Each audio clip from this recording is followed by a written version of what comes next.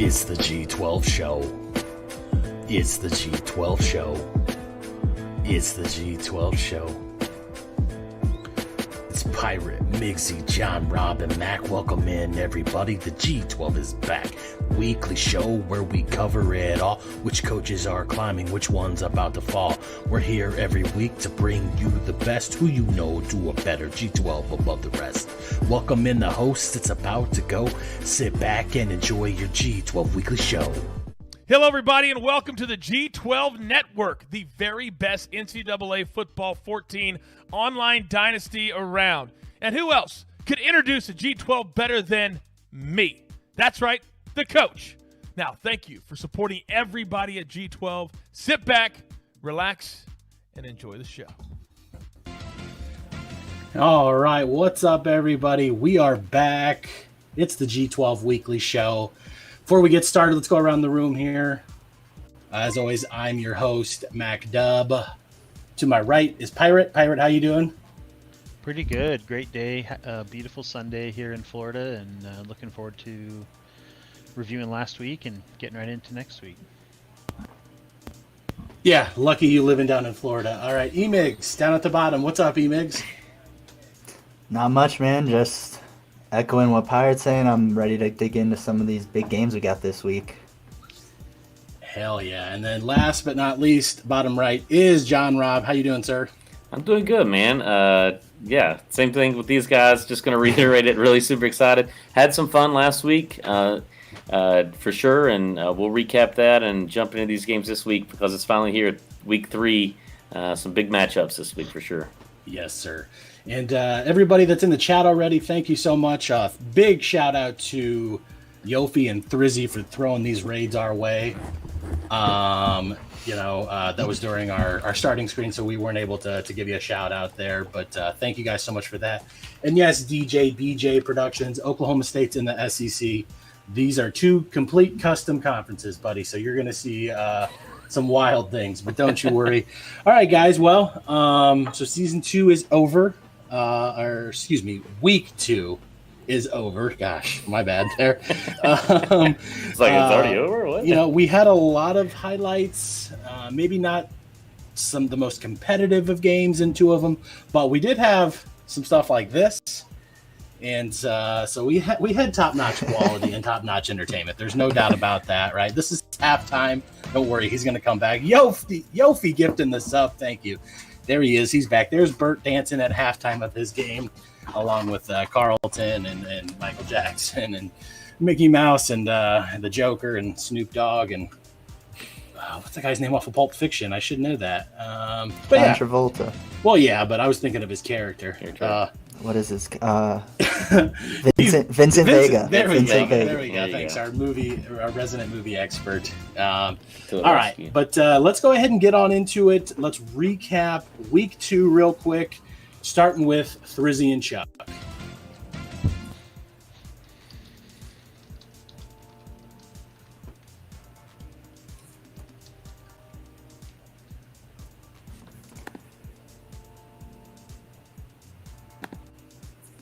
So Missouri actually just got a huge transfer from Ohio State. One of our freshman wide receivers, one of the fastest ones too. But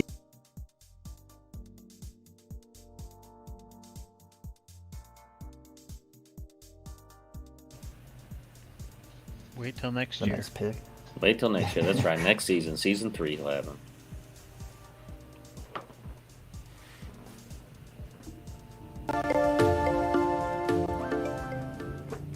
He had that chair a lot, didn't he? Yeah. All right, my bad there, guys. That was supposed to have audio the whole time. I messed that up. There is some music with that, but it's just the generic.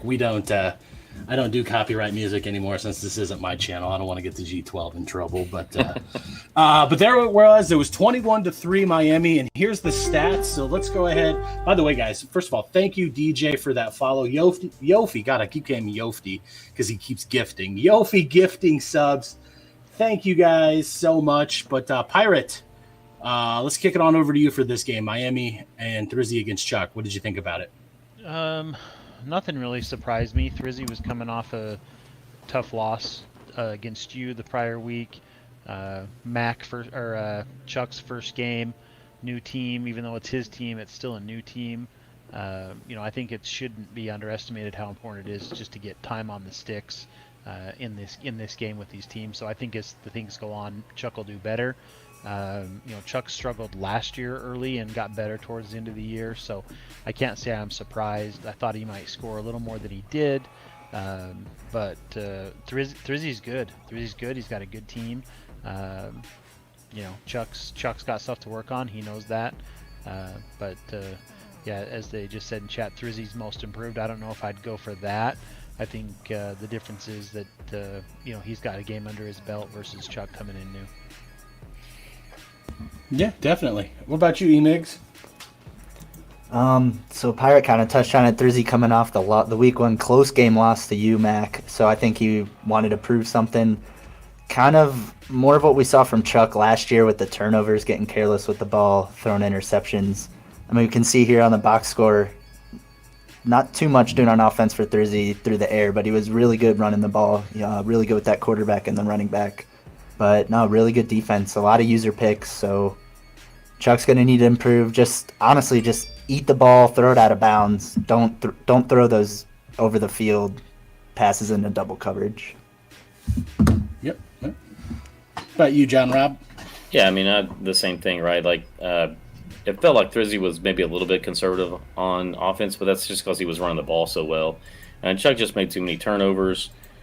You could tell I think, Pirate kind of said it. I mean, it just feel like he's been on the stick.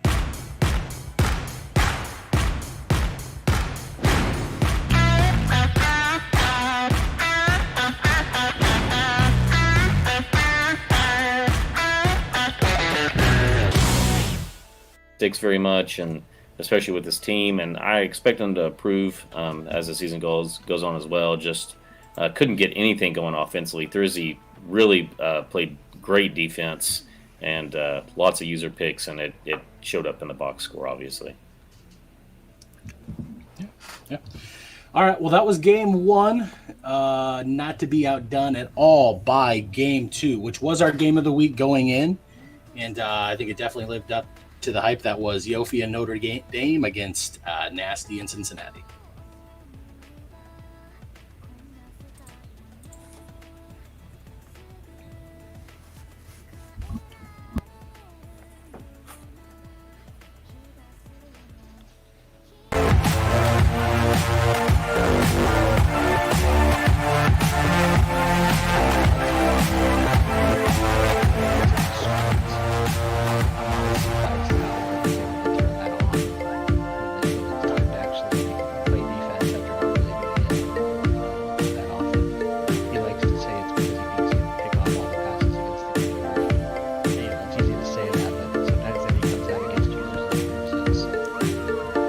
Yeah, I mean, I think he played really good defensively and got the stops when he needed to get them. And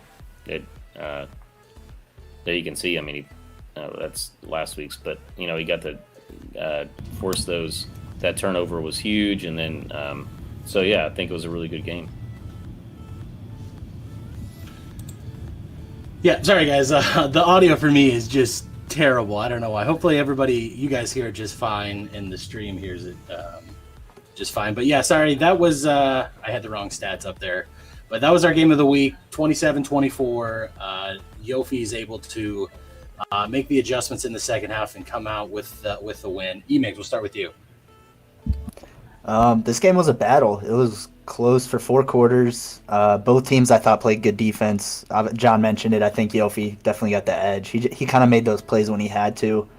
I think going forward, Nasty, I forget if he said he's either done with the triple option or he's figuring something else out, because it got too frustrating and too stagnant at times. But I definitely think if he figured something out with Kyron Williams, he was awesome. That one play we saw where he broke like 2 or 3 tackles on that like 70-yard run, that was awesome. So I think he's not really using Book heavily, not running with Book too much, but if he can just feed Kyron Williams and let him kind of steer the offense, I think he can have something there. Yeah, I agree. And John, you were talking about it a little bit, but what do you think about it? How did you enjoy this game? Yeah, I mean, I just think it was Kyron Williams' game, right? Like, he just kind of took over, especially in the second half. broke that long run. Yofi utilized the run game, stuck to the run game, didn't force too much. And he had the 2 picks, but he kind of settled down, and he needed to run the ball in the second half, and he came out and ran the ball right down Nasty's throat, and it ended up working out for him, and definitely got the stops. And like I said, I think that the triple option kind of hurt. The formation kind of hurt Nasty. When he kind of broke out and got in the shotgun, he looked a lot better offensively for sure. Yeah. Pirate? I always have respect for the guys that pick teams that are, their team. Like I basically refuse to play anybody but Florida ever. Obviously Dees did great things with South Carolina last year. I think Nasty's going to be outmanned in a few more games than he expected in this league, just with the team he's got compared to some of these other guys. But great. He's a great player. I think in even teams he's one of the best. As he says, that's why I always lose. He's probably not wrong. I think pretty even game. Obviously, it came down to the wire. Yofi refuses to blow anyone out. So I'm not surprised at all that it was only a 3-point game. Even if he was playing against the worst player, it'd still only be a 7-point game. So that's just how he insists on playing. But great entertainment, puts butts in the seats, and that's why we're here. Yeah, fantastic game for Game of the Week. Like I said, they lived up to the hype. It sucks that somebody had to lose, but good thing about these early games on for those who have taken a loss or two is that they're non-conference games. So you could still if you take a few early losses here, you can still win your conference and maybe get some revenge in a rematch game in the championship. But all right, that was game 2. Then your final game of the week was Fantasy World League against These Diabetes.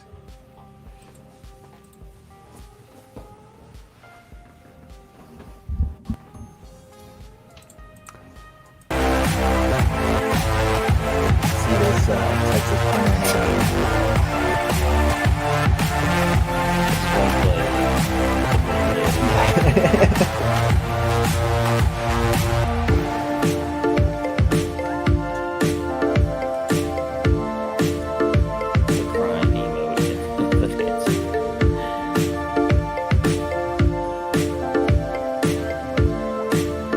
Here we go.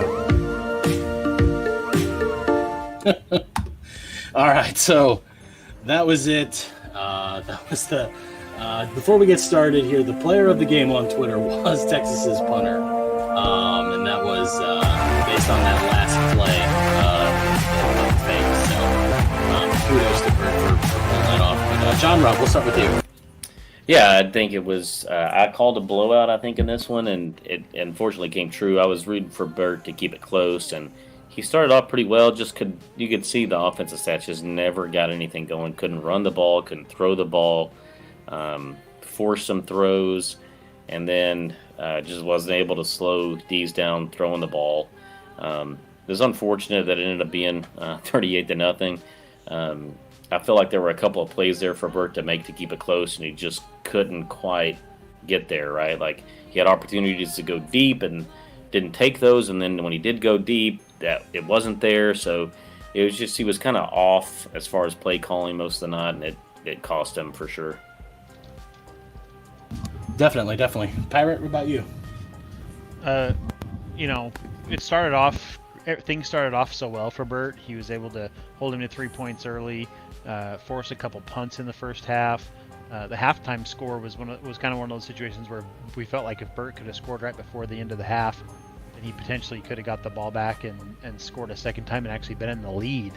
I want to say it was 10-0 at halftime. So just a bad turn of events. Second half was a whole different story. I want to give a shout out. I haven't seen him in chat yet, but Hottie Toddy made the call with me on this game. I don't want to overlook that. Great job on his first call ever. I thought he was a great partner. So appreciate him stepping up and helping in the community. Bert's done some good things on defense. He's got a lot of work to do on offense, specifically throwing the ball. I don't know if he has had a chance to listen to the call, but he kept teasing us with all these awesome plays. He's got this tremendous playbook with all this motion and all these beautiful things, and he didn't run any of it. He didn't run a lick of it. So felt like he was really in kind of a preseason dummied down offense. The only other thing I'll add is he's got Sam Ehlinger at quarterback. He's renamed him, but he's one of the best players in the country, a big, strong, running threat quarterback, and I don't think he ran the ball one time with him. So he's got a lot of tools still in his toolbox that he has not tore into yet, and I think there's big things to come for Burt. Okay. All right. Last but not least, Emigs. Yeah, I mean, I think D's looked really sharp. Obviously, 38-0. Looked good on defense, forcing some turnovers.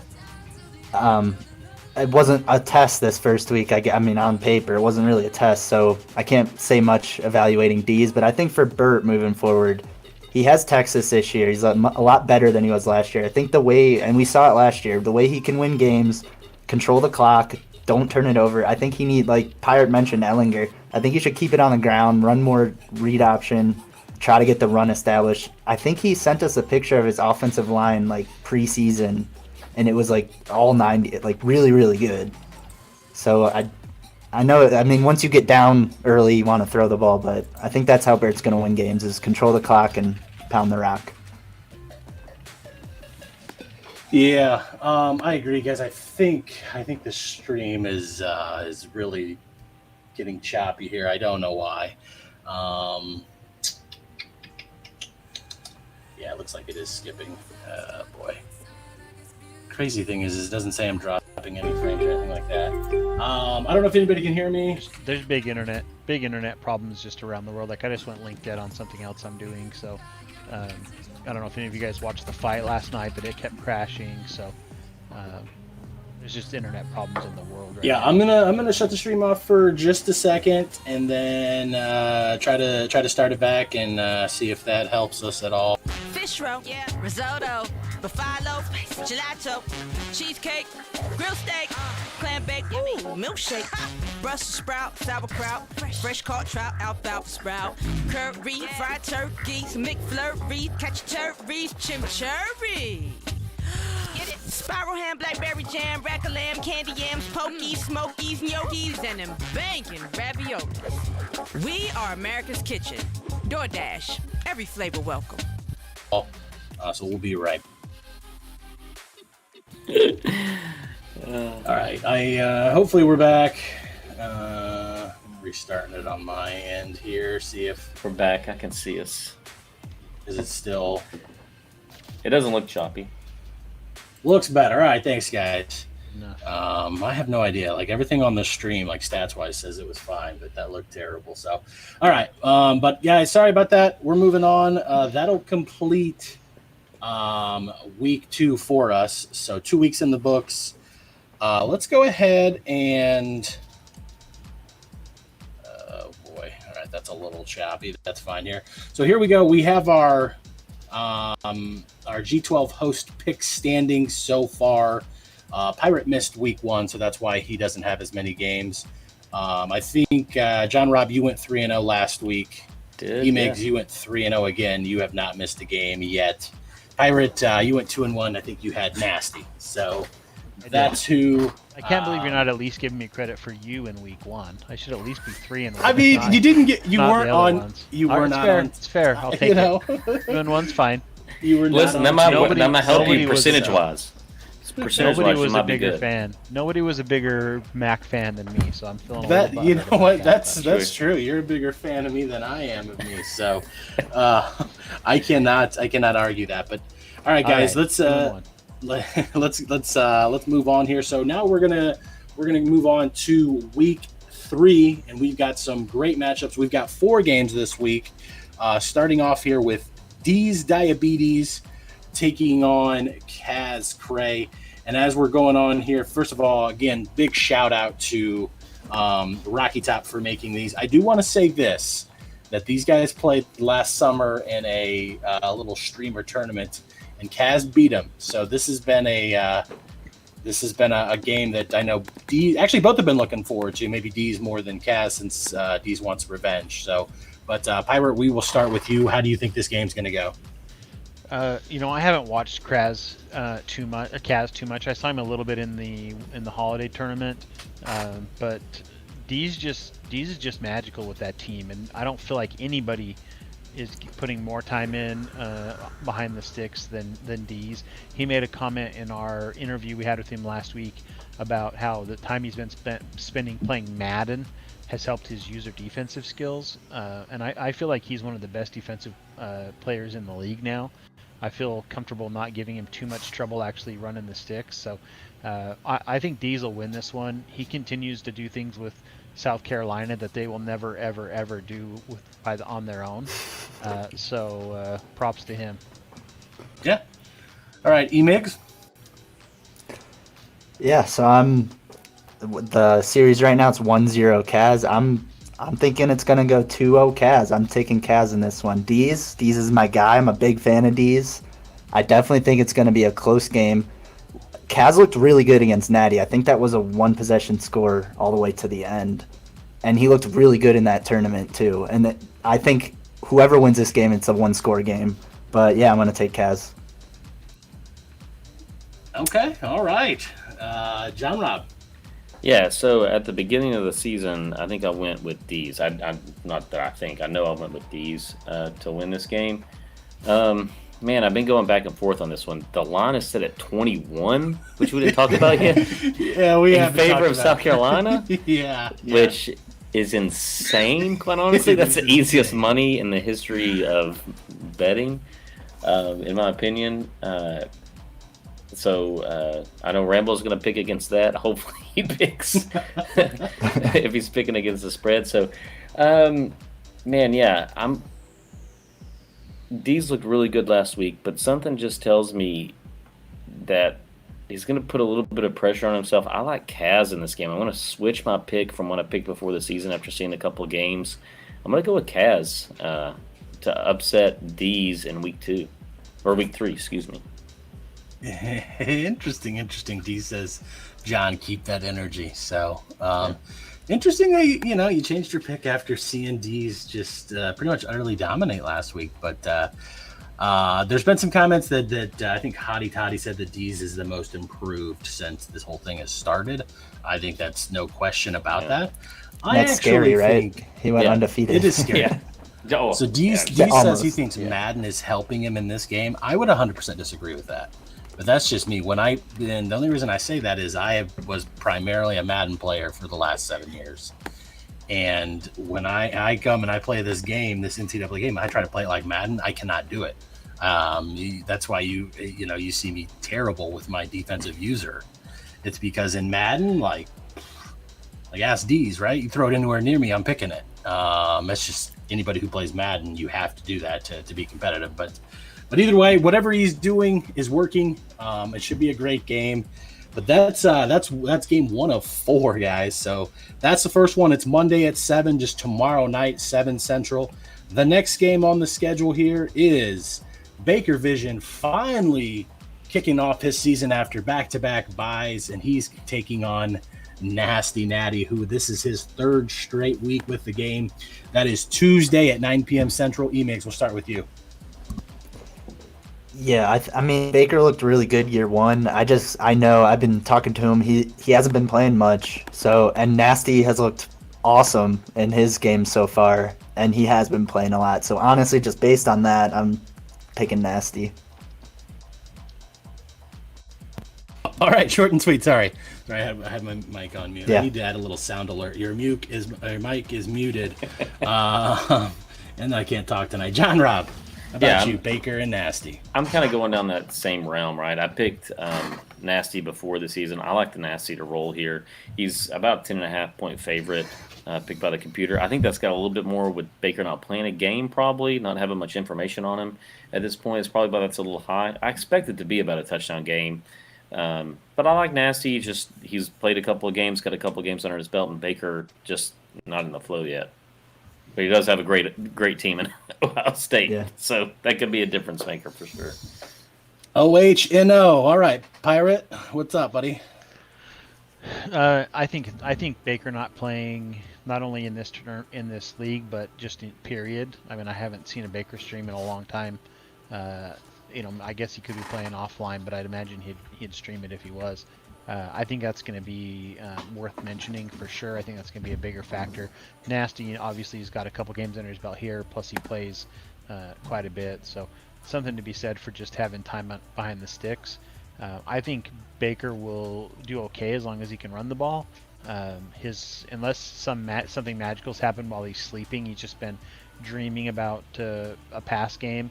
I think he's going to have a really hard time competing this year with all these user games. So I hope he can get something figured out throwing the ball or just run the ball like crazy. But I think Nasty's gonna win this game. I think Baker will end up being fine on the year, but I don't think he'll start off with a win. All right. Well, guys, that's game 2, and that's Tuesday night. But then we have game 3, which is your game of the week. And it's no disrespect to any other guy playing this week, but this is a game that a lot of people have been looking forward to, especially one of these guys who's actually playing in this game. So let's get into it. We have Yofi and Notre Dame taking on Hardcore and Penn State, and that game kicks off Wednesday, 8:15 Central. And I believe we have both of these coaches in here on the phone. Guys, are you there? Yofi, you there? I am here. Yes, I am. Awesome. Hardcore, are you there?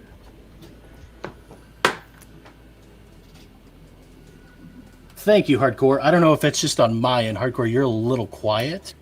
It could just be on my end, though. Chat, let us know if you hear both of these guys. Guys, welcome on in.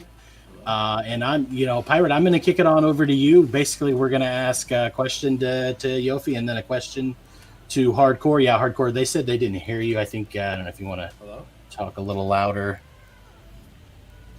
I hear you, but it's very faint. Do you guys hear him, Pirate? We can hear him. We can hear him a little bit. Yeah, so I can Okay. I can restate what he says if worst case. Of course, they say I'm quiet too. So Can you hear me better now? Yes. Yeah. Much better. Well, we'll start with Yofi. Yofi, obviously, congratulations on being 2-0. You've had a couple tough games so far, closer than maybe the experts thought on both of them. In my mind, there's a chance that you're either A, looking past those guys waiting for this week, or B, doing a classic Yofi where you just choose to play to the competition. But obviously, you've had this one circled for a long time. I think the sketchy website I bought this turtle from stole all my info. Ooh, have you looked on the bright side? Discover never holds you responsible for unauthorized purchases on your card. That's my turtle. Fraud protection. Discover something brighter. What do you feel the keys to success are, and how can Chungus help you win this game? Well, last week after the game, I said I got to go back and watch some Hardcore play as Penn State, but he hasn't played any games yet, so I guess I kind of have to go back and maybe watch Oklahoma play in the last season we played. But with no film, it's gonna be a little bit tough to see what kind of plays he likes, what kind of formations he likes to run. So it's a little bit of a toss-up going in this one. Yeah, absolutely. It's gonna be tight. Hardcore, thrown over to you. You've obviously been on break for a while. I know you're still super involved with the league. You've crunched more stats than anyone. I think you've got everyone's rosters pretty much memorized. How do you feel about this Penn State team? Obviously, the team you're giving up with Oklahoma was loaded, at least on paper. They kicked the shit out of my Florida Gators, so I can't say too much about them on the field either. But you're moving to a team that, at least on paper, is a significant drop-off from what you were playing. How do you feel that's going to impact you overall in the league, and especially this week? Yeah, that's a good question. I think we'll be fine. I think every roster has its ups and its downs, and just different things that we have to take advantage of. I think we got some really good players, and we'll do things a little bit differently than we had to at Oklahoma. But it's gonna be a tough game against Yofi and his Irish. So we're just gonna go in and find a way to win. Doesn't matter who we have on our team.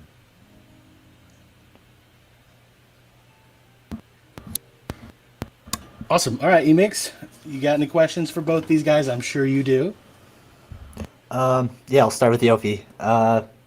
So you've been building this up since what was that, week 8, 7, 9 of last year? 3 probably. What? Yeah, no, I'm wrong. That was early. You're right. But we got the hashtag beat hardcore, hashtag we want hardcore. Mm-hmm. Are you worried at all that you're kind of building this game up too much, putting too much pressure on yourself? No, not at all. Nope. No. No, we this has been this has been one that we've been looking forward to.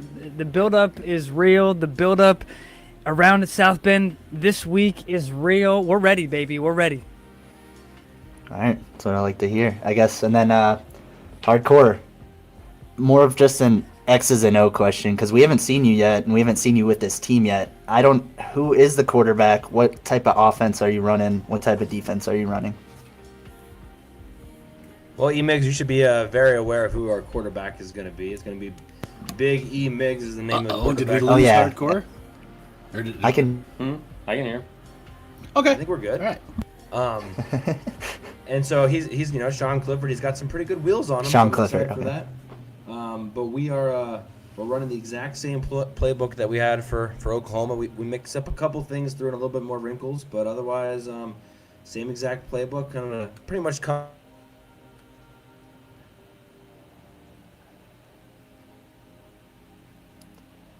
So I know you've been playing a lot offline with the Fadens. Anything you're bringing over from that, implementing into this new playbook that we didn't see last year?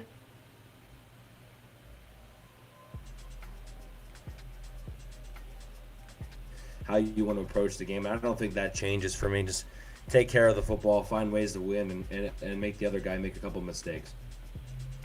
Cool. John Rab? Yeah, okay. Let's go Yofi. We'll just flip back and forth, right? So Yofi, kind of what is your game plan this come through? We kind of talked about that with hardcore, but kind of what are you thinking that you need to do? What are your keys to the game? Knowing what happened last year compared to how your season's gone this year, kind of what are you thinking are the most important things for you to get this done? I think number one and most of all is just limit turnovers. If we can just limit turnovers, I think we can put ourselves in a good position to win the game. Sounds good. Anything defensively that you're looking at, maybe trying a little bit different this week to try to stop that hardcore offense? So last year when we played hardcore, we had to go up against Spencer Rattler. It was a little bit different than probably what we're going to see this year, but I think for the most part we're going to be status quo on defense and just keep doing what we're doing on defense. I think it's been working for us so far, and I think we have a good defense to play against anybody, so hopefully we can show that on Wednesday. Appreciate it, man. Hardcore, let's talk about this. A lot of pressure. Defending national champion, taking the first 2 weeks off of the season, now jumping into you don't get a cupcake, right? The man on the other side controlling the Notre Dame team is a good user, has a good squad. What kind of pressure are you feeling? Do you feel any pressure? How are things gone these first 2 weeks? Kind of have to sit back and watch. And what are you feeling coming into this game?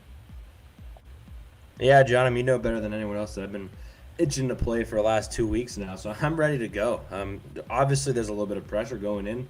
I haven't lost a game yet. Everyone's well aware of that. But at the same time, the way this league has been set up, you can afford a couple of losses along the way. So we're not treating this game any different than any other game. Just trying to go out there and get the first win. Obviously, it's a cannonball into the deep zone right off the bat instead of walking in through the shallow stairs. But we're ready for the challenge. There's no better way to kind of kick off the G12 season for us than going against the one.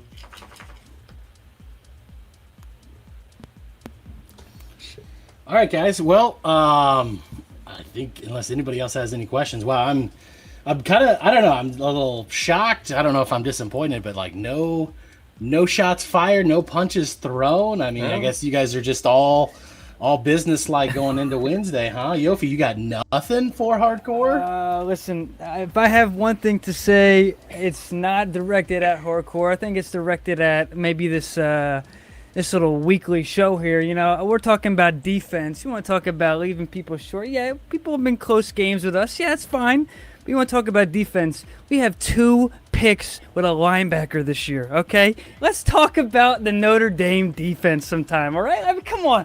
Yeah, I think we're underestimated, and that's all I have to say. Wait a second. Did he say that he threw 2 picks to a linebacker? I wasn't Excuse sure me. if I heard that. Hey. There we go. All right. Well, I had to stir some stuff up. But guys, first of all, thank you for coming on here. Appreciate you guys taking the time out of your night. Yofi, I appreciate the big raid, hardcore and the gifted. Hardcore, I appreciate the gifted and you taking time out of your schedule. Best of luck to you guys both. And Yofi, win or lose, don't let next week be a trap game because you got the fucking Cowboys next week. Bring it on, baby. I'm ready. All right. Thanks, guys. You take it easy. Have a good one, guys. All right.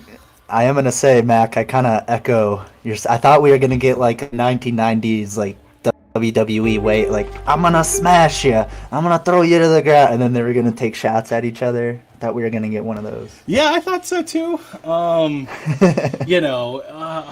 Both these guys, Yofi's very entertaining and very charismatic, but he's also a very respectful and a great dude. Hardcore, we'd like to call him the villain.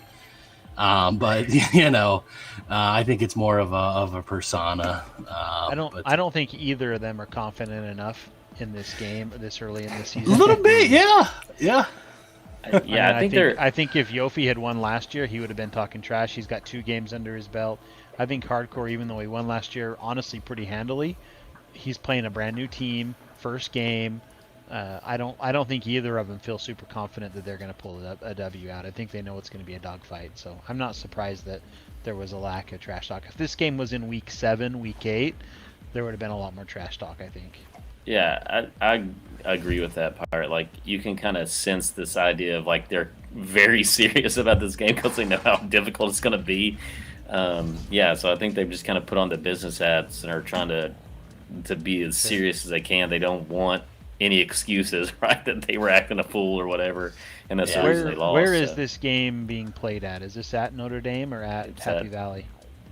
Penn State. It's at Happy Valley, yeah. Okay, so that last year, I gave Yofi a lot of shit for not having any road games last year, but the one road game I recall him having was a trip to Norman. So interesting that back-to-back years Yofi's had to go on the road to Hardcore, and that doesn't seem like a big deal, but it's worth maybe a point or two either way. And the other thing I'll add is the season honestly gets, in my opinion, easier for both of them from here on out.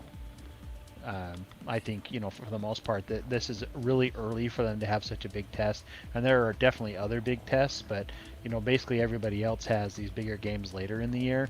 I think they both can recover from a loss this early much easier than a loss later in the year. So interesting to see how that plays out. Like aficionado. I'm a fashionista. Sneakerhead. Metalhead. Gearhead. Audiophile. Gamer. I'm a foodie. Woo! I'm whatever this is. Obsession has many names. This is ours. The new Lexus IS. All in on the sports sedan. Experience amazing at your Lexus dealer. Like you said, especially out of conference, right? This huge game comes out of conference early in the year. And, that's huge compared to a loss like that towards the end of the year, like you're saying. I mean, it's just way different. Hardcore even said that. You can lose, the way things are set up, you can lose 1 or 2 games and catch up towards the end of the year. Yeah. So maybe not feeling as much pressure there as maybe if we're a different situation. Yeah, definitely, yeah. All right, guys. Well, that is not, believe it or not, that's not the last game of the week. We still have one more to talk about. Not to be forgotten. Do you want us to? My bad. Yeah. Yes. Yeah, for sure. Yes. Emigs, I'll start with you because these are 2 of your best buddies. 2 of my best buds, and I'm the quarterback for Big Emigs is the quarterback on Penn State, but unfortunately, I'm picking, I guess, the upset. I'm taking Yofi. We talked about it. He's played 2 games. He's looked good. Penn State, first time he's using them. I think I really think this game is going to live up to the hype, and it's going to be a battle, but I'm taking Yofi with the revenge win. All right, Yofi with the win. That's one, Yofi. How about you, John Robb? Yeah, I mean, I'm obviously going to pick Hardcore until he loses. I mean, preseason I picked him to win this game, so I got to stick with it, right? I think it's going to be a very good game. I think Hottie asked in the chat earlier, I hope this lives up to the hype. I think it will live up to the hype. I expect it to be closer than it was last year in their battle of user games. I know the line I think is 4.5. I put it right about there. It's about a field goal game, right? And I hope it's close at the end. But I'm going to go with Hardcore in a close one. Okay, all right. Pirate. I don't know. I'm picking a tie, I think. Yes. Can we do that? Yeah. This is tough. It's like watching Pardon the Interruption when Mike Wilbon always wants to push. I don't know if you guys are big fans of that show, but it always seems like he tries to push in these situations. I think Hardcore wins if Penn State is as good on, if he can get a lot out of Penn State. I think just on paper, Yofi should probably win. He's got 2 games under his belt. So I think I think I'm probably going to pick Yofi. He's got 2 games under his belt. He's got the revenge factor. Hardcore hasn't tasted a loss yet in this league, so I think he's still maybe a little naive to that.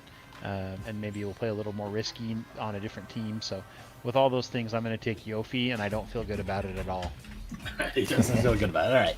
2 votes Yofi, 1 vote Hardcore, and we have a extremely hot take from Hottie Toddy. He thinks this is the least competitive game of the week. So, and you know what? You might be right just in the fact that all 3 of these other games might just be really good games, and this one is the least close. But sorry guys for trying to skip over your picks. I didn't mean that. It was just the interview and everything. Like I couldn't hear those 2 guys talking, so I turned on the stream and I could hear them. So like, whatever. It's on me though. But that's game 3. Then we've got the 4th game of the week. It is going to be on Thursday at 8 p.m. Central. It's Stoner Gamer in Clemson against Thrizzy in Miami. Again, like I said, that's 8 p.m. Central on Thursday. It's the last game of the week. John Robb, I'll start with you. Yeah, I mentioned this last week. I picked Stoner to go 0-12, right? Which is a tough look on me after the way he looked against Yofi, I think, in week 1. I probably could, if I could backtrack on that, I would. But I still expect Thrizzy to get the win. I expect it to kind of be of a low-scoring game, to be honest. After what I saw out of Stoner, his defense looked a lot really good in week 1, to be honest. And Thrizzy, we kind of see plays that slow pace, kind of run the ball. Can Stoner get away from throwing these deep bombs when he gets a little bit in trouble, right? When he gets in a situation where he feels like he has to catch up. So if he gets behind early, I feel like he's going to end up with a lot of turnovers. But if he can stay, within a reach and not panic, he can keep this one definitely close. I think it's once again like a crazy point spread, like 21 points or something. I expect it to be, 7 to 10 points. But I like Thrizzy in that range. Okay. All right. Pirate. This one's... I don't know. Stoner's got to do something before I'm going to even consider picking him. I'm still a little bitter over the Utah situation, and I need to get over it. But Stoner looked tough. Stoner looked pretty tough against Yofi. I put most of that on how Yofi just chooses to play games versus how Stoner looks.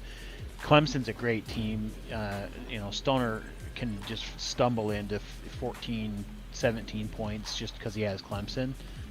But Thrizzy's on a mission, man. I mean, he feels a little robbed from week 1. He's got a huge following behind him that is going to make sure that he stays engaged. I'm picking Thrizzy, and I don't think it's going to be close. Okay, all right. 2 votes Thrizzy. E-Mix, shock me and pick Stoner. Sorry, Mac. I'm jumping on the train. I'm going to... we haven't seen a lot of guys yet. We're going to see Hardcore for the first time. Still haven't seen Rocky Top. Who else haven't we seen? Poor Rocky Baker's Top. playing Can we talk about that? How about, I know, right? That guy got hosed, right? Yeah, he just wants to play, man. I just want to play, coach. All right, just play. Early on, I think Thursday's looked really good. He lost that close game to UMac, but last week he looked awesome. He's looked really good on defense in both his games, and then I think he's starting to figure out what he wants to do on offense too. So I kind of think I'm with Pirate more than John Rob on the point spread's gonna. I think it's gonna be a bigger blowout. But Thursday. Yeah, Stoner. When you teach me to football, hell yeah, a little longest yard reference. Yeah, you gotta stay away from Thursday's user on defense. So we'll see if Stoner can do that, and we'll see. All right, well, time for everybody's favorite segment of the week. We'll get Bert in here to help us introduce this here, but guys, it is. Oh. No. Okay. Sorry. It is Hottie Toddy and Ramble's picks for week 3. He did much better in week 2 than he did in week 1. Here we go. Here's Ramble and G12, it's your boy, Hottie Toddy. We're back with another Ramble Wrecking Picks this week. Look, last week, major improvement. We went 2-1 in our picks. 0-3 week 1, 2-1 week 2, sitting at 2-4 on the season. And it could be a lot worse. It could be better. But we're not too mad about it. Ramble's ready, though. He's already sniffing around because I've got the treats hidden right now. But let's get into this week's games. 4 matchups coming at you. Here we go. Matchup number 1, we've got D's Diabetes versus Kaz Cray, and he is sticking with Coach Odie at the South Carolina Gamecocks. Next up, we have Baker Vision in his first action versus Nasty Natty, and he is sticking with the Buckeyes even though they're coming off that dreaded double bye week. In what some are calling the game of the year, he is sticking with Hardcore to take down Yofi. Final matchup, he is sticking with Thrizzy to take down Stoner Gamer with Miami versus Clemson, and I don't know what he's doing now. So that is going to do it for us. Week 3. Yeah, week 3 picks. We're coming at you again. I kind of like our picks this week. What do you think? He just wants the treat in my hands. Come on now. Anyways, let's have another good week, G12. We've had a good start to the season, and we'll be back next week with more picks. G12.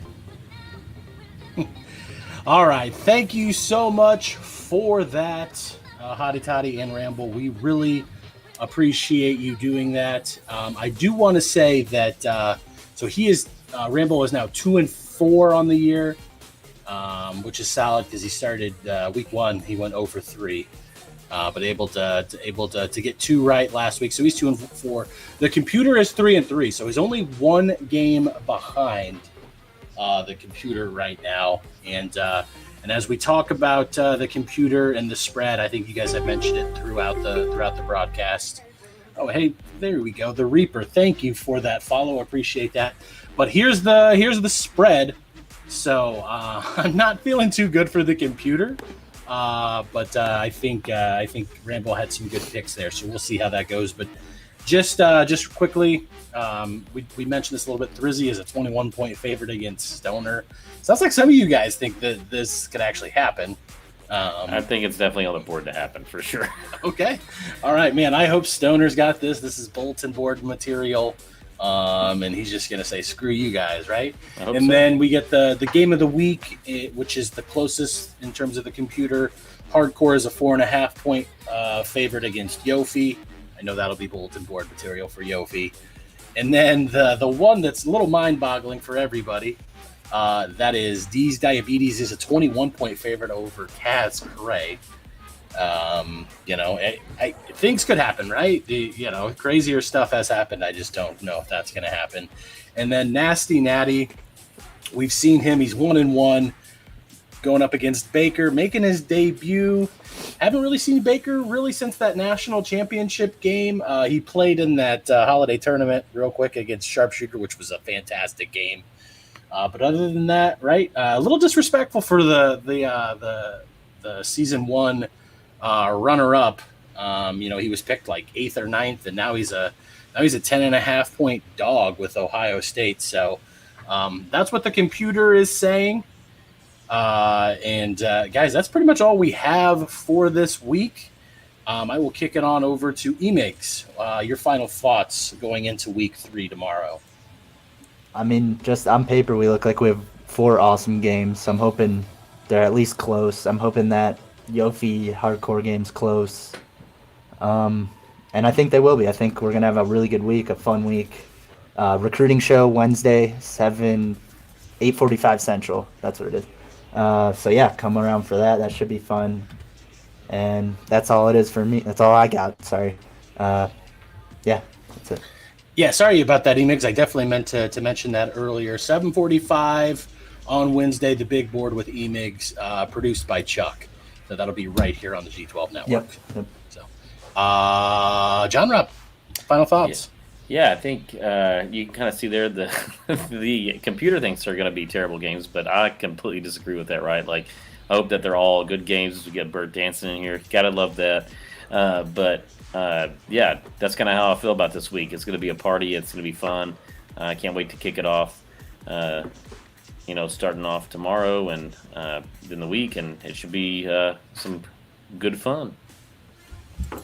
Awesome. Ira, what say you?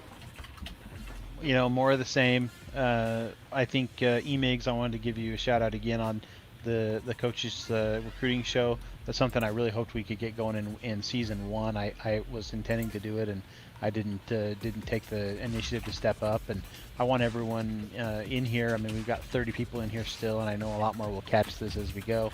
If there's something you think we can do, the only thing that's stopping us is people's time. So the more people that we can get helping out, calling games, helping out with producing or anything you want to see happen in this league, the more the merrier, and the sky's the limit with the stuff we can do. So big thanks to everyone who's already involved to whatever level, and look forward to a lot of you in chat stepping up to do more things.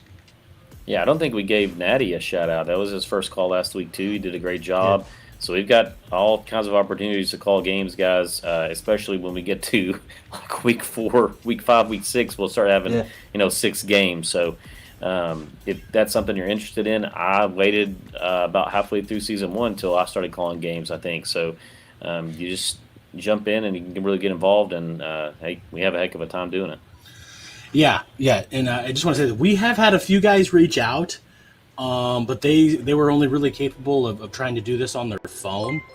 And wow, I just have to take the time to say this. We were about to raid Angelus. Thank you for the raid, but it looks like you're raiding us. So thank you so much. That's literally who I was about to go and raid.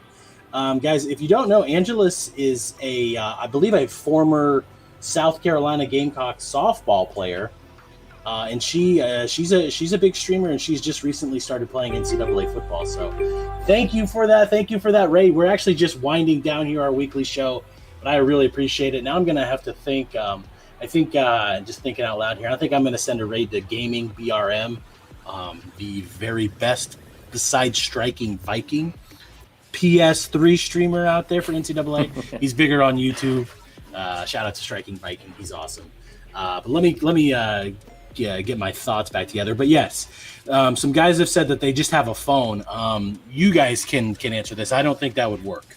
Trying to do this on a phone, because the way that it works is me or Bird or whoever's producing will send you a feed through this OBS thing. You're watching the game. You need a headphone. You need headphones. You need a mic. So I appreciate those guys who have reached out, but who only have a phone. I just don't see how that would work. It'd be very difficult for you to do that. Yeah, I would imagine you gotta have a good screen to watch it. So yeah, keep doing what you can in chat. Obviously, that's if nothing else, that's helpful. We had someone that did some calling games from an iPad last season. So I mean, it is possible, but it's not preferred. Okay, all right. Reaper, this is actually an Xbox 360 league. Player versus player possible for PC, and actually it is possible, and I don't want to spoil anything, but keep an eye out on the G12 network. This is not G12 football league related, but I think you might see something special between me and Bert here in the near future as far as PC NCAA football 14 going on. But guys, Angelus, thank you for that raid. Like I said, we were about to send it your way. But guys, that'll do it for us. I appreciate Pirate, Emigs, John Rob for taking their time tonight and helping me. I would really suffer through this without you guys. Thanks to Yofi and Hardcore for getting on here. Thanks to all of you guys in the chat. Thanks for sticking with us, especially with that little technology issue. Don't know what it is, but I'll work on it. Thanks to Bert for dancing this entire time that we've had him up on the screen. He just never quits, never stops. Thank you guys. See you guys tomorrow night at 7 p.m. Central for the first game of Week 3. That is, off the top of my head, that's D's in South Carolina against Kaz Cray and Florida State. Should be a good one. We're going to go ahead and raid Gaming BRM. He's much more popular on YouTube, but he restreams to Twitch. I'm sure he's playing the revamped mod. You guys will love him. Tell him Mac said hello. Mac with a C. He's Mac with a K. I've known this guy for 10 years. It's an inside joke. All right, I'm shutting this off before I just keep rambling. Thanks, guys. Appreciate you. I need to... Send your love the gift of food, of iced coffee or dark chocolate or even pad thai, or give them your heart by sending a pie. Gift food for any occasion. New on DoorDash.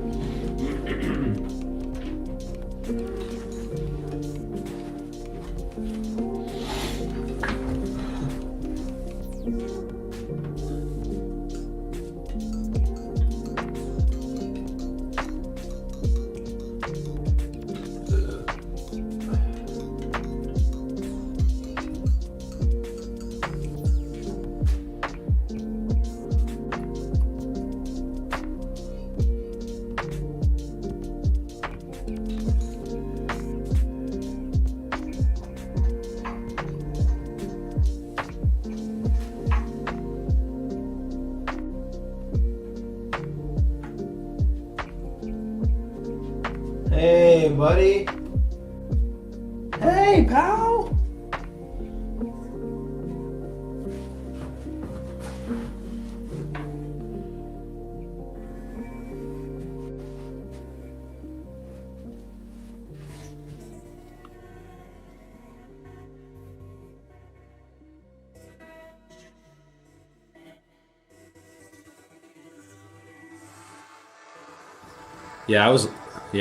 I just heard myself over the stream. It's alright. I'm just trying to work on my camera to see. Sometimes it's like really laggy sometimes. It's all about the brightness. Like the more brightness I have, the laggier it gets.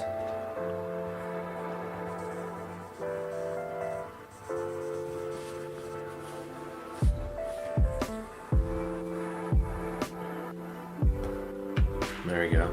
Sometimes it's just laggy. Like the new camera I got, it's like really nice, but sometimes like the resolution's too good on it.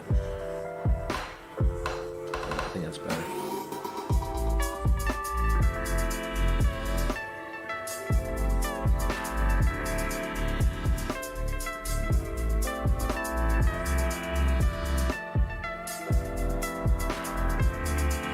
Gotcha. Well, yeah, but even like when I recorded that YouTube video, it's just a little glitchy-ish, laggy-ish. So I just have to fuck with it. And get this Mac, they didn't put anything that to change like the settings of the camera. I had to download an.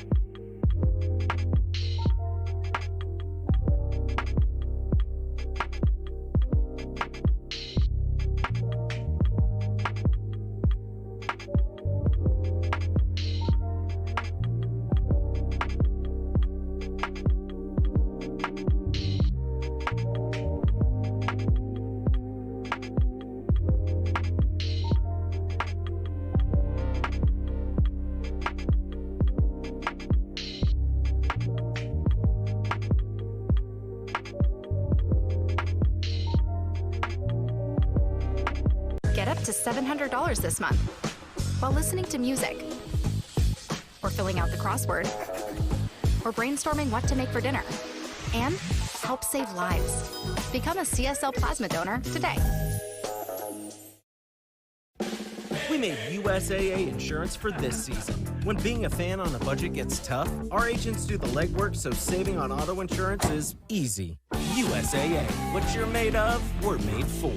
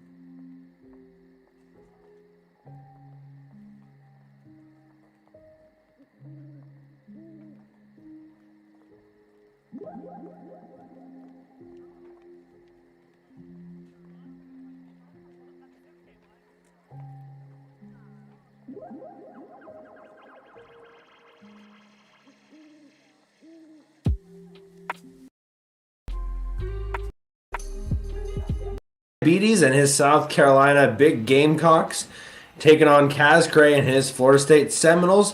This takes me back a little bit because this summer in the college football home tournament, which was really the first tournament that kind of got us all in the same room, we got to see D's Diabetes taking on Kaz Cray, and Kaz Cray was able to get the win that day. But since then, D's Diabetes has been behind the sticks a ton. And he's back for vengeance this time. What are you thinking of this game as we kind of get ourselves into this one? So I didn't see that because this is my first time in the G12, but I know I seen D's last week against Fantasy. He had good user skills. And then I know I played Kaz in the first week of this G12 season too, and I know he has a good offense. It's going to be about who makes the most turnovers and who stops somebody. That's what it's going to come down to. Yeah, what did you learn from playing him? Your defense obviously played really well in that game, but what is D's Diabetes going to have to do on defense and offense in order to prevail today? So Kaz does a really fantastic job of keeping a balanced offense.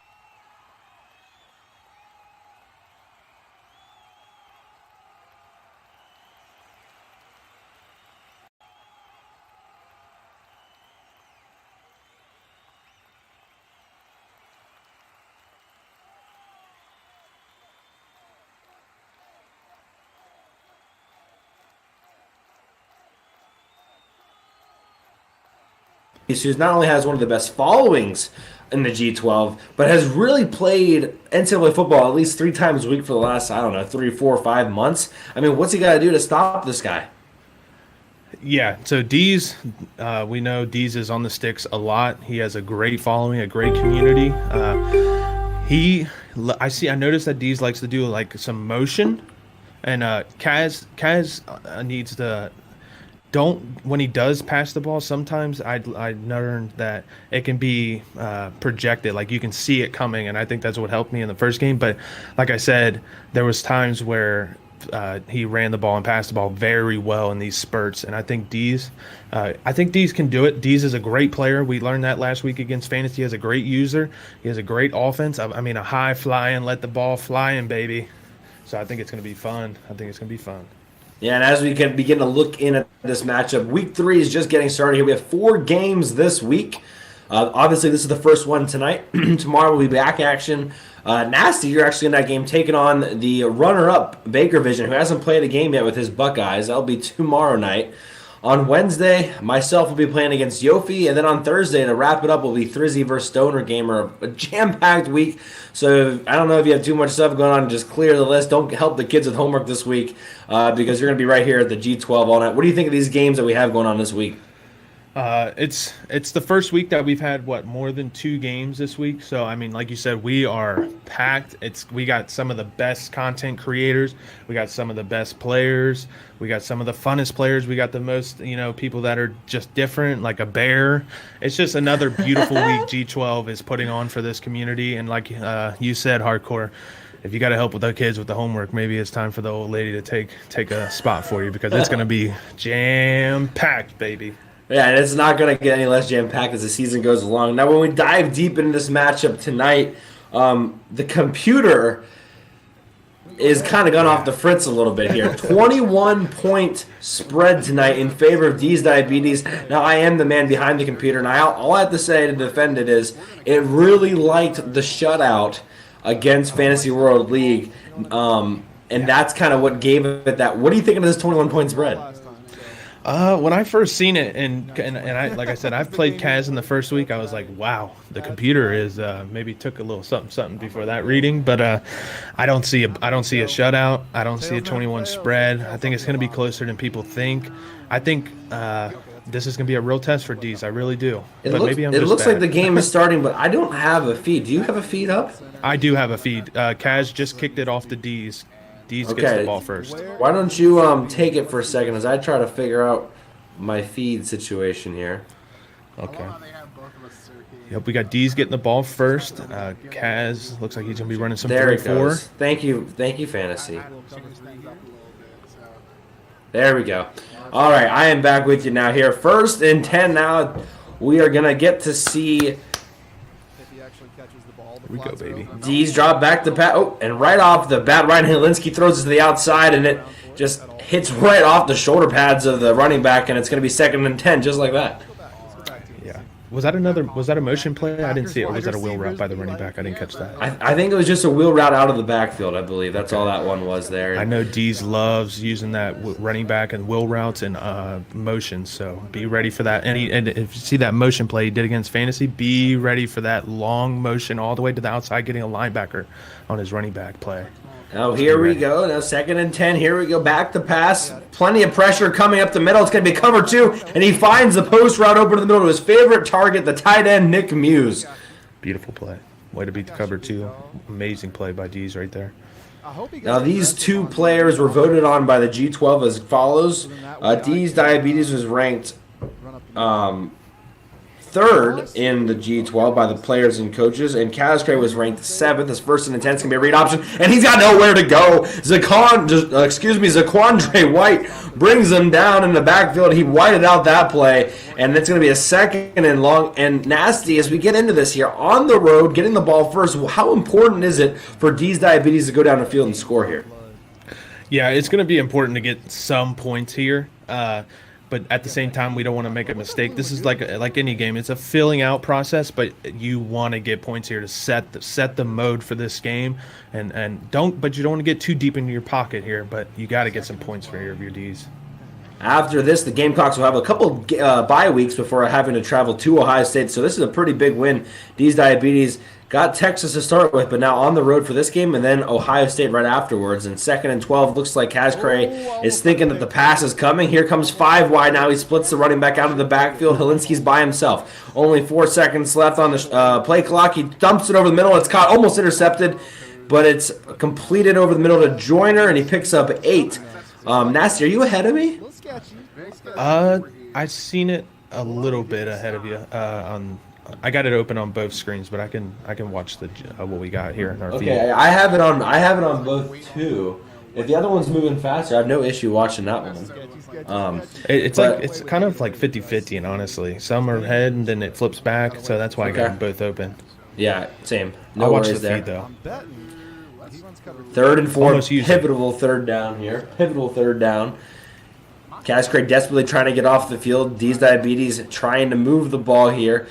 Right at midfield. Oh, and now we're sped up the pass. Here comes the throw. He's going to drop it off on a wheel route. No one's over there. He's got himself the 1st down and then some. He tries to juke. He doesn't do it, but he picks up the 1st. What a play. There's that running back and that wheel route again from Dees. Well done. You can't forget about that running back. Dees loves to use it. Yeah, nobody took him out of the backfield. And it's funny to watch their two faces. Kaz Cray looking very focused. I don't want to say it, but Dees looks a little confident. He's got a little bit of a, obviously got the bandana on, but he's looking focused, but he's looking pretty comfortable right now. Yeah, Dees with that bandana is just a different animal, I tell you. Ooh. First and 10 now. If you're ahead of me, you can go ahead and call it. But yeah, we got a big sack from Kaz right there. That drops him back to 2nd and 20. Send your love the gift of food, of iced coffee or dark chocolate or even pad thai. Or give them your heart by sending a pie. Gift food for any occasion. New on DoorDash. Now, a huge sack by Kaz.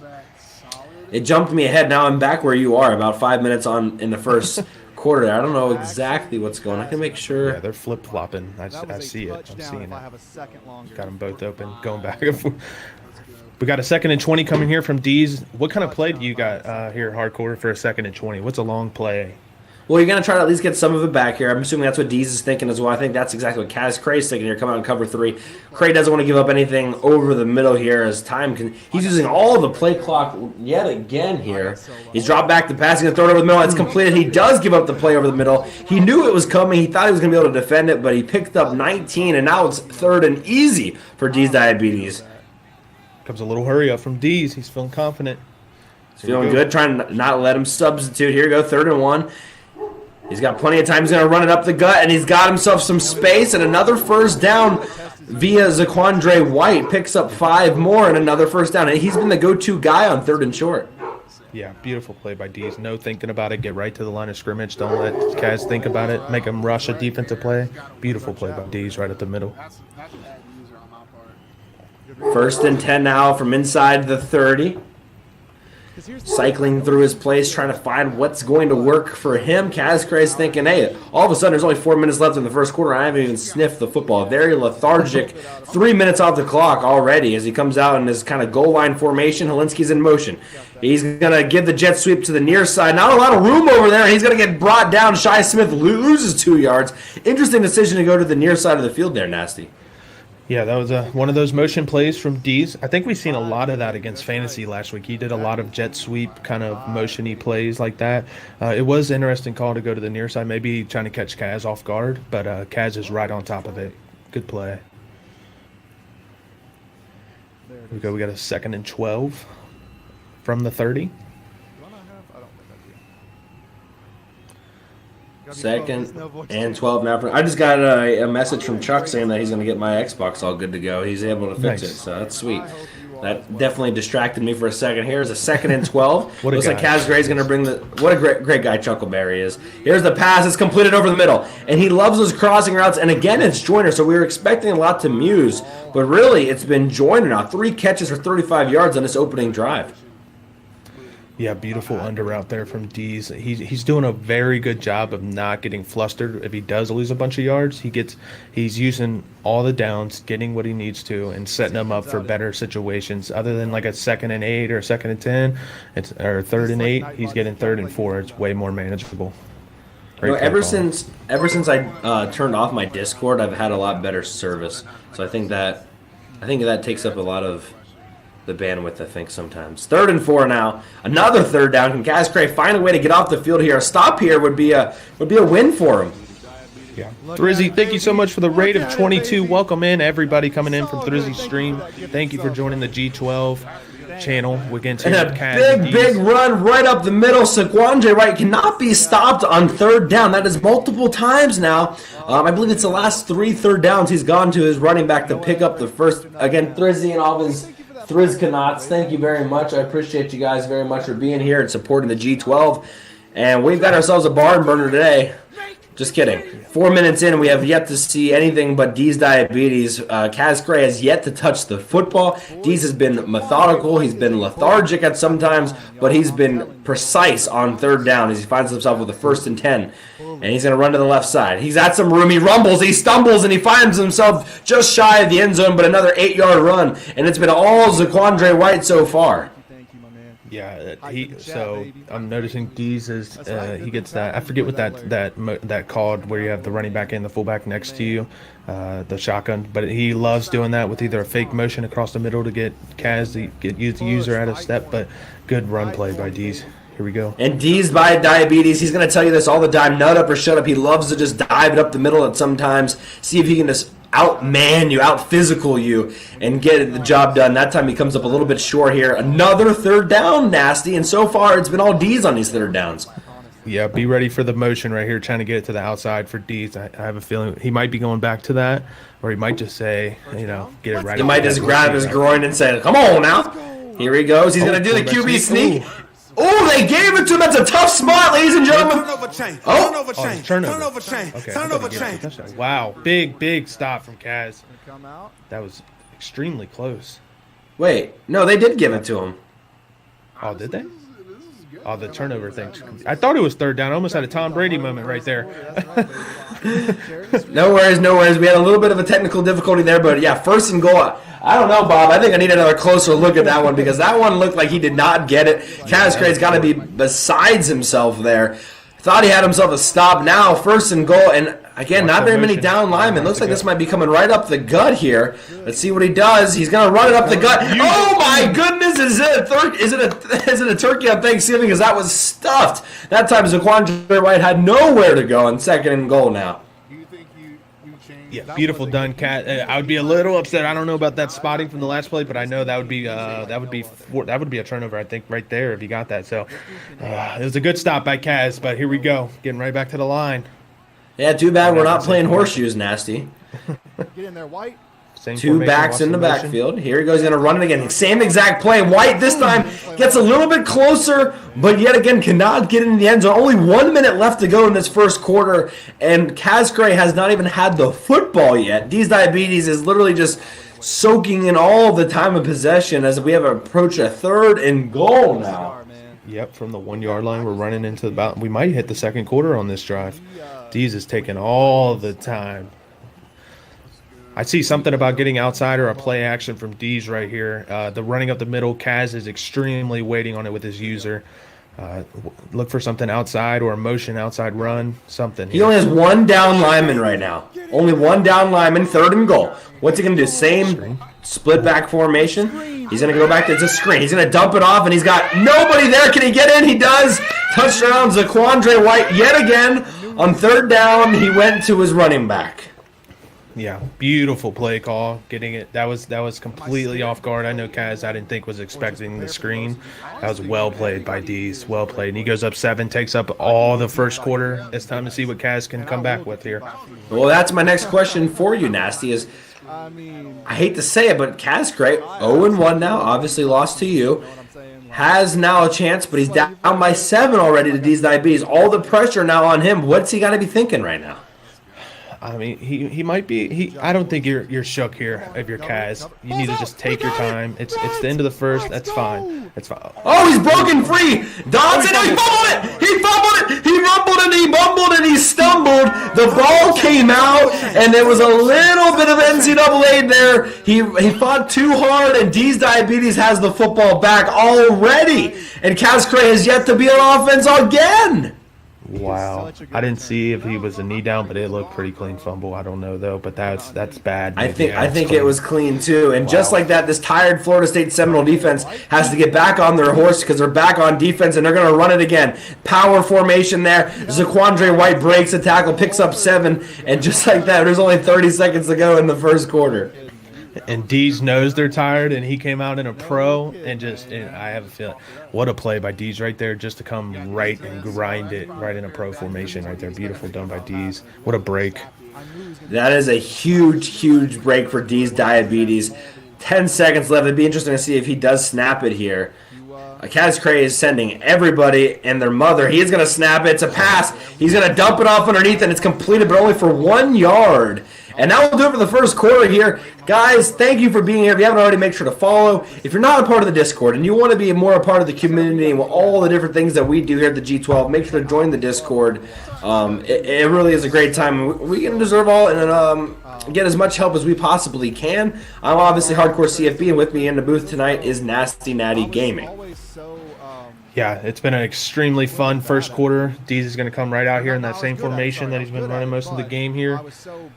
Running backs outside. You know what I mean? He gets it.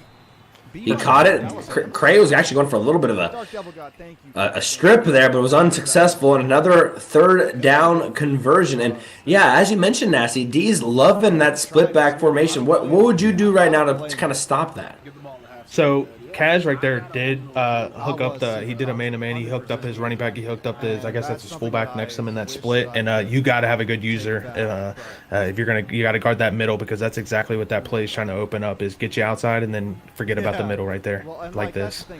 Oh my goodness, that was a bamboo tattoo I've ever seen one. He stuck him, only picked up a couple that time. And we're seeing a little bit of rhythm here from Dees. He's going to that split back set, then he's going to that crossing route play. He really likes those two plays.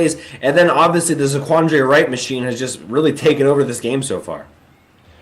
Yeah, so in this, Dees is getting the ball out of his hand extremely quickly. He's making people look at the outside, but attacking the middle right here. I would drop like 8 or 9.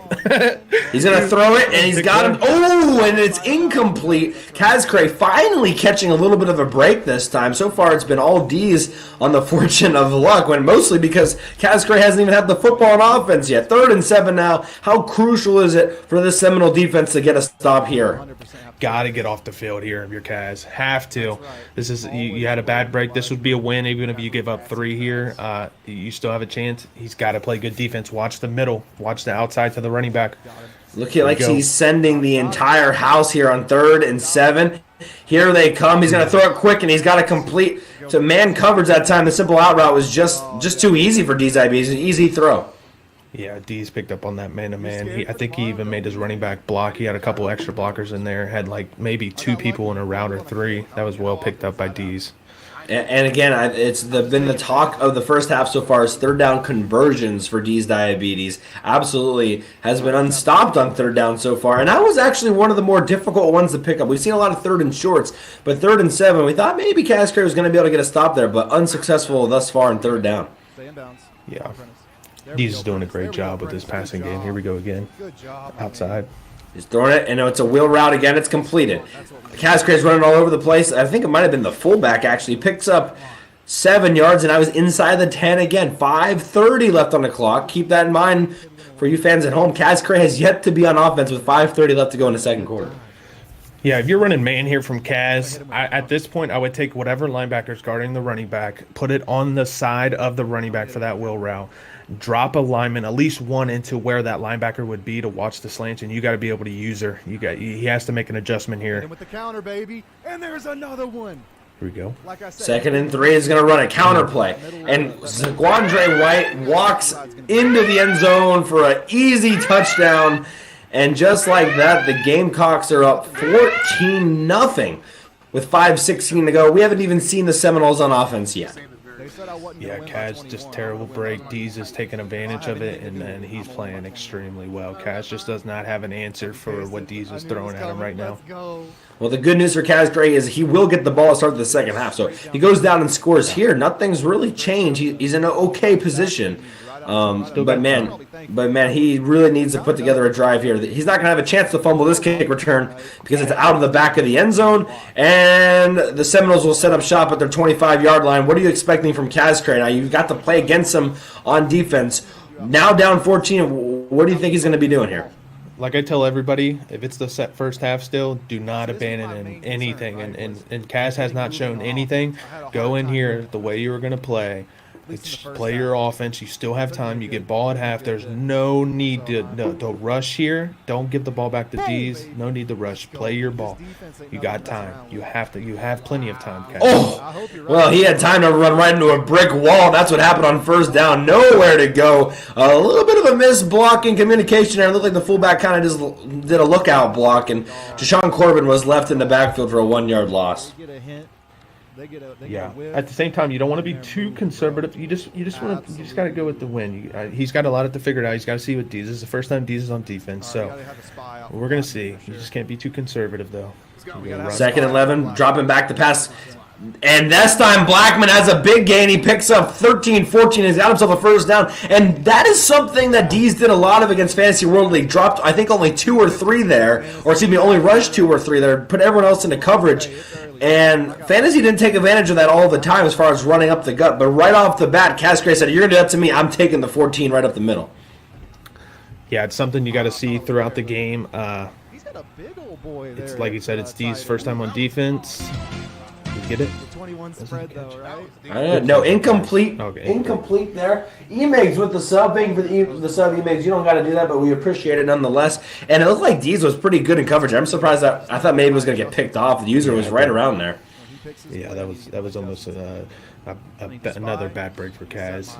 He's got to figure it out here. I know it's his first time. It's first time seeing what Dees is throwing at him, but he's got to play. He's got to come up big here. Got to get some kind of points and take some clock. I was there. 4:34 remaining on the clock. Looks like he's going to come out 5 wide now. He's going to drop back the pass. Blackman has time. Dees was ready for it, only rushing 3, but he's found a little soft spot in the zone, and Young has himself a first down, and now the Seminoles are in the Gamecocks territory at the 36-yard line, 1st and 10 for Florida State. Yeah, way to be patient right there. And he was thinking about running out of the pocket, but he stayed in the pocket, waited, and made the correct read, made the correct throw. Well played by Kaz right there. I'm impressed that he's able to throw the ball so well when there's 8 guys in coverage, but he did a great job there. Now, can he keep that momentum going? I formation, a huge tight end at fullback behind him. Now it looks like Dees is thinking about it might be a run here. Now he's going to audible. Here comes the audible. But Dees was just bluffing. It wasn't a blitz. It didn't matter, though. Still a first down completed to Helton. And Cascray now has got a little bit of momentum back now. We're starting to see little things change here as Cascray is almost inside the red zone. Yeah, that was a good play. Another way to beat that, dropping 3 in the D-line or whatever, dropping 8, 10, 11 people, is to come out in big formations like that and make people hesitation with play action because they won't drop as many people thinking that you're going to run. So that was a good play call, Kaz. I think Kaz is seeing what Dees is doing. Yeah, Dees loves this. I mean, there's so much space if he's willing to run it. He's going to run it this time, and Corbin picks up 7, and that's kind of what Cascray needs to get going because as long as Dees Diabetes is in this 3-man front and worried about the pass, Cascray's going to struggle to throw the football. But if you can pick up a couple yards, how does that open up the rest of the offense for him? Yeah, what it's going to do is it's going to keep Dees. It's going to keep him honest. It's going to make Dees throw different packages out here, and it's going to keep him honest from dropping all those people. I didn't know. How did Cascray get Coach Shadamas? Who's that? Is that Florida State's coach or? Yeah. I thought no clue on that one. Well, we'll have to double check the rules, but I thought we were sticking to 20. Like you weren't allowed to increase your coaching thing, unless you could just get it. I thought we said no. Can you see that at the bottom, Coach Adamas? I thought we weren't getting Coach Adamas. Oh yeah, I see that. Watch for the cover 3. We might have to have a discussion between the coaches after that. And Corbin broke a couple tackles. Unfortunately, the momentum carried him the wrong way, and he ended up only picking up a yard, but he ran over a couple of people just to pick up that 1 yard. Yeah, that was a little EA Sports for you right there, a little mechanics, but another good break for Dees right there on the 2nd and 9. Yeah, I know I put everything on recruiting, so I don't know. I don't use that even in online or my solo dynasties. No, I don't either. I don't either. 2nd and 9 now. Blackman back to pass. Oh, he had a wide open tight end, and he just didn't see him. Wide open over the middle. It would have been a first down, maybe even a touchdown. Unfortunately, he was unable to see him, and now he's got himself in a 3rd and 10. A little bit quick that time to take off and run. Yeah, it looks like Dees, I didn't see the full defensive formation, but I don't think he dropped as many people back, and Dees changed it up, and he got some pressure on Kaz, and Kaz was not expecting that, and he got a little flustered there, trying to run out. Go 3rd and 10. He's going to take a shot here. He's got himself a... Oh, and it's incomplete. Ball was into traffic, but unable to hold on to it, and that's a big, tough one. Cascay's got to be feeling a little bit sour right now. He had the fumble on the kick return to drop the touchdown pass, and let's see what he's thinking here. It looks like he might just kick the field goal here, which would be the appropriate and smart thing to do, but sometimes when you get in this heated moment, it's hard to do the right thing, but he is indeed going to kick the field goal, which is not much more than a PAT. And we are going to have ourselves a 14-3 ball game. Dees will be getting the football back with just 2:15 on the clock. Yeah, it's a good thing he got some points. D's well done on defense, bend but don't break. He made his adjustments, seen what D's was taking advantage on what he was doing. So that was good plays by D's on the defensive side of the football. And Kaz got 3 points, which is important. It's still the first half, so I would have done the same thing. He got some points. Absolutely. Here comes D's Diabetes now on the return. He's going to bounce it to the outside here. Doesn't have much going on. And talk about a big-time drive now here for D's Diabetes, but more importantly for Cascray. You got on the board. You're still down 11. You do get the ball to start the second half, but can you survive this next 2 minutes and 12 seconds? Yeah, it's going to be very important that Kaz plays good defense here and does not give up any points. I would be a little frustrated even if I give up 3 here. He has to make adjustments, has to watch the running back. Watch D's in this motion play. I have a feeling it might be coming, but he might be saving it. But Kaz has to play good defense here. There's a running back Will Rat once again. It's well picked up by Kaz that time. Good I was a little bit behind there. At least it jumps forward. It doesn't keep me behind, which is kind of nice, like all those other stupid streams does. But 2nd and 10 now, under 2 minutes left. I think D's Diabetes might be thinking here, hey, like I might not score, but I'm definitely not letting Cascray score on me before the half. Right, yeah. If I was D's, I'm not giving Kaz ball. Give the ball back. I'm at least trying to get 3, if not a touchdown, but at least getting 3. But don't give the ball back. Ooh, there we go. Second, and there he goes. He's going down. Sack lunchtime. I'm surprised Cascray's not using a timeout here. 3rd and 22. Yeah. More and more clock is coming off. He has 3 in the bag, and it doesn't look like he's going to use any here, Nasty. Yeah, he's got to get a timeout here. You got 3 of them. You got the field advantage here. Don't give up the middle pass. That's all I can say. Here we go. The middle's probably coming. 3 wide. If I'm D's, I'm probably content just running this football, right? If he's going to let me milk off another 30 seconds. I'm not hiking until 1. And he's going to throw the football. This could be dangerous for D's. Here he goes in his own end zone. He's going to throw it. Almost a safety. He's going to throw it deep. And it's almost picked off. That would have been a huge interception. He would have been started inside the 35. Instead, he's going to be putting the football away. The clock did stop for the incompletion. And Cascray is going to get the football back with at least 60, we'll call it 55 seconds or so. Yeah, big momentum play from here from Kaz. He's got 3 timeouts. You must get points here if you're Kaz. He played well done on defense with a huge sack and coverage play right there. Let's see what Kaz has got. He's got to bust it open. Perfect punt by D's Diabetes. You got to... That's just one of those times. And so now all of a sudden, instead of having probably a minute 20 left on the clock, he only has 54 seconds. Pretty much has to go the entire length of the field. And unfortunately, Cascray, he does. I know, but he didn't use one of them there. Now he probably lost 30 seconds off the clock. Down by 11, does get the ball to start the second half. How big is this drive right here, Nasty? He's got to at least get 3. I'm going, taking some shots here. I'm trying to get a touchdown. I got 3 timeouts. I'm making plays, getting towards the sidelines, attacking it, getting to stop the clock. And that's exactly what he did there. Didn't pick up the first, but that doesn't really matter right now. Got out of bounds, which is just as important. 51 ticks left. Welcome in, Legendary. I was going to say, what up, dude? Welcome in. Drop your favorite team in the chat, Legendary. We can talk about it. Welcome to the G12, man. This is a user versus user dynasty, online dynasty that we're doing here between streamers. We have 12 streamers, and we have a play action pass. Blackman's going to roll out. He pretends to roll out. Almost intercepted that time by D's Diabetes. Robinson was in coverage, and, man, that would have changed everything right there. Yeah, that was almost a mess up. Kaz finally catches a little break right there. Right. That's what I was thinking myself. He finally... That makes up for the one that we just saw moments ago on D's Diabetes end. 3rd and inches now. Let's see if D's Diabetes is really going to come out with this. No, he's going to bail out of it. That time I think he did spook. But he's found a wide receiver open in Terry. Terry's picked up the first down. I think that time the bluff worked against Cascray. Made him audible, but unfortunately D's couldn't maintain the coverage. But otherwise it was a really well done pre-snap by D's there. Yeah, that was a great throw on the run from the quarterback. Usually that doesn't go like that, but he got another break right there. Good play. Here we go. All the time in the world to throw it, and again, good play. Was able to complete it over the middle. And what the funniest thing is, like when you're unable to stop or get to the quarterback, even if you drop it in coverage, Nasty, eventually someone's going to get open.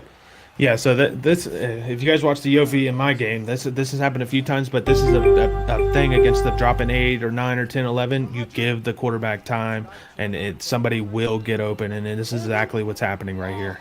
And he throws it, and it's completed. And man, did he find a nice little soft spot in the zone there? I mean, that was tucking the baby in at night. I mean, that was a perfect fitted sheet. Just got it over the top of the corner, underneath the safety, and it just fit in perfectly like a glove. Yeah, that was beautiful time. That was a beautiful play by Kaz. Way to get it in there, man. He's doing this bunch formation. I think this is seen a lot on like a Madden-y, this like bunch thing. I think he's found something here with it. Yeah, he keeps... Oh, sorry, he didn't come out with that. Oh, he's going to run up the gut this time. Corbin, he has all 3 timeouts, so he definitely uses one there. And now we were saying, why wasn't he using his timeouts? Why wasn't he using timeouts? Well, now he can come back and laugh in my face because now he has all 3 timeouts heading down the stretch here. Uses one there, but he can still run it. He can still pass it. He can still do a 360 spin, no scope. Yeah, he's got all the time in the world here. No need to rush here. He's playing beautiful offense. No need to force anything. He's got shots to take here. He's got that running back. I wonder if that's what he... Oh, he had the curl wide open. Uh-oh, I lost it a little bit there. I guess he went down. Was that a lag by the game? No, it looks like I still got it up. He did that angle route from the running back out of the pocket, got down to about the 2-yard line. It's third down. It and looked goal like now. he just kind of fell down though. Like it didn't. I don't know who really tackled him, but he had the curl route wide open in the right side of the end zone there. Unfortunately, he wasn't able to see it. I mean, he was going to that angle route all day long. That's a red zone buster for sure. 3rd and goal now. 1 timeout left and he's going to run. He's going to roll it out. He's got a little bit of space, and he's going to sneak his way into the end zone. Touchdown! Florida State gets into the end zone with only 12 seconds remaining in the first half after not getting the ball until about 5 minutes ago in the second quarter. Cascray finds himself only down by 5, and it looks like he might go for 2 here, chasing points early on. Yeah, I like it. Try to get 2. You got nothing to lose. You get ball at half. You left them with 12 seconds. I didn't see that. I was watching the wrong screen. Was that a read option or was that a bounce out? That was just he bounced it like he was a bouncer at a nightclub. I mean, he just took it, and as soon as he saw a little bit of a wiggle, he went for it. He's going to run it again. Oh, and that time he gets decapitated. I mean, we got to go find his head after that one. Interesting decision there to chase the points early on. What do you think?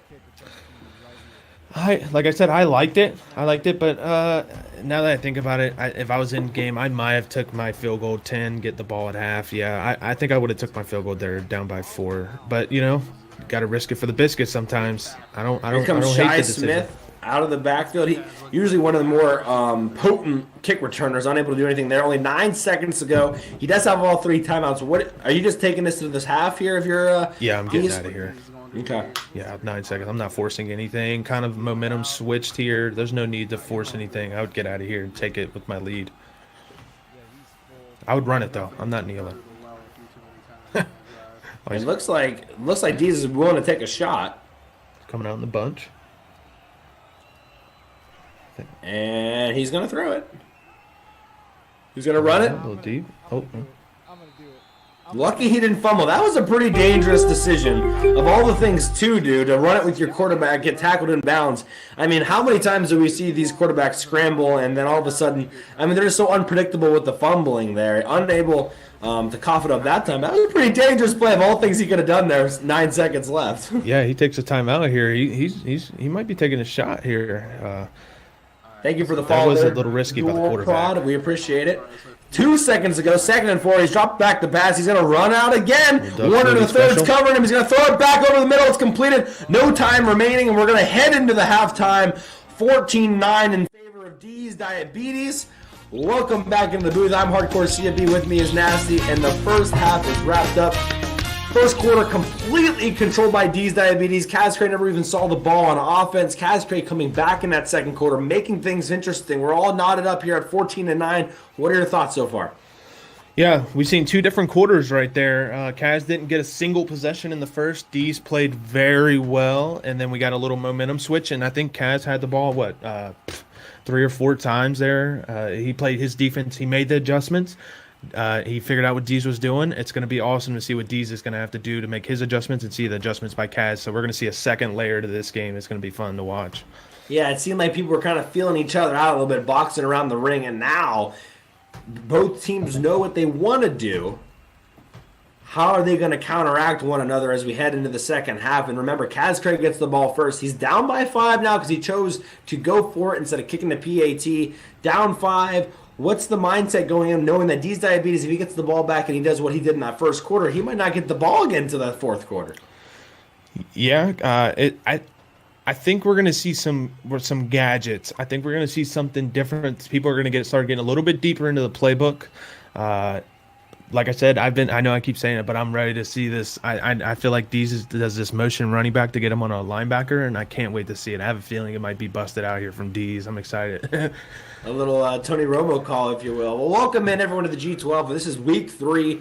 Just getting started here for week 3. One game tonight. Tomorrow night, NASA, you're playing Baker Vision, which will be Cincinnati versus Ohio State. That's tomorrow night, Tuesday. Wednesday, I'll be taking on Yofi. And then Thursday, to wrap up the week, Thrizzy will take on Stoner Gamer. And guys, we're just getting started here. We haven't even had 1 week where we've had all the streamers play. So we're just getting going here. I mean, we're just getting into the thick of things. We're just figuring out who's going to be the top dog, who's going to be scrapping for a couple wins. What are your impressions so far? This is your first time in the G12. What a show, G12. I mean, it has the level that I thought that it was at. It was exceeded, man. The G12, the amount of energy that goes into this stuff, the amount of respect that I give to you guys, and how much there's so much that goes into this, and it turns out like this with beautiful commentary. Like, it's just another level the G12's on, and it's beautifully done, man. I can't express it enough. Like, this is some top notch entertainment for, just playing a video game is insane, man. We're putting some of the top stuff online here. No, it really is. And guys, while we have a quick brief moment here, we do have a suicide awareness charity going on right now, mostly set up by MacDub, but obviously supported by all of the streamers here. It's okay not to be okay. I know I speak for pretty much everybody at the G12 there. Hey, guys go through problems too, and it's okay to talk about it. So feel free to donate if you have the ability to, or if you just want to talk to somebody, just let us know in our Discord. We'll feel free to reach out. And Nasty, I don't know if you want to add anything to that or not. Yeah, definitely would. As like I said, I say this almost every week, and the opportunities that we have in front of all you guys, and men and younger men or older men that we have that we're entertaining here. It's okay to talk about your feelings. We have 100,000 Discords, all kinds of streamers that you can always connect with. You can always talk about your feelings. I know we were growing up and taught that men are supposed to be strong and not express feelings that much. You guys aren't alone, man. I'm serious. I'm dead serious. You can come to me. You can come to anybody in this community, and I guarantee you'll find somebody to talk about anything. So we appreciate you so much, and you're loved so dearly. So thank you for your time, and you're always welcome to DM me or anybody, I'm sure. And speaking of which, there's the donation coming in right now. Miami is the best team in the G12, donating $5. Thank you very much. And I do want to mention, Yofi and I have agreed that we will be donating whatever amount of money our defense gives up in Wednesday's night game. So I'll be donating whatever amount his offense scores, and he'll be donating whatever offense amount I score. So that should be a fun little way to do it. But if you have an opportunity, go ahead and do it. If not, at least be open and be willing to talk to somebody about it. Heading here into the second half now, we've got D's Diabetes, Kaz Cray. If you're just joining us and you don't really know the history here, Kaz Cray beat D's Diabetes in a tournament this past summer. It was the first time we saw D's Diabetes really streaming at all in a CFB home tournament. Now D's Diabetes has come back. Same exact teams, mind you. But South Carolina now up 14-9. Kaz Cray will get the ball to start the second half here. Something he didn't get to see until 5 minutes ago in the second quarter. So it'll be interesting to see what he can do now with 2 quarters and kind of maybe figure out D's Diabetes defense a little bit.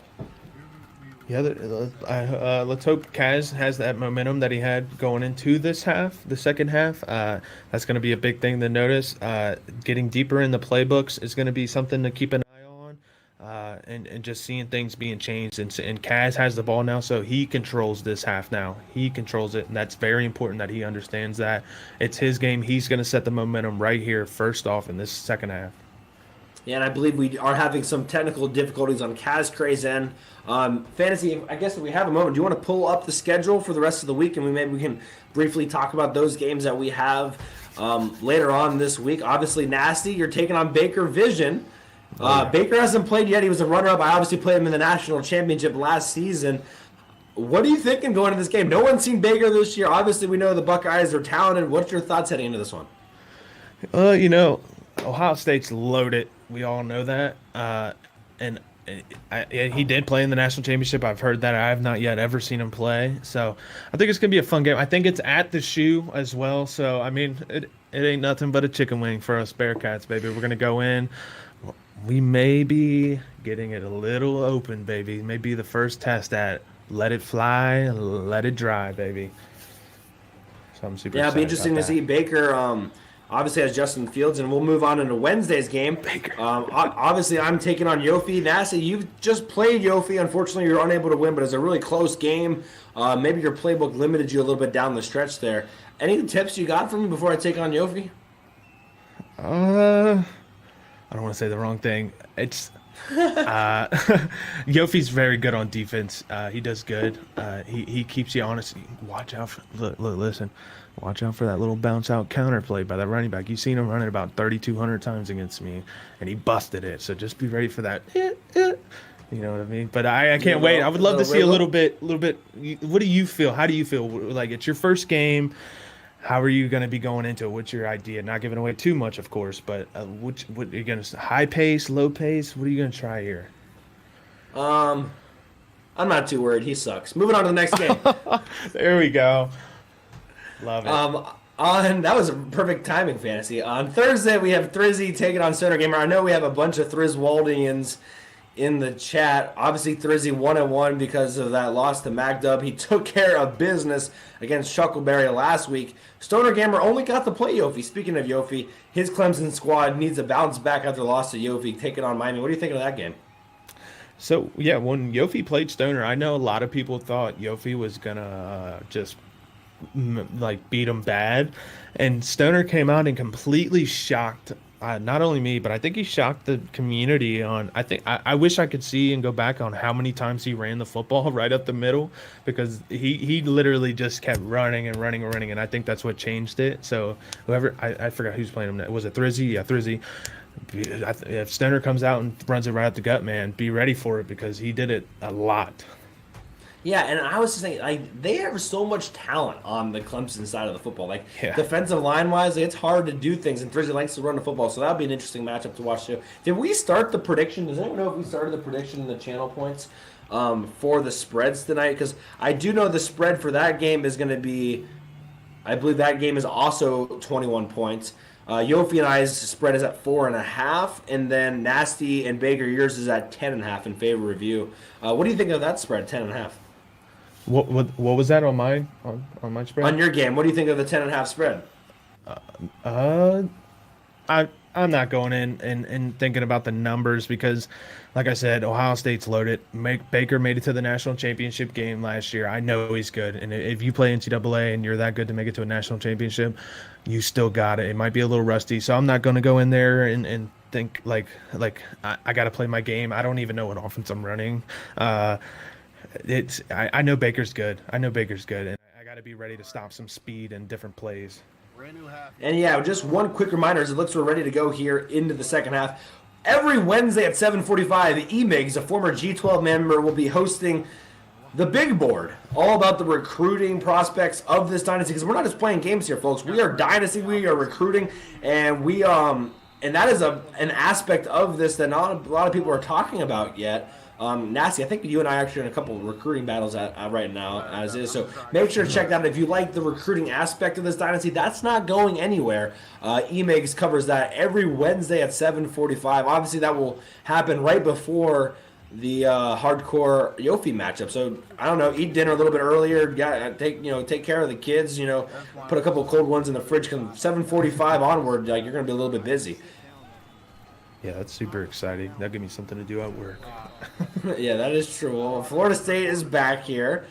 Already 10 seconds on the play clock. They're going to run it right up the gut. No nonsense. And they picked up 3 yards. Sorry, I jumped ahead on me a little bit there. Looks like we have another follow from C. Preely. Thank you for the follow. We appreciate you very much. Welcome.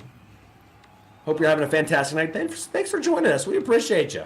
We appreciate you. Guys, if you're interested in even just talking with people in the community, you don't want to, you don't know what you want, you just want to know more about the league, join our Discord. There's plenty of conversation going on in there. Make sure to figure out what you like, when the games are happening, meet the streamers, all that good stuff. It's 2nd and 7. Blackman jumps back. He has McDonald. McDonald had a farm, and he picks up 5 there. 3rd and 2. Here's the first 3rd and 2 of the second half. Yeah, Kaz. I mean, it's manageable. I think you don't freak out here. Keep whatever Everybody's got to play for 3rd and low and 3rd and long. So there's no need to do too much here. Just keep playing your ball. Yeah, 3rd and 2, and it'd be huge for Dees if he gets it. And I was thinking, like, yeah, the Coach Adamas thing, I think, could be an issue. But the thing is, Dees diabetes pretty much audibles right off through the snap anyway most of the time. So I'm not sure how much that actually is really going to help him here. 3rd and 2, it looks like he's going to go for a lot more than just 2. There is pressure. He's going to drop it off underneath, and he ends up picking up the first down. But for the first time, I think, and you can correct me if I'm wrong, that was the first time Dees diabetes brought that much pressure. Yeah, that was something different. I did notice that. I think that was the first time. I don't know how many he dropped exactly, but that may have been full line and about 2 or so linebackers. Or well, he did once in the beginning of the half, but that right there was like a true, like, he brought it. I think he thought it was going to be a run, but it was well picked up. He barely got it. Kaz had a good play for it. Yeah, and a reminder, Emigs will have the player of the games on his Twitter. Is he going to throw a shot, corner out, and there, not Burger King, but McDonald picks up 9. Kind of went the wrong way there, didn't give him the forward progress. Emigs will have the player of the game on his Twitter as a Twitter poll, so make sure to check that out. Emigs, I think, is Zaquandre White, running back for South. My whole life is dedicated to one thing. I fund underinvested women so they can enrich their community with new businesses. Clear communication is extremely vital to what we're doing. But we're gonna be huge, we're gonna do all of this amazing stuff, and we're gonna do it together. My name is Dr. Rashana Novelis, and I'm helping women of color claim their seat at the table. Aficionado. Sneakerhead. Sneakerhead. Obsession has many names. This is ours, the new Lexus IS. All in on the sports sedan. Experience amazing at your Lexus dealer.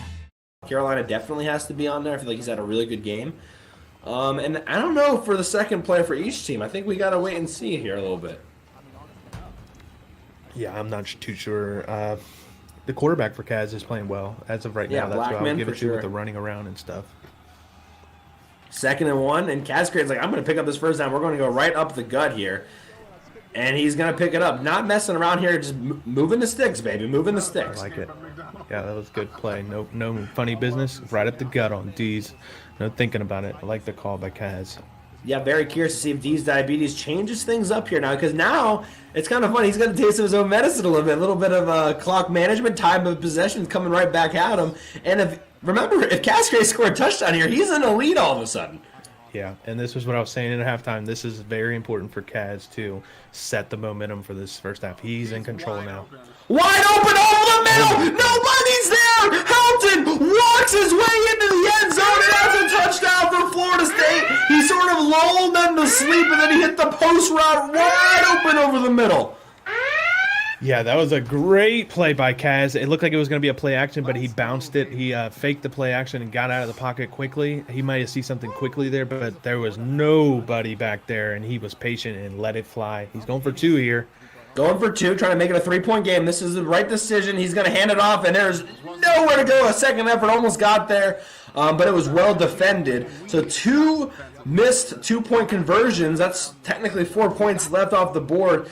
Castro has the lead, but it's only by 1 point. And Nasty, I got a feeling that this game is just getting started, baby.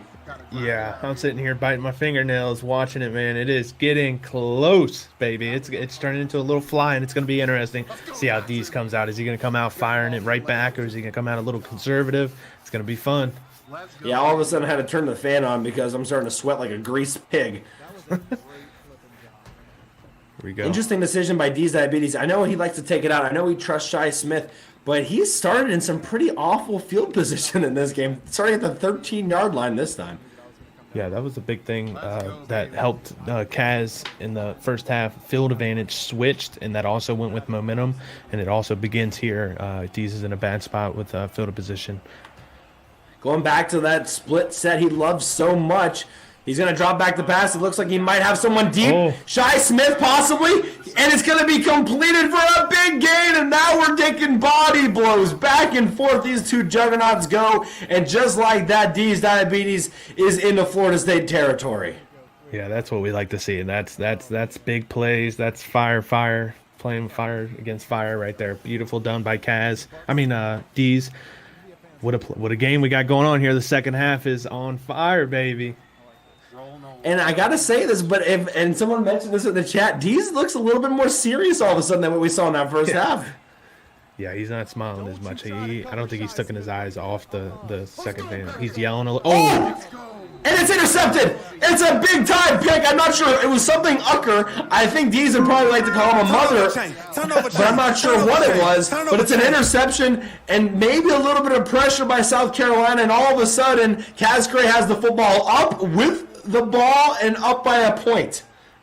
Yeah, what a play by Kaz right there. He finally caught him hacking on that middle little running back angle thing going on right there. He finally caught him. He was close a couple times. Oh, he's just going to take off right over the middle. I mean, that thing opened up like the Red Sea. I don't know if his name is Blackman or Moses, because that thing just parted beautifully.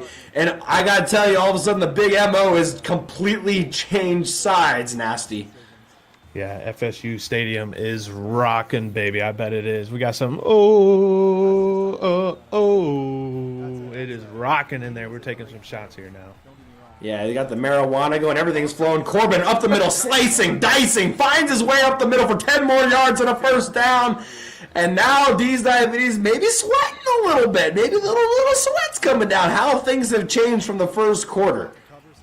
Yeah, D's is, like I said, Kaz is setting that momentum, and he decided, you know what? Let's take some bangers. Let's change up the speed of this game. And Deez, I don't think was ready for it. Deez was used to being in control and taking his time, and he didn't have that opportunity yet. And it's shaking it up a little bit. He's got to find a way to slow this down, or it's going to get bad. And now, I mean, that was a little bit of a dump off there, but Kaz Gray saying, you know what, I'm just going to take the yard, not forcing anything there. That seems to be a little bit of an evolution from him from what we saw in the first half when he was really taking some risky throws. Yeah. What's up, Eagle? Yeah, that was a good play by Kaz right there. Not to just force anything. He took what he got. I think I would have thrown it away, but I mean, it was a good play. It was a good play not to force anything. You missed an interception, and I actually just saw a sharpshooter streaming. I'm actually really surprised Sharpshooter's not watching his boy Deez here.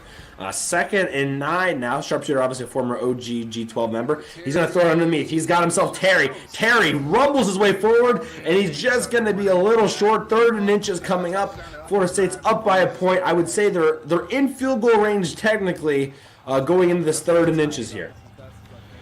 Yeah, so Kaz, I don't know if we remember talking about the pre thing I was talking about with Kaz when he played me. These are those spurts where he does very well with running the ball, and now he's taking his shots and it's working off. Like he's running the ball here, passes it, run the ball. These are those spurts that I said that kills people, and he also killed me when we played. And it's showing right here once again. Yeah, it's like once he gets the momentum, like, oh, buddy, hold on, because he's coming for you. And MacDub just mentioned this in the chat, and I think it's an interesting point to bring up. We always talk about how good you can be at user defense, but sometimes you do take your players out of position in order to make maybe a highlight play. I do it, you do it, Deez does it. We look really good when things go well, but sometimes when things don't go well, they look bad.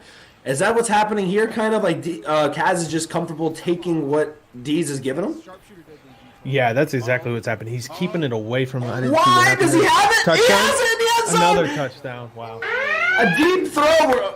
I'm sorry that there was a graphic on the field there, but it looked like it was a streak route, a cover 2. The safety for Deez just didn't get over there.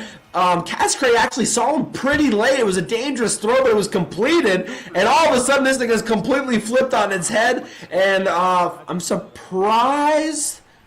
No, I guess not. But he could have possibly gone for 2 there and made it a 9-point game. He's just going to settle for an 8-point game. And now all of a sudden, he kind of regret those 2-point conversions, Nasty, because if he just kicks the PAT, he's up by 9. Yeah, at this point, Deez is clearly, and maybe that's Kaz doesn't have a play for that kind of, you only got 1 shot at it. You don't have 4 down, so maybe he doesn't think he has a play, and he feels Deez is shown that he's. I probably would have took my point right there too. I wouldn't even tried it. I'm playing great defense. The momentum's here. It's rocking in the stadium. That's true, and that is a good point. Maybe he learned his lesson, right? Maybe he's like, hey, I just take my points, and we're not chasing any more freaking points. That's a good point, Nasty. All right, Nasty. We know how good Deez is when he's winning, but now we're in the peculiar situation where he's losing by 8. What do you think he's thinking here? he's going to have to get deeper in his playbook. This is what we were talking about, where we're going to have to start seeing new things. And I'm telling you, I don't know. Just watch that motion. Something's going to come out. He's got to figure it out. There's going to be a big play from D's here. He's a good player. He's going to figure it out. He's going to spread it out. He's going to slow down this wound he's got going on right here. Yeah, all the momentum is definitely obviously in the favor of Cascray, but it's about this time when we thought maybe Dees was going to run away with it, and then Cascray came back. So plenty of time left in this one. 1st and 10 now. He's going to drop all the way back. It's a dangerous throw, and it's almost intercepted. They were in sync with each other. I'm not going to break out in song, but seriously, that was like they were identical. Good old NCAA football 14 almost intercepted, and Nelly was at a close one again, Nasty. Yeah, it looks like Dees is still running these slants or whatever he's doing here, and Kaz is right on top of it, man. He's figuring out these slants. It means it's either 2 running backs on the outside and slants, and he's figuring it out. He's making those adjustments. Dees got to make a counter. He's got to before it gets too bad. Yeah, we even have the weather report for you. It's cloudy here in Tallahassee. 2nd and 10 now. Only one down lineman. He knows that the pass is coming. Now Helinski's rolling out again. Not a lot open. It looks like there might be someone open over the middle, and it's going to be intercepted again. Just a little bit of a late throw, and it was picked off that time. Great get back there by the linebackers and the safeties there. Got back and got another interception, Nasty. Man, I'm sitting here in shock of how freaking crazy this game just got, and Kaz is like shocking the world. It is not the same half, man. And here we go. What do you do right here, Hardcore? You slowing down, or are you playing right here? You going right up, throwing the ball and everything? Oh my goodness gracious! He put in his spin cycle. Oh, Jeez. Oh my goodness! Put him on gentle. Don't put him on the delicate cycle, because that was just ferocious. My goodness gracious. I think Dees might be eating Tide Pods for dinner. Oh my goodness gracious. Kaz is locked, and he had no breaks in the first half, and now I wouldn't even call these breaks. These are just, he's sticking it, and he's playing well. Yeah, and to answer your question, I don't really know. I'm actually pretty bad at putting games away. I tend to let people hang around more than I should, so I'm not a good one. I would suggest doing whatever Kaz Cray just did on that last play. If you can do that every time, I think you'll be all right. Yeah, I think if I'm Kaz, I'm going right for it. But if I don't know. I'm taking I don't know, man. I'm going for it. I got the momentum. I'm going long. I'm keeping my same offense. I'm not killing what's gotten me here. Hey, Emegs, why don't you watch the game, buddy, so we don't have to keep telling you in the chat what happens. You've missed both interceptions now. It's unacceptable. Blackman's going to run away this time. Blackman's got some space. He's got himself some space, and he's got himself out of bounds. And again, it's like right there. Cascray didn't even realize, like, the coach Adamas gave him cover 2, like told him it was cover 2. Dees didn't audible out of cover 2. Cascray had a post route, didn't even wait because it was wide open. So I don't think the coach Adamas is really affecting it that much, because he would have had a wide open receiver if he would have saw it. Yeah, it's just one of those things. In game, we can sit up here all day, and I know we do it. It's different when you're out there playing in the moment. It's completely different. That might be what's going on there. 1 minute left now in the third quarter. Next up for Florida State and this Cascray team. Obviously lost to you, but if he can find a way to hold on here, he does have Chuckleberry before taking on Hardcore and then Stoner Gamer. Chuckleberry lost to Thrizzy. He's going to look to get revenge in that game as well. But if you're Kaz, you're feeling pretty good right now. And obviously Chuckleberry's diabetes' brother. Yeah, that's going to be a fun... Oh, there's a fumble! Oh, I was just thinking, what if he fumbles it on these runs, and he just fumbled it. Blackman got decapitated, and the ball squirked out, and now Dees Diabetes has the football back, only down by 8. What a turn of events! That was the play. That was, I was kind of thinking that if you're going to roll out with your quarterback, you're taking a chance, and finally... Dees gets it, and now the momentum's right back on Dees' side. You got to find a way to get points here. Dees has got to shake off everything that's happened so far and get back to what, finding something. He's got to find something to get open here.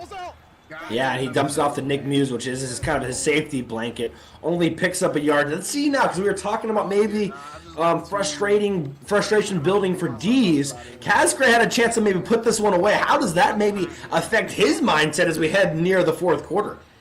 Yeah, you're disappointed, and a thing that Kaz does not need to do here is just keep playing your ball. You can't be like, okay, we gave it up, we're okay, we're up, we're up a touchdown, because that's what's going to get you in trouble. So Kaz has to keep the foot down on the pedal, man, or Dees is good enough to just flip this game right back to around, and it's getting into the fourth quarter, and that's a bad time to do that. It is. We're running out of time here, heading towards the final stanza. And man, I mean, everything looked like it was going towards Dees in the first quarter. Everything looked like it was going towards Kaz Correa in the third quarter. And we're heading into the fourth quarter with Dees diabetes. He's going to snap it one more time here. He's going to take a shot deep in the corner route. It's there. He puts a move on. The guy behind him was able to make the tackle. We're going to head to the fourth quarter. Dees with the football, down by 8. Unbelievable, guys. We got ourselves a classic here. This might have just, I mean, it was at first, but this is a high-flying instant classic now. We're not playing no more slow ball. I think both guys are figuring out what's working. We got some turnovers. I mean, this game has went from 0 to 10 quickly. Yeah, and I do want to mention real quick as we start the fourth quarter, guys, someone put exclamation point fantasy in the chat. Fantasy World League in the production truck tonight, doing an absolutely incredible job like he always does. Go give this guy a lot of love on his channel. He's the man behind the scene, literally. So much love to him as Dees picks up a first down back to Joyner, who was kind of the guy in the first quarter that Dees relied on a bunch, and then he kind of disappeared. How important is it to get Joyner back in this football game? Yeah, Kaz has been doing a good job by shutting that cross route, and that's what's been kind of taking that away from Dees. But it's definitely important for Dees to find somebody has to make a play, and if Kaz is taking away that slant, which is taking away him, he needs to find somebody else that is going to figure it out. Dees has to open up this playbook and figure it out, which he's doing. He's not. I mean, he's not abandoning what he's doing, so it might be keep pounding it. He's rolling right now. I know Pirate love how much he's rolling to the right, but he finds a wide receiver and he's picked up a first down. And I feel like he's done that more as his game's gotten closer, don't you think? Yeah, I think him and Kaz have been doing it. You seen what happened when Kaz did it. He runs the ball, but I have been noticing that these two guys have been maybe taking a little page of what they said Stoner was going to be doing this year in the G12. So. No, I mean, it is funny how, like, as the game gets more nerve-wracking, it seems like both quarterbacks and a lot of users are more willing to, take some chances. Unfortunately for Kaz Cray, it cost him the football, and who knows, maybe even more than just the football. Yeah, it is weird seeing it. I haven't seen too much of that formation that Dees was running with the what was it, twin or something, or with a running back and halfback next to him? Yeah, the two split backs in there. Yeah, he hasn't ran that as much. He ran that, I think, one drive so far in the second half, but definitely haven't seen it as much in the second half as we saw in that first half. Under 6 minutes to go here. Dees has the football at the 26-yard line. Kaz Cray's got to be thinking, man, we got to find a way to put him away here. We had our opportunity. As we look at the SEC standings, Dees is really trying to just get on top of the whole standings if we can get the 2-0. Nasty, you're obviously 1-1, and I guess I'm the only one that hasn't played yet in the SEC. So we'll be playing my first game on Wednesday. I didn't realize that I wasn't the only one that hadn't played yet in our conference, but I guess that's the truth there. You and Dees would be the only teams that have played 2 games thus far. As we have ourselves a 2nd and 7 now, and. Yeah, this will be our third game, isn't it? That will be my third game this week. It will be, yeah. It will be your third. That's correct. He's going to dump it right over the middle really fast, really quick. He swung around and finally brought down, but it's another first down. And as we look at the Big Ten rankings here, and Yofi's 2-0, who will be my opponent on Wednesday. Thrizzy, who's 1-1. And then all of a sudden, it's a little bit of a mixed bag. You got Ohio State and Tennessee. Rocky won't even play until next week. So 2 guys on outside that haven't played yet. Obviously, Baker playing his first game tomorrow against you. Yep, that's going to be fun. That's going to be fun to see it. Ohio State versus the Buckeyes. That's going to be exciting. That time, he had nowhere to go. The Seminoles were all over it. They brought him down, only a yard gained, and 5 minutes on the clock. I mean, every time I look, I feel like another minute is gone as we approach the final 5 minutes of the game, Nasty. Yeah, Dees is going right back to what kind of got him in the lead. He's now, so this was another good thing I should have commented on. Dees now got the momentum. Now it's his time to, and it's exactly what he's doing, setting his stamp on what momentum he wants in this game, and now he's in control of it, and that's what's happening right now. And Kazcray was ready for that over the middle to Shai Smith that time. Only picked up a couple. Good play by Dees, but a good play by Kaz. Kind of a stalemate situation there. 3rd and 6, down by 8. I'm assuming it's most likely probably 4 down territory unless you go the absolutely wrong direction here. But this is a big one coming up here. Yeah, if he does score, I know. I mean, it might be 100% answered already, but what are you doing here, Hardcore? You going for 2? You taking your field goal with 3 timeouts? No. Oh my goodness! It's almost intercepted. It's knocked away. And now I don't know. 4th and 6. If I picked up a couple yards, I'd probably go for it. A field goal doesn't make it that much better. You still have to score a touchdown. I know what Mac would do. I know Mac would be going for it. I would probably go for it. Here we go. Unless you're confident you can hold Kazcray to just a field goal, you're going to be pretty much down again anyway. And here he goes. 4th and 6. He's going to come out the pass. He's got time in the pocket. He finds a slant pass over the middle. It's completed not just for a first down, but for a touchdown. And D's Diabetes is a 2-point conversion away from tying this football game up at 22 apiece. Man, I would be. Oh, this is one of those games where like Dees is not like he will not bow, he will not change his offense, and he keeps going over that middle, and that's what Kaz I bet's thinking. Here we go. Oh, here comes this monster formation. He's gonna go with the monster formation. See if he can get something. I don't think you can either. I mean, and now he's like, I don't like it. He's gonna go back to his split back formation. He's got Muse in the backfield with Zaquandre White. 8 seconds left on the play clock. He's making some audibles. Looks like he's going to be willing to throw it, but who knows? And he's going to throw it. He's going to look for that, and he's going to wait, and he's going to throw it over the middle, and it's intercepted. It's intercepted. It's not going to be returned. The interception doesn't technically count for a turnover, but that's a big one there. Florida State still has a lead by 2 all of a sudden. Yeah. What are you doing here if you're Kaz? I mean, I guess you're burning the clock here. You're up by 2, but you kind of you have to get points. You can't be too conservative here because he can go down and win with a field goal because you don't want to put yourself in a pickle where you take too much time and then have to punt the ball away and Dees comes down, kicks a 3-pointer and wins the game. So it's one of those positions where you're in the game where you gotta be kind of balanced, and like we said in the beginning of this game, Kaz is pretty good at doing that. So we're about to find out. This is a pickle where if you're a player, you're going back and forth in your head, and these are one of those things you have to deal with throughout the game. Yeah, I was always told if you're winning by less than 3, just assume you're down by 3. Right. And now Blackman's back to pass. He's got some pressure. He's going to try to run. He's going to end up throwing the ball away. Wise decision there. That's one of the first times we've seen a quarterback throw it away so far in this game when we've seen 5 interceptions. Or I should say, what would that be? Technically just 3 interceptions. Yeah, you're seeing this. His first instinct, as soon as he's not being patient in the pocket like he was in the beginning of the game or kind of waiting for these to develop. If you look at him, his first instinct right there was to bail. And that's not a good momentum to have. Here it is, bail to the right. He's going to roll it out. He's got a corner wide open, and he's going to get it to Thompson. Warren Thompson in space. Almost breaks a tackle, but again, just like that, he's on the right side of the 50 with just 4:15 remaining. And now, if you're only about 20 yards away from a field goal, if you can milk some of this clock off, by golly, you think you'd do it here, Nasty. Yeah, this is definitely where I mean, it's going to be obvious if you come out in a formation, Dees is going to know you're running the ball. So, I mean, when at a time, I know we still got 4 minutes left. If you're still down by 22-20, when do you start using your timeouts here, Hardcore? What are your thoughts on it? And he picks up 9 there, and that's a good point. I mean, at this point, it doesn't really matter, right? Technically, when you use them, right, you're probably going to have to use them, and you're going to have to get a stop regardless. So it's almost like, okay, do I want to lose them now or do I want to lose them later? And make sure to check out both these guys' streams here. Kazcray does a lot of Madden stuff. He's also on YouTube. D's Diabetes also does Madden stuff. He loses a yard there. Now we got ourselves a 3rd and 2. D's Diabetes plays a lot of NCAA Football 14. He also plays some Madden on the side. Yeah, he loves Madden 12. He's an old school guy, and he loves playing those old school Maddens. He puts on great content. And D's, of course, has a great community and one of the best at what he does here in the community. So definitely got to smack him with a follow. Yeah, that was smart. Smack him real good. Yeah, hit him with the bing bing. 3rd and 2, and I'm curious if that's a fake bluff by D's or not. 3rd and 2, you don't want to sell out the farm here. You wouldn't think to give up the big play, but who knows? Here we go, ball out in the left. And Blackman's just going to run. He's just going to scramble for it, and he gets down. Oh, my goodness, that could have been a target. targeting penalty. It's not going to be called.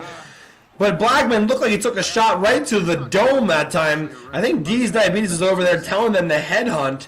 But he picks up the first down, and that's just more clock coming off with every single first down here. I'm just saying Deez is a New Orleans fan. I'm not going to say any more on that. If you know, you know. I am surprised no quarterback contained from D's Diabetes so far in this game. Why is that, you think? Sorry, I missed that. I took my earbud out. What was the question? I said, why haven't we seen, to stop that run to the outside, why haven't we seen more quarterback contained from D's Diabetes? Yeah, the quarterback spy was what I was about to say as well. We haven't seen it, and maybe because of D's is getting he has big hit, and then he had a turnover with the quarterback smoking him. That's kind of a thing. I don't know. Maybe you're taking your chances. You feel confident in that, and you're maybe expecting another turnover. But at this position with 2 minutes and 36 left, and his first instinct, you have to be noticing that his first instincts are bailing out right or left. Got to put a quarterback spy out there. 2nd and 5 now. Here we go. First instinct. Bam. And Blackman's going to run. Man coverage. Nobody's over there. Blackman's running. Nobody's going to get over there. He's going to get in. That was a dangerous decision to dive forward. He didn't score. He tried the Michael Penix Jr. on the goal line. Got all the way down inside the one. But I tell you what, I have fumbled that ball so many times in that situation out of the end zone. I'm surprised he took that risk there, knowing that he only needs a field goal, really, to put this game in harm's way. There's definitely some craziness that comes on with diving forward in this game, and you can get some of the craziest animations with that. And here we go with a big touchdown, and Cash scores. I looked away to look at chat for 1 second, and it's a touchdown. And that one really hurts now because a PAT is going to put this game as a 2-score game with only 2:09 left. And nasty. Last week, Deez didn't give up any points, and now he's given up 29 this week. What has Kaz Cray done on offense? I'll tell you right now, this isn't the same Kaz that I played in week 1, and that was with, we had, everybody has that, filling out process week 1. This is not the same Kaz that I played. It looks like he's figuring out how, like I said, he had spurts. I haven't seen too many spurts. I've seen, in the first half, kind of, but this second half, the full second half, he has figured it out. And D's, he hasn't made that adjustment on offense that I would like to see. I think he needs to do that. He needs to make an adjustment here. You can't use timeouts on this possession. You have to score, and you can't use timeouts. Yeah, and here we go. 2:06 left. Deez has all 3 timeouts still. So technically, if he scored fast, he would be able to technically, not get the onside and have a chance. But it's not looking great as far as that. He's going to have to move the ball quickly here if he wants to have a chance. And he's going 5 wide. I think he's given up on the run, which is probably the right decision. Yeah. Oh, Castro accidentally locked himself in, and he still made the right play. Wow, that was pretty damn cool right there. Castro did that on accident. He didn't mean to lock himself in, but he still made the right play.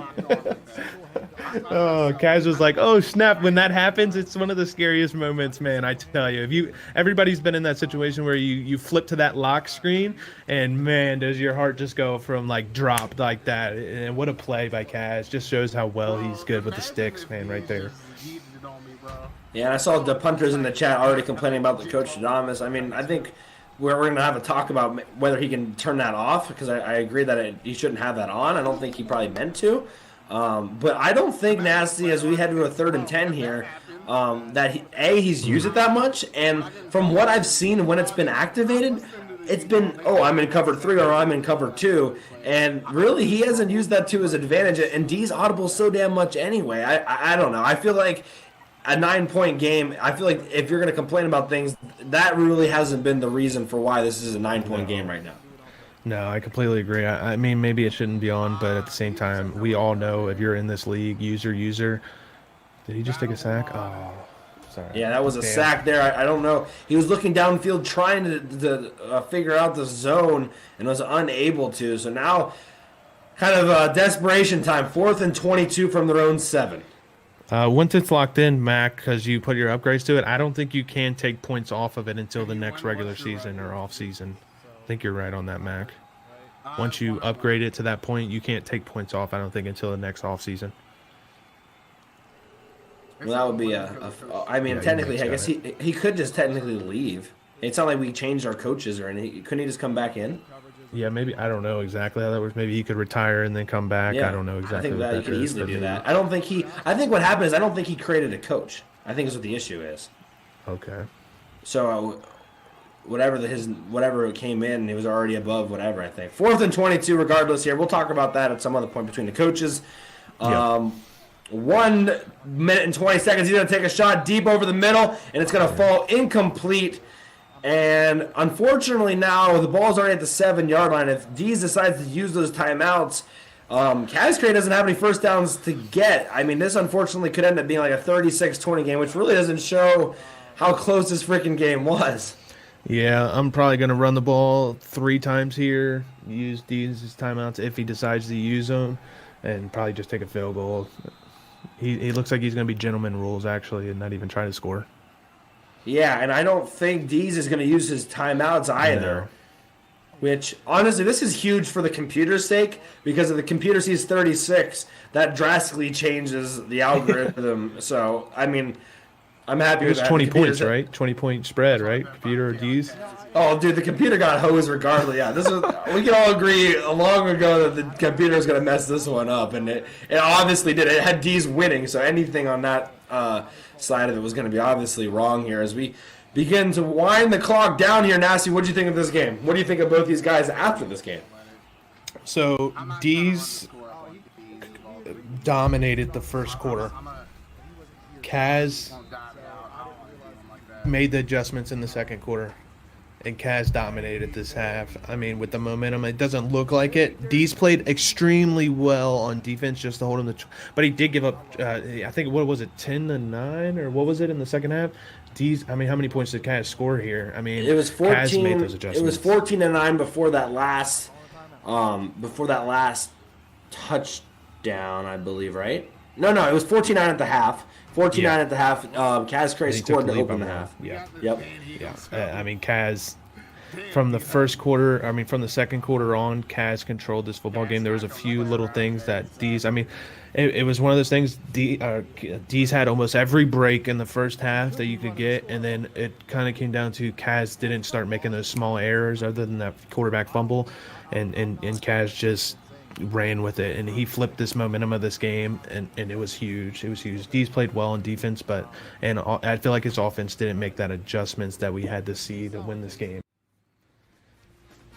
Yeah, I mean, that's a good point, too. And remember, guys, like, Cascray fumbled the opening kickoff, too. Like, he gave his kickoff. So, Could have got bad.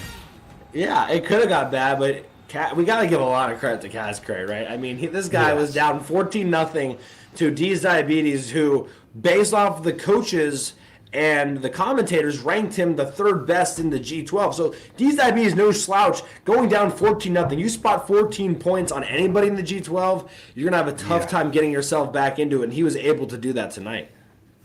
Yeah, I mean, Kaz, like I said, this isn't the same player that I played before, and I think the G12 needs to be aware of that, and he's playing good football, and D's coming in with a 38-0 over fantasy, and I know people thought wow, Kaz played good. You can't take anything away from him. There was a few things with the coaching up that thing, but you can't take too much away from Kaz. I don't think he was using it, even if it was on. He played great football today. It just comes down to that.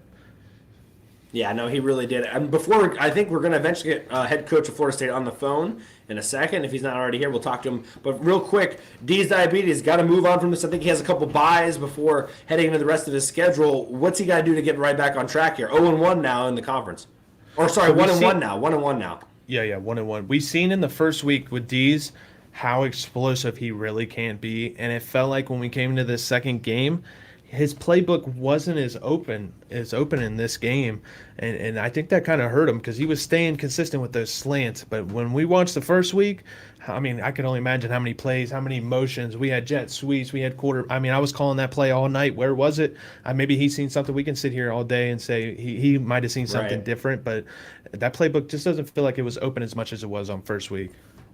Yeah, no, I agree with that. And I don't know if that was just because he got down. You know, sometimes it's easier to be creative when you're winning too, right? You know what I'm saying? Right. I mean, he was up 14-0. That is true. That's a good point. So it'll be interesting to see how Dees responds, obviously, because now, I mean, The thing is, it never gets easier in this league, right? Like, I mean, you can win a game and come back and lose the next 3. So it's going to be a tough sledding for everybody in this league. But obviously, you don't want to lose any games. You don't want to drop any close games, especially when you're up 14-0 on somebody. So I'm optimistic. I think Dees will respond well to this, and he'll be able to get his cocks back fully erected in no time. Oh yeah, the cocks are going to be fully and ready to be loaded in the next game. He's going to be ready to explode, and I think he's going to take these. I think maybe 1 or 2 bye weeks he has. I don't know exactly, but he's gonna bust it open. I mean, he's really going to get it going. He's gonna bust. All right. Well, while we wait here for Kaz Cray to get in here, I mean, hats off to him, honestly. Thank you, Sorry. But I just can't believe the black and white nature from what we saw versus you, where it looked like he was pushing the ball and a little bit reckless with the football, to how he orchestrated not just the second half, but really the last 3 quarters of this game, where he took care of the football besides a couple of fumbles. Yeah, he definitely and that was with those first week's things. Do we have him in here right now? Is that Kaz that just joined? Yes, it is. Well, welcome in, head coach of Florida State, getting the dub over D's Diabetes. Final score of 29-20. How did it feel to get the first win of the G12? Honestly, it felt really good. I mean, I had a really rough time, of course, last week, or like 2 weeks ago against Nasty. I feel like that was something that I kind of had to build off, just like use it, like build off of, and changed a few things about the playbook, and I was able to get the dub. Yeah, so what are you thinking there? Down 14, you fumbled the kickoff, you finally get the ball back for the first time on offense with 5 minutes to go in the second quarter. What was going through your mind? How are you able to claw your way back into this football game? Well, I knew Dees was going to come out swinging. Like that's what he did the first time I played against him, and honestly, like he came out. Did we lose him? I expected him to play very well. Oh shit! No, you're Wait, good. Can you guys You're hear good. me? I hear you. Okay. Can the chat hear you? Chat, can you hear me? Sorry. Okay, we're good. Yeah, go ahead, guys. All right, just wanted to make sure. I knew Dees was going to come out swinging, honestly, and I feel like he played even better than like I thought he was going to do. I knew Dees was going to play very well. I knew he was going to come out swinging, and that fumble was a bit demoralizing. I'm not going to lie, but we were able to bounce back offensively. I was able to get a few things going, and then once I was able to get that touchdown at the end of the second quarter, I had a good feeling about like going into the third quarter. But I mean, I just think like we executed very well offensively. The defense came out really slow, but we were able to get it together. Yeah, absolutely. Blackman played his ass off tonight.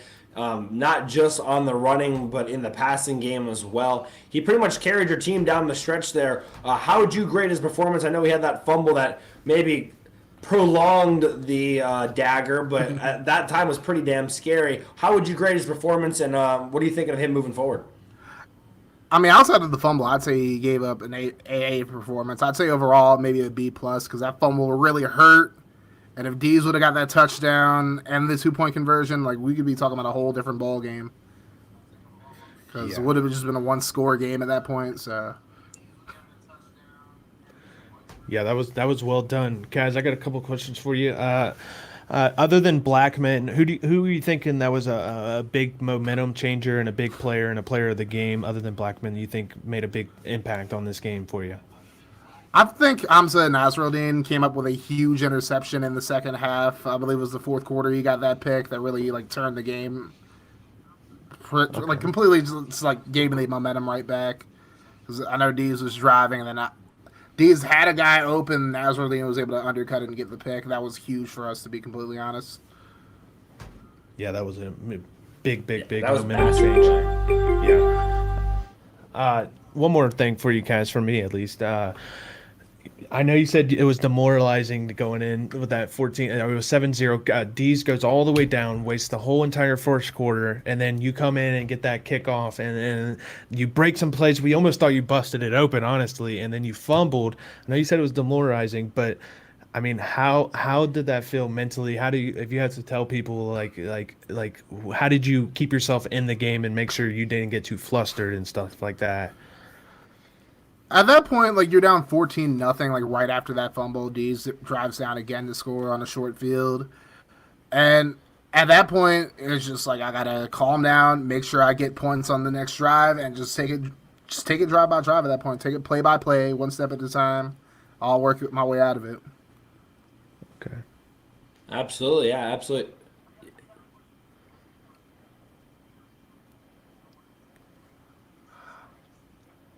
I was actually gonna rate out myself after this, but I appreciate the sentiment at least. Thank you. All right, guys no so worries. much. Well, Kaz Cray, congratulations on getting your first dub in the G12. Obviously, this is a huge one for you. Any final remarks before we let you get out of here to go party and celebrate your first win in the G12? There's not really much I have to say outside of that. Like, I'm happy to get my first win in the G12, and hopefully there are many more after this one. All right, guys, you heard it there for us. Thank you so much, Coach Kaz. Appreciate it. Thank you, guys. Appreciate you. Great game, Kaz. All right, guys. So first game of the week is over, but we're just getting started here in the G12. We have 3 more games for you this week. Tomorrow night now, Nasty, you're the main focus. Nasty Natty Gaming taking on Baker Vision, the runner-up in the Season 1, Cincinnati versus Ohio State. That game is coming at you tomorrow night. And then we'll have me versus Yofi on Wednesday, followed by Thrizzy and Stoner on Thursday. So a lot of action still to come this week. And as you can tell, things are getting a little bit spicy. As we kind of predicted, Nasty, people are starting to beat one another, right? We all of a sudden, you're at 1-1, Kaz Cray's at 1-1, Deez is at 1-1.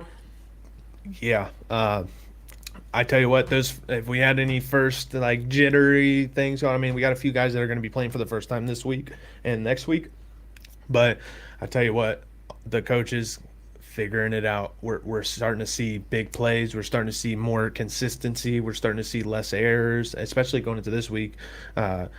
We're starting to get into the heat of the battle where things are going to start getting interesting. We're going to start seeing explosiveness. We're going to start seeing better defense. It's getting better. I mean, it's just getting started, but I mean it's going to be top of the line going on forward. It's beautifully done right now. It really is. And again, big shout out to Fantasy World League in the production truck all night. I mean, he is the godfather behind this entire thing. So much love and respect to him for putting on a fantastic production. Get up to $700 this month while listening to music, or filling out the crossword, or brainstorming what to make for dinner, and help save lives. Become a CSL plasma donor today. I think the sketchy website I bought this turtle from stole all my info. Ooh, have you looked on the bright side? Discover never holds you responsible for unauthorized purchases on your card. That's my turtle. Fraud protection. Discover something brighter. Show. Fantastic.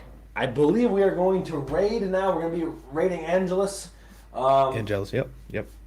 And it will be... She's a great streamer. Yeah, great streamer. Fairly new to the NCAA football community.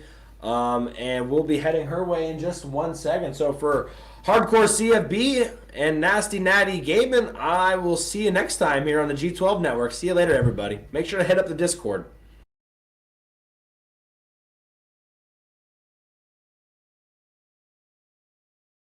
Few weeks that you've been on the bye.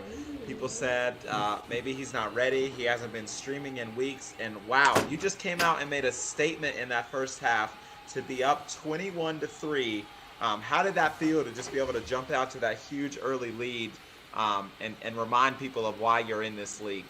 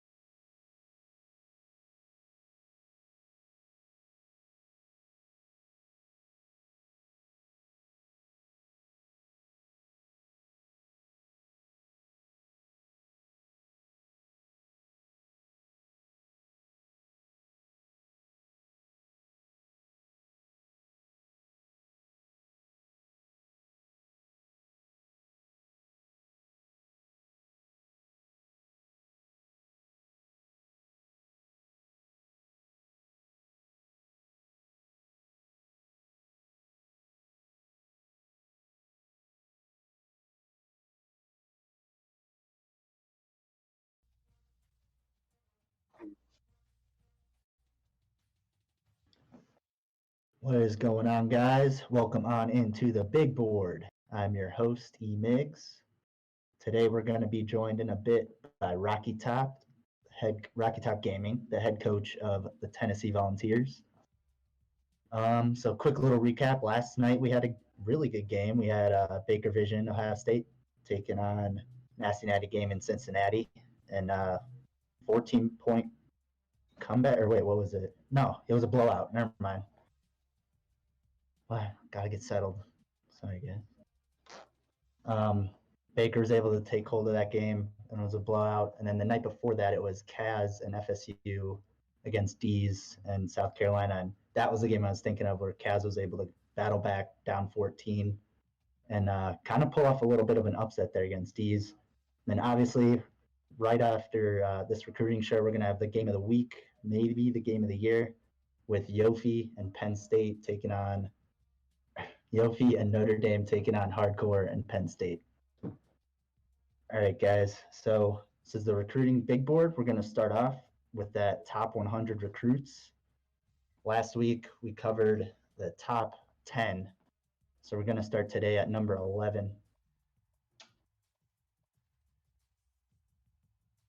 Is that okay? The number's blocked, but I see. Okay, David McCray. And this is, so there's a ton of these guys from California. I think that's the fourth wide receiver from California, already in the top 11. No users on the board. He's pretty fast at a 4.46. And then at 12, we got Dustin Nixon out of Georgia. And there's Yofi out there in the third spot. He's also really fast at 4.44.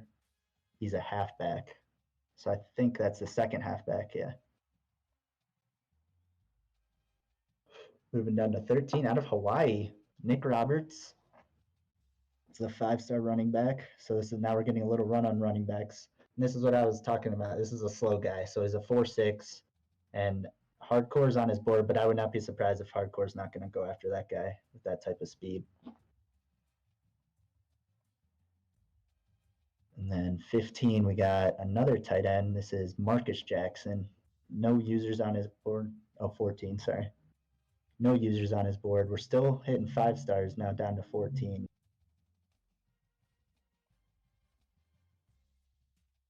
Oh, this is going to be a user battle. And Rocky was telling me pregame, he's seen a lot of Texas, so that's something to watch out for. But it looks like Ohio State's making a push here for Sidney Barnes. I think this is our first true defensive player. So that's a D tackle. He's a 5-star. And Ohio State's number 1 right now to Oklahoma. What's up, Cam Slam? Next up, David Andrews, another offensive player. Yofi sneaking in at number 3. It's another fast wide receiver at 4.44 speed. This guy's coming out of Radford, Virginia. And so where are we at? Is this 16? And we're still at 5-star? Okay. So 17. So this is our 17th 5-star. Now we're back in the athlete. Brian White. We got rivals here. D's and Stoner Gamer, South Carolina and Clemson, going to be battling it out for this guy at South Sumter, South Carolina. That's like Fort Sumter, right? Like okay, you would know, right? Okay. That's Brian White, the athlete, and he's also really fast at 4.42. So that should be a battle to watch. Next up is Josh Ryan from another Oklahoma guy, and he has Ohio State and Texas on his board. That's also going to be a battle. We're still in these 5 stars. I wonder, I'm not sure if anyone in chat or anybody knows if there's the set number of 5 stars every year. Is it always like 20 guys?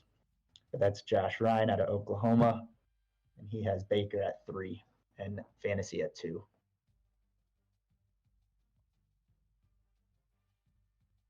And Greg Bryant has already committed. So that's our first commit, and that's a top 20 guy already committing to Texas A&M. That's a 5-star athlete, and look at that, 4.3 speed. That guy can fly. I wonder what he's going to be. And then Javon, that looks like a Javon McFadden if I've ever seen one, out of Wisconsin. He has Fantasy there at 3. So I think this is like 5 or 6 now in the top 20 for Fantasy. That's 20, right? Okay, there we go. All right, guys, that was the quickest recap I've ever done. That was 11 to 20 Yeah, fantasy. You got to be on these guys, man. I think that's like 5 or 6 in the top 20. Let's move on to Rocky Top. Let's bring in Coach Rocky Top. Coach, can you hear us?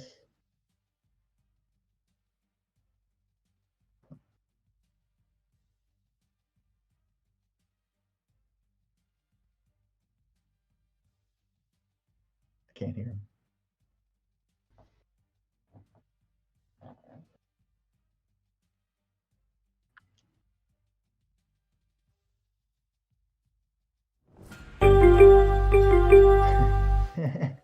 Rocky Top, can you hear us?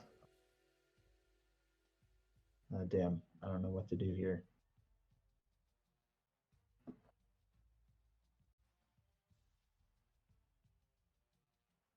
So his computer might have froze. I don't know if he's able to, because he was saying his computer froze pre-game or he can hear us?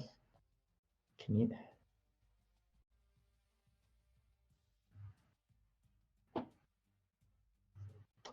Stick with this, guys. I'll just figure this out. Okay, he's moving the thing. I guess we can just go through your recruiting board if you want. Or your overview. Yeah, let's go with the overview. Can we hear him on the stream?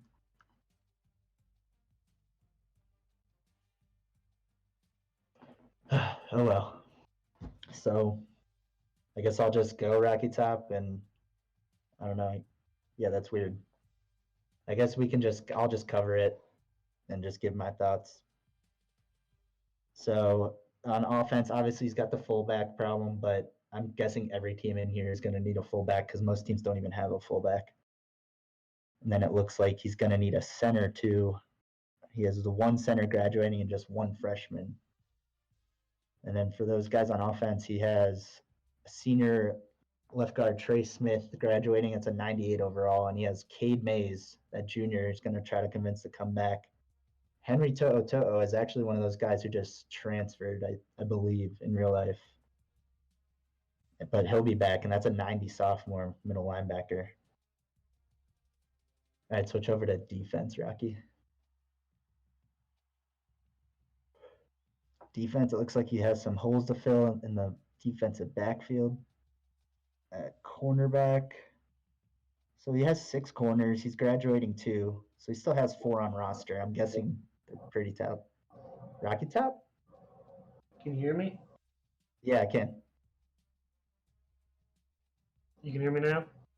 Yeah, I can hear you, man. All right, you take over. Tell me about who's graduating on defense. We're losing some corners, which, I mean, I also got 2 juniors, which is going to suck, but for year 1, I'm not going to be too bad if I do or do not pick anyone up. And the same thing with the safety. I got a junior. I mean, he's not going to transfer or anything, so I'll be good for another year. So my main focus is on secondary. Yeah, and like we said, we got To'o coming back. That guy looks like is he fast? I don't think he's super fast. Okay, not like a Dylan Moses type, but he should be good at a 90 sophomore. But usually he's always my leading tackler. Okay. Oh, no. My leading tacklers are always my defensive backs for some reason because they're always getting past me. All right. I mean, anybody else big? I mean, I went over the offense. Any big departures we're gonna see though? Any guys leaving? Doing different dynasties with them. It's usually just the secondary. Okay. Like, I mean, I'm losing a quarterback and halfback, but I like my backup as Bailey for quarterback, and then I have Eric Gray as my running back. And then like I lose wide receivers, but the freshmen are really, really good and really, really fast. So normally I was like, the only thing I got to worry about is defensive backs right off the bat. Isn't there a freshman wide receiver on Tennessee who's the fastest in the game? I don't know if he's the fastest, but he has like 97 speed, 90 like 4, 5, 6, something like that. Acceleration, agility. Is he gonna be getting snaps this year? He's in certain packages.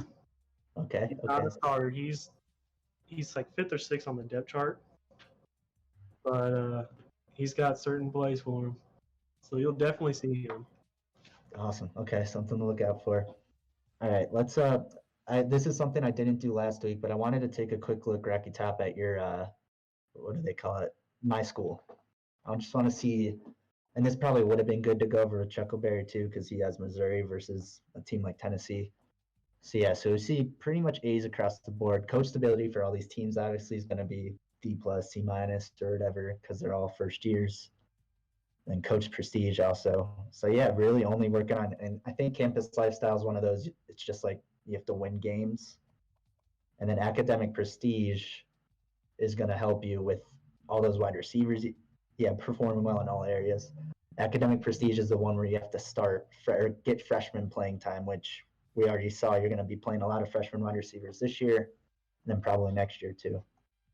So that's a pretty good team ranking. All right. And then Rocky Top was cool enough. He says he's fine showing us his board. He says it's basically a new board. It's going to be changing every week. So we can kind of just look at who he's looking at, who his top guys are. How do you sort it when you're going over your guys, Rocky Top? Do you want to go by like positions or just overall? I'm fine either way. I think most of my positions are athletes. Probably a good strategy, right? You get like the fastest guys.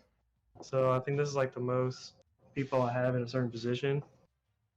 It's just because they could be quarterback, corner, running back. You never know.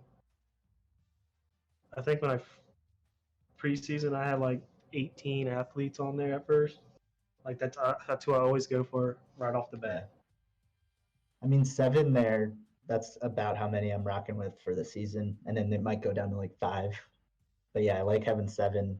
I'm just always going for. It looks like you're probably doing what I'm doing. You're going for speed, right? Most of it, yeah. Yeah. I think they got all speed. So yeah, there's Jeremy Walker. We got Brandon Potts. David Bradley is just kind of dipping his toes. But then is this your guy right now, Tim Nixon? I think so. I mean, he's not got the best, but he might be a safety. I mean, his zone coverage and man coverage is kind of high, but I would have that for a safety. Looks like safety or running back. Safety, they're like 60s. Or a running back, right? He has those elusiveness and stuff like that. Juke move, spin move. I don't know. Yeah, you don't need. Too. You said you had Eric Gray coming up though. Yeah, because in this game he's only a sophomore. There you go. He'll get playing time though. So Tim Nixon so far seems like the top target. There's other guys he's just kind of keeping him on his board. And if you guys know this game, keep guys on your board. You don't have to necessarily put points in. You'll get those bonuses every week. So they just kind of, it's like you're keeping an eye on them, and they know it too. So I got a couple of safeties, but like you can see their coverages are not the greatest. So you're probably looking for one of those athletes to move over to safety. That's your biggest hole, right? Yeah, and like we were talking before, it's just like a lot of these other users have a bigger bonus than I do. So like I don't even have a shot. Like I could put 700 on them and I'll just never catch up. Yeah. He's like that's every single one. That's something else. So if everybody doesn't know, every coach is maxed out at 20 points, basically preventing them to get to insta commit. So they have almost every ability as a recruiter in the game. So that's why he's able to put in 700, 650 these first couple weeks. That looks like a good D-back. Mike Whitehead, Dan Ellis. And say like these are the people I'm really going for eventually. Or I haven't scouted yet. Because like I said, I had like 20 people this week. Oh crap, I do got a lot of wide receivers. Holy crap. I might have to fix that. Andrew Ryan. He's got so much. For me, what I like, I'm always looking speed and acceleration. I don't really care about agility, especially for wideouts. But I think like some of these I don't care if I get or not because I have a Yeah. decent crew. I mean, as you can see, out of 8 of them, only 2 I have points on. Yeah, yes. That's I was just gonna throw out a number. You're probably fine with if you end up with 2 out of the 8, right? Yeah.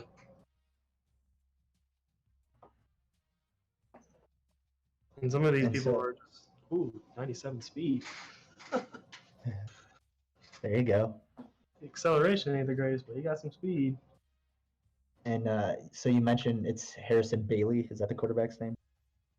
Yeah, he's gonna be year 2 quarterback. Okay, so you're not really quarterback's not an issue this year. No, not at all. Okay.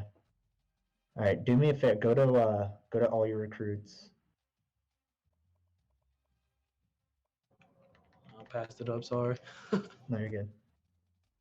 And then can you or sort by like? I just want to see who's competing with you for like the top guys you're spending points on. Unless that's giving too much away. How do you sort I it don't out? know what. I'm guessing overall, just probably because you're going for those top guys. Yeah. So I'll just find like people with like big points, like Yeah. Okay, so there's not even no users. Yeah. and seeing like that's the athlete that we were looking at earlier. I mean, he's on a couple people. Yeah, but it looks like all the other users. So Thrizzy, Thrizzy, Stoner, and Kaz are kind of giving up. It looks like so you're gonna make that push, and the CPU is weird, right? I think if you stick with that for a few weeks, you got him. Yeah, I mean, it also can depend on like visits and all that too. Yeah, because they're already over 1,000 points down. They're gonna get left out. So that's that guy you're looking at for safety. Let's look at Mike Whitehead. Yeah, a bunch of CPU teams. BYU, a bunch of weird teams, right? BYU, Army, Tulsa, and Illinois. And like you see, like pretty much every single one except for MacDub has a better bonus than I do. So I'm playing catch up. Yeah. And that's weird because like we just looked at your team, you're basically all A's. So that's he must want to play close to home or something. But look at those teams; those are all spread out. That's weird. So he's from Texas.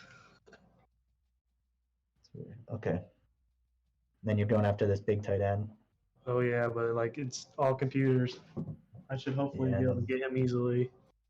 You got that 5 points on Oregon. I don't know. How are they gaining Did you not have him max last week? I might have picked him up like week 2. Okay, that makes sense. Because like I said, they're changing every week. All right, so that's your 2 D backs. There's a tight end. Any other major guys you're looking at? It's been a while since I've looked at my board. Because I did this like right when we advanced. And you can see a lot of them have 0. Yeah. But you're still sticking there. Like, you're just going to hang in there. And then if there's those late week pushes, where if they're on your board, then you put in points and you got them. I say typically after like week 3 and 4, you can find some good gems that like their percent locked is so low. I know. Catch up. And I know that actually, no, I was going to say, because that worked for me. You were in the Dynasty with me in College Football Live, and that did. I was going to say I don't know if that works as well against users, but I was able to do it against 11 other guys, so it must work well enough. There must just be so many guys. I don't know, so many recruits.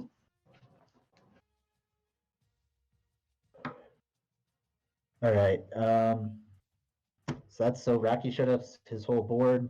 Got to see his team overview. I guess the last thing, Rocky, will just take a look at your pipeline states, just to kind of touch on where in the country you're going.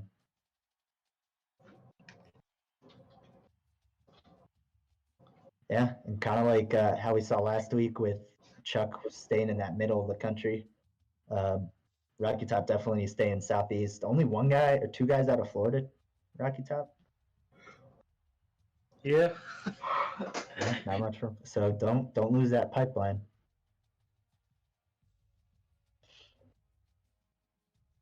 All right, so yeah, sticking southeast. Rocky Top, and we haven't seen much from you. You're gonna get this. So what is it? 3 straight buys. Do you have a game next week, right? Yeah, I play hardcore. Oh, what a game to get thrown right back into against hardcore. So what are you excited for that? Are you nervous? How are you feeling? I'm definitely excited. I mean, he was the champion last year. Oh yeah, and I believe no pressure. I believe I picked you to win that game. So don't let me down. I'll try not to. Some people like to overhype me. I'm one of those people for sure. I'm probably one of the people that underhype me, so it's all right. So good. Thank you for that sub. He's trying to tell you, he's sending you a message too. He's telling you to stay out of South Carolina. Those are D's. I know So Good's a D's guy. So he's trying to keep you away from his guys. I mean, I only got one person. Yeah. What is that? Is that barely in Georgia, that guy right there? I like it though. Sticking southeast, dipping his toes into Texas. So maybe he could turn that into a pipeline eventually. And he's even got five or six out there in Cali. Yeah, it looks like 6. All right, man. Anything from you can think of?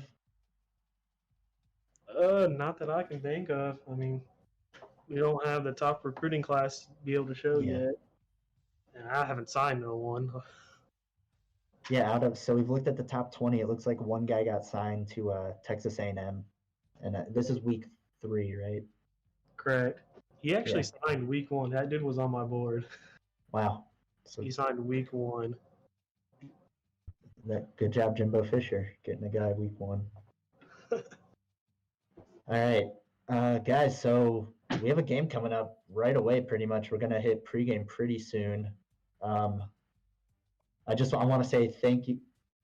I think so. Do you want to hit him up in Discord maybe? But do want to say thank you to, as always, our producer Chuckleberry. Chuckleberry, thank you, and thank you for Rocky Top for taking some time out, coming in here, doing the coach's interview, showing us everything on his board, showing us his actual recruiting board, and giving up all his secrets. So thank you guys.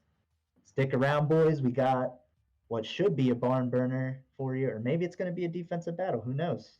But I think it's going to be a good game. We got Yofi and Notre Dame going up against Hardcore and Penn State. Thank you guys again. I'm Emigs. This was the big board. See you.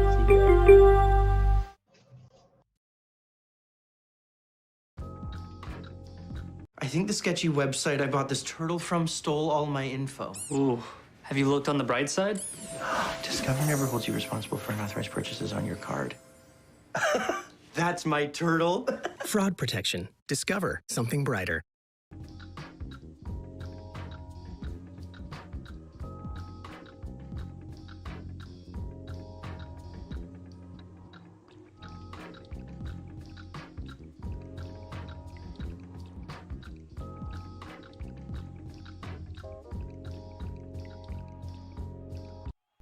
Hello, everybody, and welcome to the G12 Network, the very best NCAA Football 14 online dynasty around. And who else could introduce a G12 better than me? That's right, the coach. Now, thank you for supporting everybody at G12. Sit back, relax, and enjoy the show. What is up, G12? Welcome. It's Wednesday night, week 3.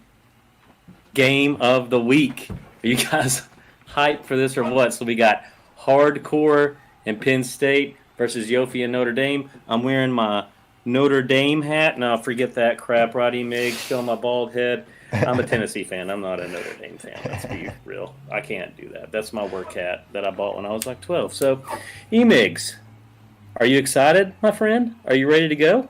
I am. I feel like it's a real football game. I mean, luckily it's not one of my teams. You know what I mean? That's like the luxury I have. But yeah, no, it feels like we have a really big game to watch, and I know there's going to be a ton of hype. I think Yofi's chat was going off earlier. It's got 60 people in there right now. Hardcore's getting ready. I think there's going to be a huge turnout. I can't wait, man. Yeah. So, man, I think this is a game we've all been looking forward to. It's kind of a weird start time, 8:15, but 9:15 Eastern. But that's okay. We don't have to start right on the on the zeros or the 30, and that's all right. So, what are your thoughts? What do you think is going to happen tonight, man? Yeah, so I was thinking about this today. I definitely think Yofi's the underdog. Like, as much as Yofi's as much as good as we've seen Yofi do and how many games that we've seen him win, I still think he's the underdog. Obviously, he lost, so until he wins, he's the underdog. So I was thinking, how can he win? And I was looking back at his 2 games he played. I think he scored 27 in both, and that's not going to be enough tonight, right? Like, he's gonna have to score a lot more points. It's felt like his offense not necessarily got stagnant, but just there's been times where it just wasn't explosive, wasn't getting things going. And if this is the same hardcore we've seen last year, he's going to have to flip that switch today because he's going to have to score a lot of points. Yeah, I mean, I think you're right. Like, as we look over this week's kind of stat sheet, right? The series was done 9-1. We know last year it was an Oklahoma versus Notre Dame game, and it wasn't a very close game, right? It came down to it. It was a chess mess early, but hardcore pulled away. It was 35-14, if memory serves me correct. That was a long time ago. So yeah, is 27 going to be enough? I don't think so. Like, you got to get to the 30s, the high 30s or 40s probably to pull this game out. Could we see a shocker and have a defensive battle? Maybe. I don't really see that. Knowing these two guys, turnovers is where it's going to be for me, right? Like. Yeah. Both of these guys can get turnovers, but Yofi's a little bit more susceptible to give the ball away. I don't think we're going to see any screenplays tonight, right? Like, because these guys will snag those in a hurry. Both of these guys can. Yeah. So, yeah, man, it should be a great competitive game, and I hope it lives up to the hype, right? Hottie keeps saying it's going to be a blowout. I don't know why he wants to jinx this game to be a blowout. And I have no clue who he expects to win by so much. He's not giving that away. He's just saying he's not giving that away. He's just going to say it's a blowout. But I hope it's a close one, and I hope it lives up to the hype. I think I picked these two guys to end up facing each other again in the national championship, and we'll see if that comes true or not. Right now, it's so far Yofi's made it through the first 2 weeks, and I had him losing this game, and then hardcore losing to Thrizzy. Now I'm not too sure if the man's going to lose. Bert and I kind of talked about that. Fantasy kind of talked about that before. Surely he's got to lose to somebody, right? Eventually the numbers would say he's going to lose a game. Can it be tonight? I think it's very, very possible it could be tonight. Yeah, I think if you're weighing, like, if you're going down the schedule saying who can beat him, this is obviously the first one that's going to jump out at you. But like you said, I think it's going to be turnovers, and it's kind of lame to say it. I think that's kind of every one of these games, right? Because all of these coaches are pretty much really good on offense. So every game almost has a potential to be a shootout. So it's just, if you get 1 or 2 stops, and then if you can get a turnover, it just feels like that's a difference in almost every one of these games. Yeah, and I think Yofi had 2 turnovers against Stoner, right? And then I'm not too sure how many he had last week, or if any at all, against Nasty. I know, like, DeBlanco he at least had another one. Yeah, it was at least one, right? So he's really got to limit that and not force the ball. I expect him to run the ball a lot tonight. If he can get that going, I think that's going to be super important for him to be able to use the play action. In hardcore, I think we're going to see the same things out of him, right? He's going to bring the middle linebacker from time to time. A lot of pressure right up the middle. You're going to see some funky formations, some sweeps, some misdirection out of him. And he's going to throw a lot of – both these guys are going to hot route the crap out of plays. Yeah. And it's going to be a chess match early, and they're going to try to fill each other out. So I wouldn't expect much scoring in the first quarter, but for it to pick up as the game goes along like we saw last time. I couldn't agree with you more than 1,000,000%. Like you said, we saw it last game, the last time they played in the last season. There was plays where the clock. I know when I played Yofi, we got a delay a game because we were both just audibling. It happened a few times, nearly with hardcore and Yofi. They were just audibling so much, and it was so fun to see because each guy knew exactly what the other guy was trying to do. And it was, like you said, it was a defensive battle. Then it kind of got away from Yofi.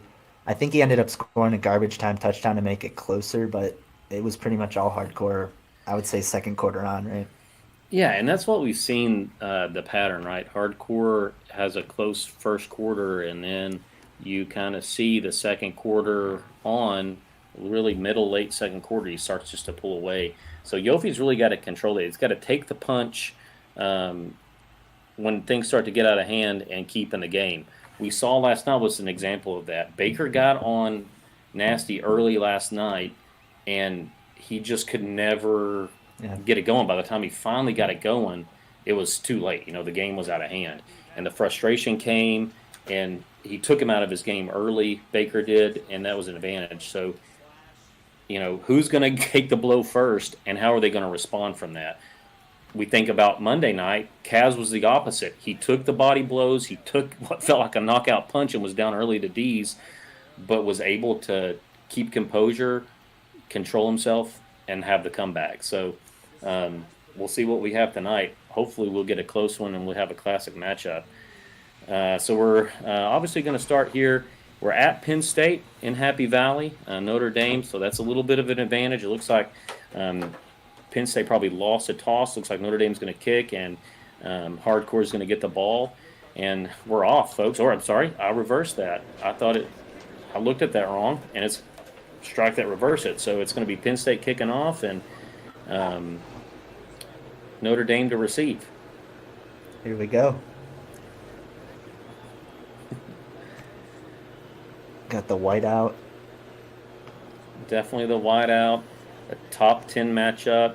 Number 5 Penn State, number 6 Notre Dame. And it's just going to be out of the back of the end zone. No return for Notre Dame there. And here we go. Yofi with the ball first to try to put some points up on the board, starting at their own 25. First thing I'm looking at for Yofi here is we saw Kyron Williams just kind of take over last week and explode. So I want to see if he found something there with Kyron Williams. Yeah, and how is he going to handle Book tonight? And right off the bat, it's a handoff to Williams, 7-yard gain. So a good start for Notre Dame. That's what you got to do on first down. Yeah, great pickups. So it'll be the ball at the 32. And just remember, guys, as we go on tonight, Emigs is going to put 4 guys on Twitter for you guys to vote for the player of the game. So as you're watching, be thinking about that. Give us suggestions in the chat of who you think's going to who's been the best player. So it's going to be Ian Book. A little bit of an audible here. Book drops back. Oh, and he's going to take a big hit. As we talked about that pressure up the middle, it's going to be a 5-yard sack. Make it 3rd and 8. Absolutely.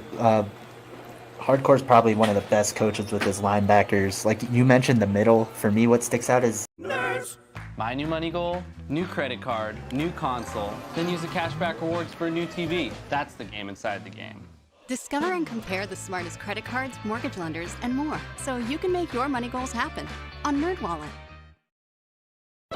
Are you looking for a new way to make up to $700 this month and help save lives? Donate plasma and make up to $700 this month at CSL Plasma. his play on the edge. He's really good at disguising blitzes, dropping back into coverage, and then like we know about the screen interceptions. Yeah, absolutely. He's going to use her that linebacker, middle linebacker, and there he comes. There's the pressure again. Yofi dumps it off, but it's going to fall incomplete. So a great start for Penn State. It's going to be a 3-and-out, ball at the 27, and that's what we're talking about. So Yofi goes 3-and-out. Can he take the blow, the body blow there? So it's an early punch for Penn State and hardcore, and we'll see how Yofi can bounce back here on defense. Yeah, huge play already by hardcore. An important punt. It's going to fall short, and Penn State's going to have a great field position, and it's going to be a roll to the right down to the 40-yard line. So here we go early. Great field position for Penn State. You know hardcore was he's got to be happy with this start, and Yofi, you can kind of see a little dejected already with that body language. We'll see if he can keep his composure here and maybe get a stop holding to a field goal at least. It's about all he can do now with this field position they're in. Yeah, I mean, just not the kind of start Yofi wanted for sure. Just not a great punt. It didn't land. And here we go with that motion. It's going to be, the container's going to roll up to the right. It's going to be about a 12-yard gain for Nick Jordan, so a great start for Penn State. Nike Now Jordan. to 28. Nike Jordan, sorry. That's right. We always forget we have these hilarious names now. So remember, guys, as you see these weird names, you're like, who is that guy? You can pick a guy and join a team. For any of the 12 streamers, they can add your name to their team. Just let them know. And it's going to be, once again, just a little sweep out of this kind of wing bone set, and it's going to be a 6-yard gain to make it 2nd and 4. Macdub pointing out he runs that play first play every time. But nobody can stop it, it seems, right? So I think that's one of those plays you're like guaranteed a yard. They're just never going to tackle you in the backfield. Yeah, so it's going to be 2nd and 4 now. 5:20 left on the clock and counting. Down to 5:10 here in the first. We've seen Notre Dame already have the ball, go 3 and out and punt it. And now Penn State's driving, so it's just going to be a heavy dose of the run game. Once again, Nike Jordan on this sweep, and he's going to get inside the 5, so a great gain, 19 yards on the play, and now we're inside the 5. Yeah, that misdirection run, that's the second time we've seen it. Fooling Yofi, big pickup there.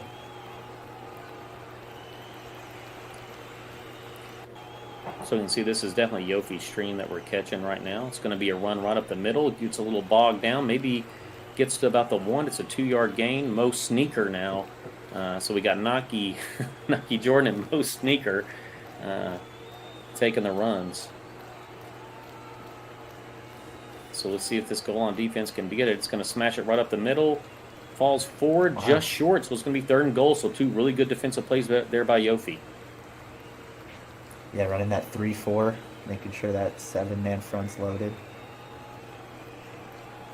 Hurries up again. This time it's a counter, and Nike Jordan takes over that first drive, and it's going to be a touchdown early for Penn State and Hardcore to take a 6-0 lead. We see the replay here. Just like you said, that counter sweep, just nothing there for Yofi. Too much action, too many things to worry about, and it just opens up. As Hardcore would say, like the Red Sea, Moses parting the Red Sea there. Great blocking by the Penn State offensive line. Yeah, and like you said, not a great start here by Yofi, going 3 and out and then giving up a touchdown. Yeah, you don't want to get the ball first and go 3 and out.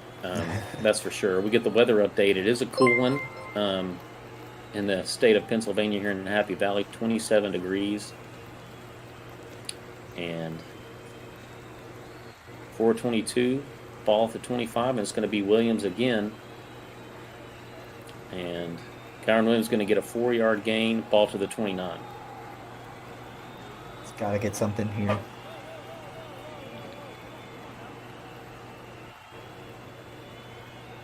Maybe try hitting Williams in space on a pass. He had that big pass last week. So he is going to drop back with Book. Sees the pressure is going to be wide open. Nobody over there. It's going to be a first down. So he gets a 12-yard reception there. Ian Book with the first completion of the game. And, man, that's an important one, right? Like, he needed to get that first down, move the sticks.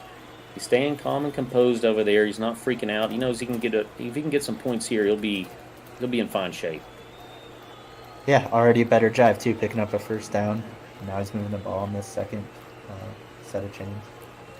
Yeah, it's going to be a 3-yard gain for Kyron Williams. He's going to go to hurry up here. Drop back pass. It's going to be another quick pass, and it's going to be a complete one. And hurry up still. So another first down for Yofi. So now he's starting to get in a little bit of a groove, a little bit of rhythm. And in this hurry up, he's got the defense he wants to see out of Hardcore, and he likes the matchup here. So he's going to stay in these 3 wideouts. And he's going to change it up. So we're talking about that chess game. What's he see? What's he like? It looks like he's audible to a run here. See, and yet Hardcore, it's a run right, and Hardcore just brings that linebacker in. He knows it. Right in the gap, and it's going to be another check for Yofi. He's trying to maybe fake audible. He's going to switch it up, get away from that middle linebacker, but you can just see domination from that middle linebacker. Just shoots the gap, brings it down in the backfield, and it's going to be a 1-yard loss. And Hardcore just knew, like, it felt like he knew exactly what was happening. Even if he ran it left, he was on top of it.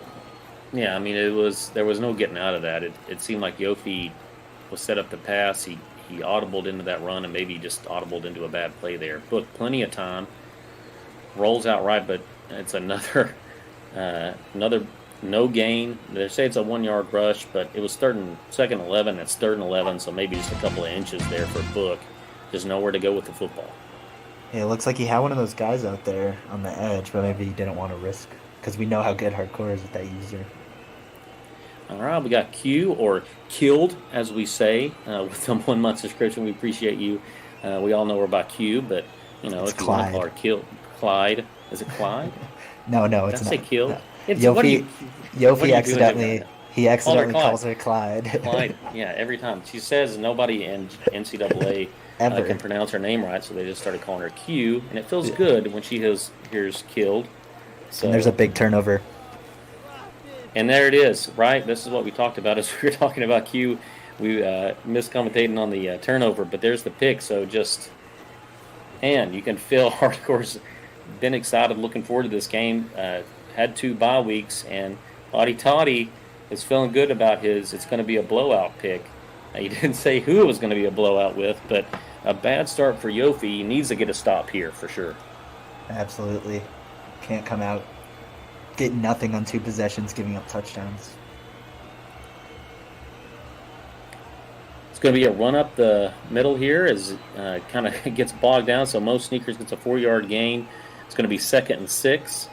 142 left in the first quarter, excuse me. And things are setting pretty right now for Penn State. Just a good start. They get a 3-and-out on the first drive, get a turnover on the second drive, get points early, great field position, able to run the ball. Wow. And it's going to be Nike Jordan again, and man, he's out in space. He's going to be to the 20, down to the about to the 22-yard line there. So a huge gain. As you're going to see the replay here, just nobody home for Notre Dame. He's bringing the guys in the middle. They all get bogged down, and Nike Jordan gets into space. Just nobody there. Notre Dame able to run him down, but not after the damage is already done. Yofi needs to make something happen here. It's going to get scary fast. Howdy Toddy might be right. It's just Wow. all Nike Jordan in space again. Now to the 10, the 5 leaps. What? Is he going to get in the end zone? No, he's going to call him out on the 1-yard line. We got the touchdown, but Why does it say 2 was on the touchdowns? run. Did you see that? The stat came up and it said he had 2 touchdowns. I'm not too sure what happened there, but they're going to call him short, and it's just going to be. And there's read Big E option up the Miggs. middle, and there's and Big E Miggs finally gets on the board. He hasn't had much to do tonight, besides hand the ball off to Naki Jordan and let him run, but he steals a touchdown from him. Dirty E Miggs in there getting the stealing touchdowns. Do but what he'll you take gotta it, do. baby. You gotta do what you gotta gotta do. Indeed, and so it's going to be a devastating start for Yofi. 14-0. But if we've learned anything in G12, okay, guys, don't go away. We're just getting started. There's still tons of time left. Anything can happen. John, 2 nights ago. Game. 2 nights Hey. ago, we saw a 14-point comeback. It was We 14-0. saw it's the exact same situation, right? And D's ate up all of the first quarter, and it's going to be a great return here for Williams. He's going to get up to the 30, so that's when he takes out, and Chris Tyree, with the 36-yard return, and we know Chris Tyree's got that speed. It is love, love, love that makes it all worthwhile. And it is love, love, love that can't help but make you smile. It is love. Send the love. Order now at edible.com. Speed, so he's able to use it and gets a good return now to the 31-yard line. So better field position here, a little bit better field position for Notre Dame, but they've got to get something going here. Williams just nowhere to go as Hardcore's just keying on the run now at this point. It's going to force Book maybe to throw this ball and Hardcore's going to make Yofi try to make some decisions here in the throwing game, I think. And that might play right into Hardcore's hands, too. He's deadly with that linebacker. They are going to drop back in coverage here. It's going to be Bradley Lindsey over the middle, a 4-yard reception. It's going to be 3rd and 6 now. Ball up to the 35-yard line. We might see one more play here before the quarter as Yofi's going to get out quick on the ball. So this is probably going to be our last play Big third down here.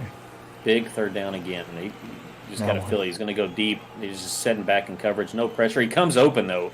Great throw. And Austin Jr., just a dot there by Yofi, was covered up.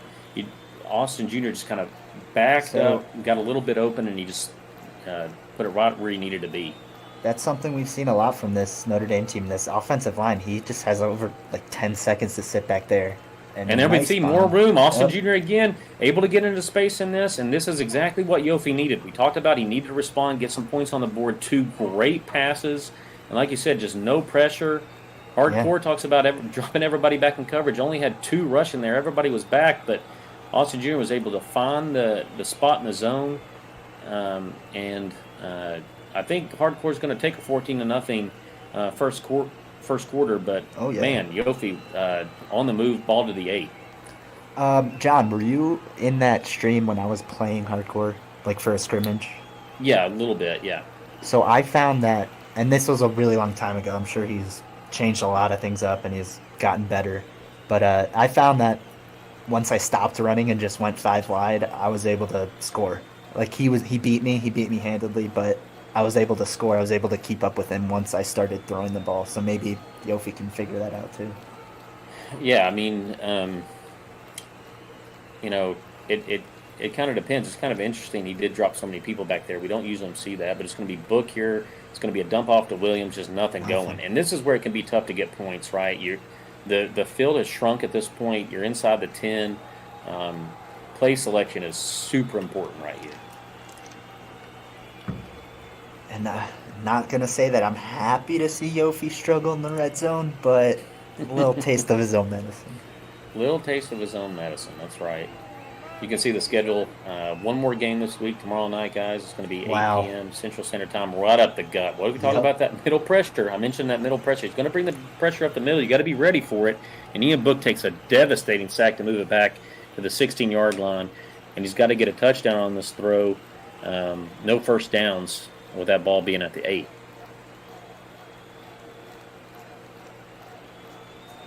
So here we go, 3rd and goal. Book steps back. Plenty of time.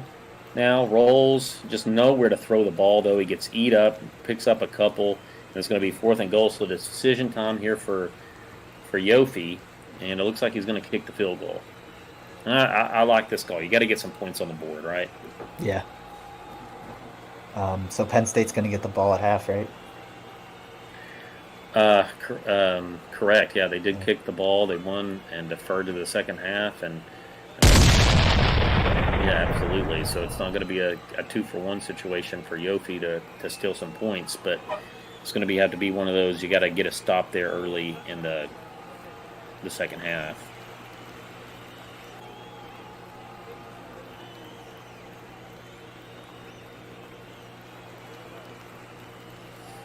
So here we go. It's going to be Naki Jordan again, and this guy is just making every play for Penn State, and it's going to be to the 30, the 25, the 20, the 10, the 5. He houses it, and here we go. Hotty Toddy said blowout, and I'm talking that was a 109-yard kick return. Raise your hand in the chat if you're returning that. Most of us are letting that thing go to the back of the end zone and taking our ball at the 25, but this man is insane and is taking the ball and housing it. Like Saquon Barkley. Reminds me a lot of that game against Ohio State. Just a rock-solid start for Penn State and Hardcore, and that has got to be demoralizing if you're Yofi. You're just sitting there being like, the man's good. What else do you do? Yeah, not even giving him a chance to do that. He kicked it almost as far as you could kick it. I mean, that was probably a 109-yard kickoff return. And you know that Hardcore's getting hype in his stream right now, and Yofi's just trying to figure out something. And this could help. Here comes Williams right up the middle. He's going to keep going, keep digging to get yards up to the 45-yard line, so a huge gain there. Keeping his composure. I want to see him go back to Kyron Williams. We saw him have a huge game last week. We know he can do it against top defenses, so... Yeah, absolutely. It's going to be William on the sweep, and there's just nothing there. You can't go east and west, right? You got to go north and south, as we just saw the big difference there. Looks like too much speed for this Penn State defense, just sealing off that line and not letting you get outside. Yeah, and I know now they both have their game faces on, but in between plays, and here we go. It's going to be a deep bomb. Austin Jr. having a great late first quarter, great second quarter. He's going to find himself open again, and I think that's where we're seeing the most success in this passing game. Staying in the pocket, letting things come open, especially when Hardcore has been in that zone. That looked like a little bit of man there and was able to burn him deep. Yeah, just a good play called by Yofi. Needs to get in the end zone here. Can't settle for 3, right? It's already down 21-3. He's got to convert these, and right there he's Nice going to be open. It's going to be right, and that's exactly what he needed. A great response, a quick response to get that 7 back that he lost from that kick return, and just another dot by Ian Book. You can see the replay here. Once again, just staying in the pocket. Wright comes open in that cover 2 zone. Nobody home. Bam. Got it. Yeah, and as always, plenty of time back there. That I do think we're going to have an award for offensive line, and I think I wanted to make it just as a unit, and I think it's obvious who's going to win it as of now. All right, here comes Nakia Jordan again. He's going to take it to the outside, and oh my God, are you kidding me? This guy's having an unbelievable game. I would almost call it right now Nakia Jordan so far as my player of the game, far none. He's on the watch list. He's on the watch list for sure, and I think he might be at the top unless something crazy changes. But right now, what Yofi's got to find a way to do is get a stop right here. Yeah, seen him score in his past 2 drives. He just needs to figure out a way to get a stop. 7 points from special teams, so... Yeah, and we're going to go triple option here now to Naki Jordan and E-Migs with a great pitch. Yep. Big E-Migs right there with the pitch. To Naki Jordan is going to be second and 1 on the 9-yard gain. Ball to the 41. You know I'm a big option guy. I'm a big triple option guy, so we worked on that. Yeah, we talk about it in spurts. It works so well if you can get it timed right. You know, if you're relying on that.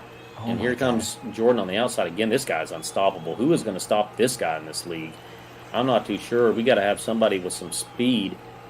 It's not like Notre Dame is trash. So let's look at this Nittany Lions schedule. We got Rocky Top Gaming next week. That should be a great one. Followed by Kaz Cray in week 5. Then Thrizzy, that big one with Thrizzy in week 6. Doesn't get any easier with Baker Vision, who we saw light it up last night. So not an easy stretch there. As then it goes Fantasy, I think it was Nasty was next in those next 2 weeks. So doesn't get any easier for Hardcore after this Yofi matchup. And I don't think there really is an easy week, in my opinion. No, not really. And I think Yofi's got to start sending his D-line either in QB contain just to watch that edge, because he's just getting killed on the edge. There's nobody out there. Yeah, and he's really got 2 down linemen, and he's trying to stick that end out and try to get some contained. But, man, he's making it tough with the formations, right? It's these formations that's putting him in some bad spots. As you can see, he's trying to control these interior linemen and trying to contain it. The ball pops out, and there we go. Notre Dame got it. And that's exactly what he needed, right? We talked about he needs a stop. He needs a mistake. He needs something to go right, and right there it is. So that's a huge turnover right here before half. And I'm not going to change my tune. Fumbles are lucky. I mean, you can make that hit on a guy 10 times, and it's just so random in this game if they're going to fumble or not. So, but that's what you need in this. You need some luck right now. Need some luck, but you got to get something going on offense, and it's not going to be with Williams on that play. A 2-yard loss, 3:06 left, so plenty of time here for Yofi to run his offense. No reason to hurry up. Might want to try to drain as much clock as he can to not give any points up late, but really just got to worry about getting points here.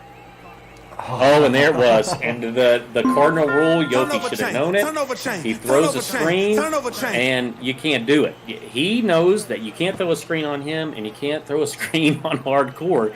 It's just not going to turn out well. And he just sits on it. Yeah, he had it right from the beginning. Yeah, I mean, it's just he sees it, and he goes with it. He's always going to, especially to that side. That's the side of the linebacker he's going to control.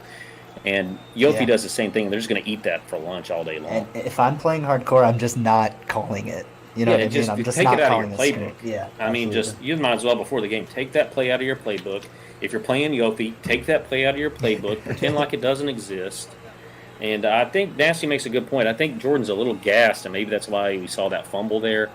You know, so that's a good point. I know that Rocky's also sandbagging for next week, saying he's going to lose by 35. So it's going to be the read option, and this time Big E makes kind of tries to get to the outside, but it's nothing doing. So it's going to be 2 plays, no gain. It's going to be 3rd and 10 ball at the 31. So the interception the fumble doesn't end up hurting Hardcore as he gets it right back with that turnover. So we're even on turnovers at 1 apiece. So we talked about that at the beginning, how important that is, and right now we're breaking even. Yeah, huge missed opportunity for Yofi there. And like I said, it's a little lucky getting the fumble. So, like, he can make a play getting an interception. It's just different when you have that kind of gift just fall in your lap. My dog. It's better than a kid. Easier to control, I promise. Oh, and it's a big sack for Yofi. It's going to be an 8-yard loss. He dropped back in coverage, was able to get some pressure up the middle, so now it's going to be a field goal attempt. And it's going to be a long one. Ball at the 39, so this is going to be a heck of a kick if he can get it here for Penn State. This is like just about that threshold. This is going to be George 49er, I'm pretty sure, is who he's got. And it's going to be a kick right up the middle, and it's going to be good. So it's a straight kick for Hardcore, going to make it 24-10, keeps it a 14-point game. So hard to top that. I mean, when you lose one in a turnover and you can not lose anything off of it, not give up any points, get it right back, and then get some points, that's a big win.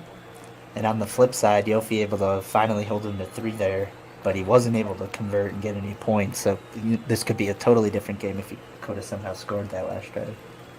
Yeah, he's still got a chance to put a touchdown, make it a 1-score game here. So that's super important. I mean, that holding him to a field goal there was huge. That was a big sack, 1:42 left. He's going to run it with Williams up the middle. He does have a couple of timeouts to use. He's going to hurry up here. Ball close to the 30. Should be about the 29, yeah. And it's going to be Book here, still lined up in the shot. Stay away from the right side of the field, man. And he just barely missed that sack. And it's going to be a missed tackle, and it's going to be... Nice play. Skowronek. Yeah, Skowronek. He's going to step out of bounds there. I never want to mess that up. Every time I call Yofi's game, I'm like, Skowronek. But so you're watching Hardcore pre-play. Like, I just run everything to the left side. Left. He's going to... That's what I'm talking about. He controls that middle linebacker right on that right side of the thing, and that's exactly what he does. Yofi goes to the left, gets away from Hardcore's user, and is able to pick up a good gain. Now a minute 20 left. Ball on the move. He's up to the 45-yard line of Penn State. Nice play. So it's going to be another one to Skowronek, and he's going to get some room. He's going to break some tackles. So Skowronek making some plays here late at the first half. And now he's moving the ball all in for this important score here to make this a 1-score possession. 1:13 left. He's going to move out right, give himself some little space. He's going to run it with Williams right up the middle. And it's going to be about a 5-yard gain there. 2nd and 5, ball now to the 18. 1 minute left. 1 timeout for Notre Dame. It's really going to have to manipulate this clock, right? Like, you don't want him to have any time. Yeah, right. I mean, you just don't want to give him any shots at all. But you also just got to get the points too. And the Brooks got the middle wide open in the field. We know that Yofi's a little hesitant, but that was like stealing candy from a baby, taking that right up the middle. Everybody drops in coverage. That thing opened up, and perfect time to run Book, slide, get down, no turnover, 1st and goal ball at the 4:57 seconds left. So we saw, once again, Yofi's taking the punches, right? Like, he's not – this thing is far from over. Only a 14-point game. 56 seconds left in the half, and he's going in here to make it a 1-score possession. Once again, it's going to be Williams. Williams right up the middle. It's another touchdown. These two guys, I'm telling you, just a great job by Yofi of sticking to it, not panicking when he was down 14-0. And here we go. It's super important to get that touchdown. He needed to get it, but left a little bit of time on the clock for Penn State with 2 timeouts left. And we've seen Jordan get the returns today. Yeah, for sure. And if he's not getting the end zone, they're getting good field position. I sound like a broken record, but I would have played with that clock more. Yeah, just kind of chewed clock a little bit there, and it's going to be Here we Jordan go. again. Look at this blocking, though. I mean, it's just beautiful Yeah. blocking by Penn State. Oh and my just a God. dagger. You've got to be kidding me. Nike This is just Jordan. This guy is looking unstoppable. As good as Fields looked last night with Baker, I don't even know who this guy is for Penn State in real life. Who is this guy? Is he like a 99? It's Journey Brown, I think. Is it Journey Brown? But Journey Brown is okay, but Yeah, what he's is not going this good. on? He's not this He's good. not this good. It's not like he's a 99, you know what I'm saying? But, oh, man, and Hottie's saying you got to squib that. You got to stop kicking it to him. I don't know now what I you think do. now he's going to Just kick it out of bounds, right? Like, give him the ball at the 35 at this point. I mean, it's Pirates saying it's disrespectful. Yeah, but I think Chad's got it right. I just don't know. It's the blocking, though, about Penn State is just unbelievable. Yeah, he I mean, didn't get the edge touched. blocking. He only had to miss the one tackle at like the 50-yard line. He's just locking people up. But once again, 44 seconds. Can Yofi make something happen here with one timeout left? Book gets some pressure, rolls out, stumbles, bumbles, and it's going to be a sack at the 10. He's lucky he didn't fumble the football, to be honest. It's going to be a 14-yard lost ball at the 11. I think now you just sit on the ball and call it a night.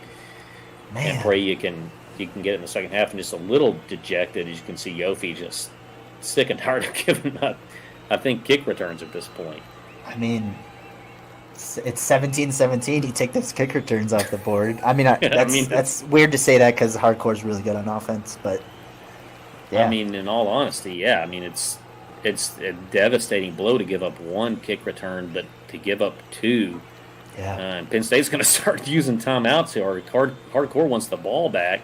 It's going to be 3rd and 25. He's got one more, so it looked like he used a timeout there. No, he didn't use it on that one. So it's going to be 3rd and 25. And, yeah, I mean, Yofi's just going to down the ball, but I think he's just going to run the clock here and not allow him to use that timeout. And, I mean, I feel for Yofi. I don't know. I don't think we saw 2 kick returns out of Hardcore tonight. That's a yeah. I mean, I think you got to feel really good. Obviously, if you're Hardcore, you're up 14. You get the ball at halftime. And, man, I felt like we were going to get a close game there with that last drive from Yofi. And it's just the stack is like, oh, here we you know what I mean? What are you going to do, right? Yeah. I don't really know. Like, what can I say? He's not getting it done on defense, though. Even, like I said, let's say he stops him at the 30. He's scored on every drive, even though he was held to the 1 field goal. Or did he have to punt? He punted. He hasn't had a punt. He didn't? No, he's not had a punt. He had the turnover. He had the fumble. And then he held the field goal. So those are the only 2 stops right now for Yofi. You know, but the point is, if you make a guy drive, things like him running Jordan's going to run out of gas. He fumbles the football, but giving him 2 109-yard kick returns, I don't think was even in Yofi's not in the game space, plan. right? It's not even in his head, right? Like, I'm going to kick this thing at the very back of the end zone, and he's going to fair catch it, or he's going to down it. He's not going to bring that out. Okay, he got me once. He's not fool me once. Shame on you. Fool me twice. You're not going to fool me twice, right? So, like, but he did, right? So it's yeah. I'm. That's maybe the most shocking thing about this first half. So let's kind of run through here some other things. Maybe get off these kick returns, but I don't know. What do you think about right now? Yofi kind of, I felt like he took the blows pretty well, but it just seems like Hardcore comes back with these haymakers. Yeah. I still think he's gonna have to figure out a way to stop the run, because once you can stop the run, you force it to pass. It gives you a shot. You know what I mean? Get the ball in the air. Yofi's one of the better defensive coaches, so it gives him a shot to maybe make something happen. He's killing him with those like flex bone misdirections. And I think it's easy to stop. Either get a guy in a QB contain or a buzz zone. Just get someone over on that edge. Yeah, I mean, he might want to consider putting some more guys on the defensive line, right? I think he's running maybe 2-3 guys on the defensive line, relying on the linebackers and defensive backs. and it's just not working, right? Like he's just getting to the edge. If you can stop it up front and maybe get some penetration there to shut off those counters, is an option. Man, I really don't know. Like he's having success on offense, right? He's if he's able to, if he's staying in the pocket, pick out the zone, Book's good enough to make those throws. When Hardcore drops back in coverage, we saw, especially when he's in man, things open up. Book can run the ball. So that's not my worry. But like you're saying, it's that running to the outside and forcing Hardcore to actually drive the ball, right? Like kick the ball out of bounds on your kickoff. Don't give this guy a chance to house another one. Give him the ball at the 35 and just see what you can do defensively. So here we go. And he's kicking it out. He's angling it. Yeah. He doesn't have it on squib, but he's definitely kicking it to the sidelines. And just chucking it out of bounds. And I mean, what else do you do, right? You see Hardcore taking his hat off. It's he's saying, okay, I want to tip my cap to you. Two strikes and you're out, as Michael Scott would say.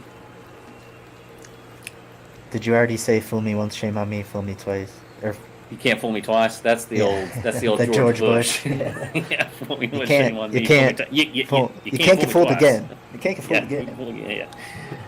Oh, how the turntables! How the turntables have turned. So here we go. Mission accomplished. Here we go. Nike Jordan again. There you go. Better stop. He only got 2 yards there. So he puts that defensive end, was able to make the tackle. It was close. He almost got the edge. But stops him to 2 yards. But that's a good start. Here's my thing with this. So it's already the third quarter, and now Hardcore's going to say he hasn't had to adjust once. You know what I mean? So this is third quarter. He's going to be like, okay, now here's my counter, which I'm sure he has plenty of. I mean, literally, he's not run anything else. Yeah. Hardly else. He's not had to, right? Like, that's the thing. He's not had to open up the playbook. He hasn't had to do anything different. Here we're going to see him drop back, and it's a little screen, halfback screen. Yofi kind of eats that up, and it's going to be a 3-yard loss, 3rd and 11. So he runs a screen, but it's definitely like a flare screen, gets him out on the edge, so it's not your typical screen. And, man, Yofi's got to feel good about that. Once again, only down 2 scores. He can get the stop here. He's going to take a couple of stops, we know, but he's gotten the turnover. And here you got to feel good after those 2 plays if he can hold him here to 3rd and long. This could be a deflating 3rd down conversion though for Yofi. Yeah. And he does. He gives it up, and he's just runs that curl, and it's wide open, and it's 1st and 10. So you had him 3rd and long and just couldn't seal the deal there. And there you see he just shakes it off like, dang, man, I had my shot there to maybe claw back in this game. It's going to be lots of throws now at a Hardcore. He breaks a tackle, and it's going to be to the 20, to the 15, to the 10, to the 5, and it's going to be a touchdown. Touchdown. That's tough, right? Yeah. And it's just too much, right? It's he stopped him once on the misdirection, and he threw it every play. Stops him once on the misdirection, eats up the screen, gets it on 3rd and 1, bam, runs a curl, bam. Runs just a little. It really wasn't a post, just that drag across the middle, that middle drag, and it's just wide open. And he houses it, breaks a couple of tackles, and now it's a 21-point game, and exactly what Yofi couldn't do, give up there, he gave up. So much like Baker, our runner-up last year, number 2 in the country, Ohio State put people on notice. Hardcore also, first 2 weeks of bye week. A lot of us picked Yofi to have a good year, putting everybody on notice here. And Book just nowhere to go. Wow. Man, 7-yard loss. What do you do? I don't. Where Yofi had all the time in the world in the first half, just nothing going here in the second half. There with that pressure. Book back, throws again, get a little space. Ooh, and it's going to be a pick. Yeah, I mean, just had the coverage over there. It worked the first time, but that time he's sitting in that zone. He gets the safety help. Safety comes over and picks that off, and there's another pick. And I mean, we could be look at Hottie Toddy's like, thank you very much. I think I said this was going to be a blowout, and here we are, 21 points, another turnover ball now at the 42, and I'm gonna take a dip over to Yofi's chat, see how they're doing. oh man, yeah, the RIP. Give them some love, give them some little encouragement over there. They're going to need it tonight because their boy is just getting skull drug here. It's going to be a 3-yard loss on the run. Ball now at the 45. So a good play there for Yofi. Going to be 4:52 left here in the third quarter. We got a 21-point game. See if Yofi can hold him to a field goal here again, maybe. Trying to keep this and bring some pressure right up the middle, and it's just good stick work to break it. And it gets it wide open to who else? But Was the that man, Nike Jordan? Nike Jordan again. I think that's his fourth touchdown. Fourth touchdown, at least 2 kick returns, a rush touchdown, and now let's put him on the board and give him a receiving touchdown. Just great stick work, right? He's hitting for the cycle. I mean, I think you can mark it down. Katie Barr in the door, the man is player of the game, folks. Like, if anybody else votes for anybody but Nike Jordan, just get out. Go somewhere else. Get out. No funny no other player of the options. game. No funny candidates tonight. We're getting into Nike Jordan. No disrespect to our guy Bert. No punters on the thing. No Sheriff Odies to steal away the player of the game. It's just going to be straight.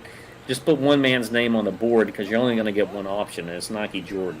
And that's funny, too, because after yesterday's game, I was like, Fields might be number 1 for Heisman. He's only played 1 game. And now Nike Jordan is doing everything. Might climb the charts after this one. So it's a good run by Williams here. He's going to pick up 6 on the game. 45-17 now to a 28-point lead here for Penn State. LeVar Arrington filling up that gap. That's going to be a run for Williams. Going to be 3rd and inches. Yeah, just nothing coming easy. Just nothing. He's just making everything hard. Book's going to line up in the shotgun. Bring it in. It's pressure again, and it's going to be 4th and inches in the USC. The dip. Yofi's head just dips and says, ooh. Not great. So, I mean, he's got to at this point. Like, what difference does it make, right? Like, I might see a run up the middle here. And this is a lot worse than their first meeting. I think it ended up being a 14-point game, but he was down 21, like basically. I think it might have ended up being 35-21, like you said. He might have stolen one late. I mean, but it was close most of the game, right? This started out like this hasn't been close one iota. I mean, he got it to 14, but then instantly he returned 7, and then he got it to 7, I guess, there right before half. Wow. But, the biggest swings right now, obviously, are those kick returns. We keep bringing those up, but I mean, that's just stealing points basically if you can get that. And just nothing coming easy for Yofi, like you said. And are you picking against Encore the rest of the season? I mean, how can I at this point? I apologize. I said Thursday was going to beat him, but there is nothing in this game that makes me think that Thursday is going to be Hardcore. I said Rocky Top was going to beat him. Now I'm scared. I don't see it. I haven't seen anybody play yet in this league that is able to hang. Now, listen, this is the deal. Anything can happen, right? Like, this is one game. This is one thing. We know this guy puts in the work with this game.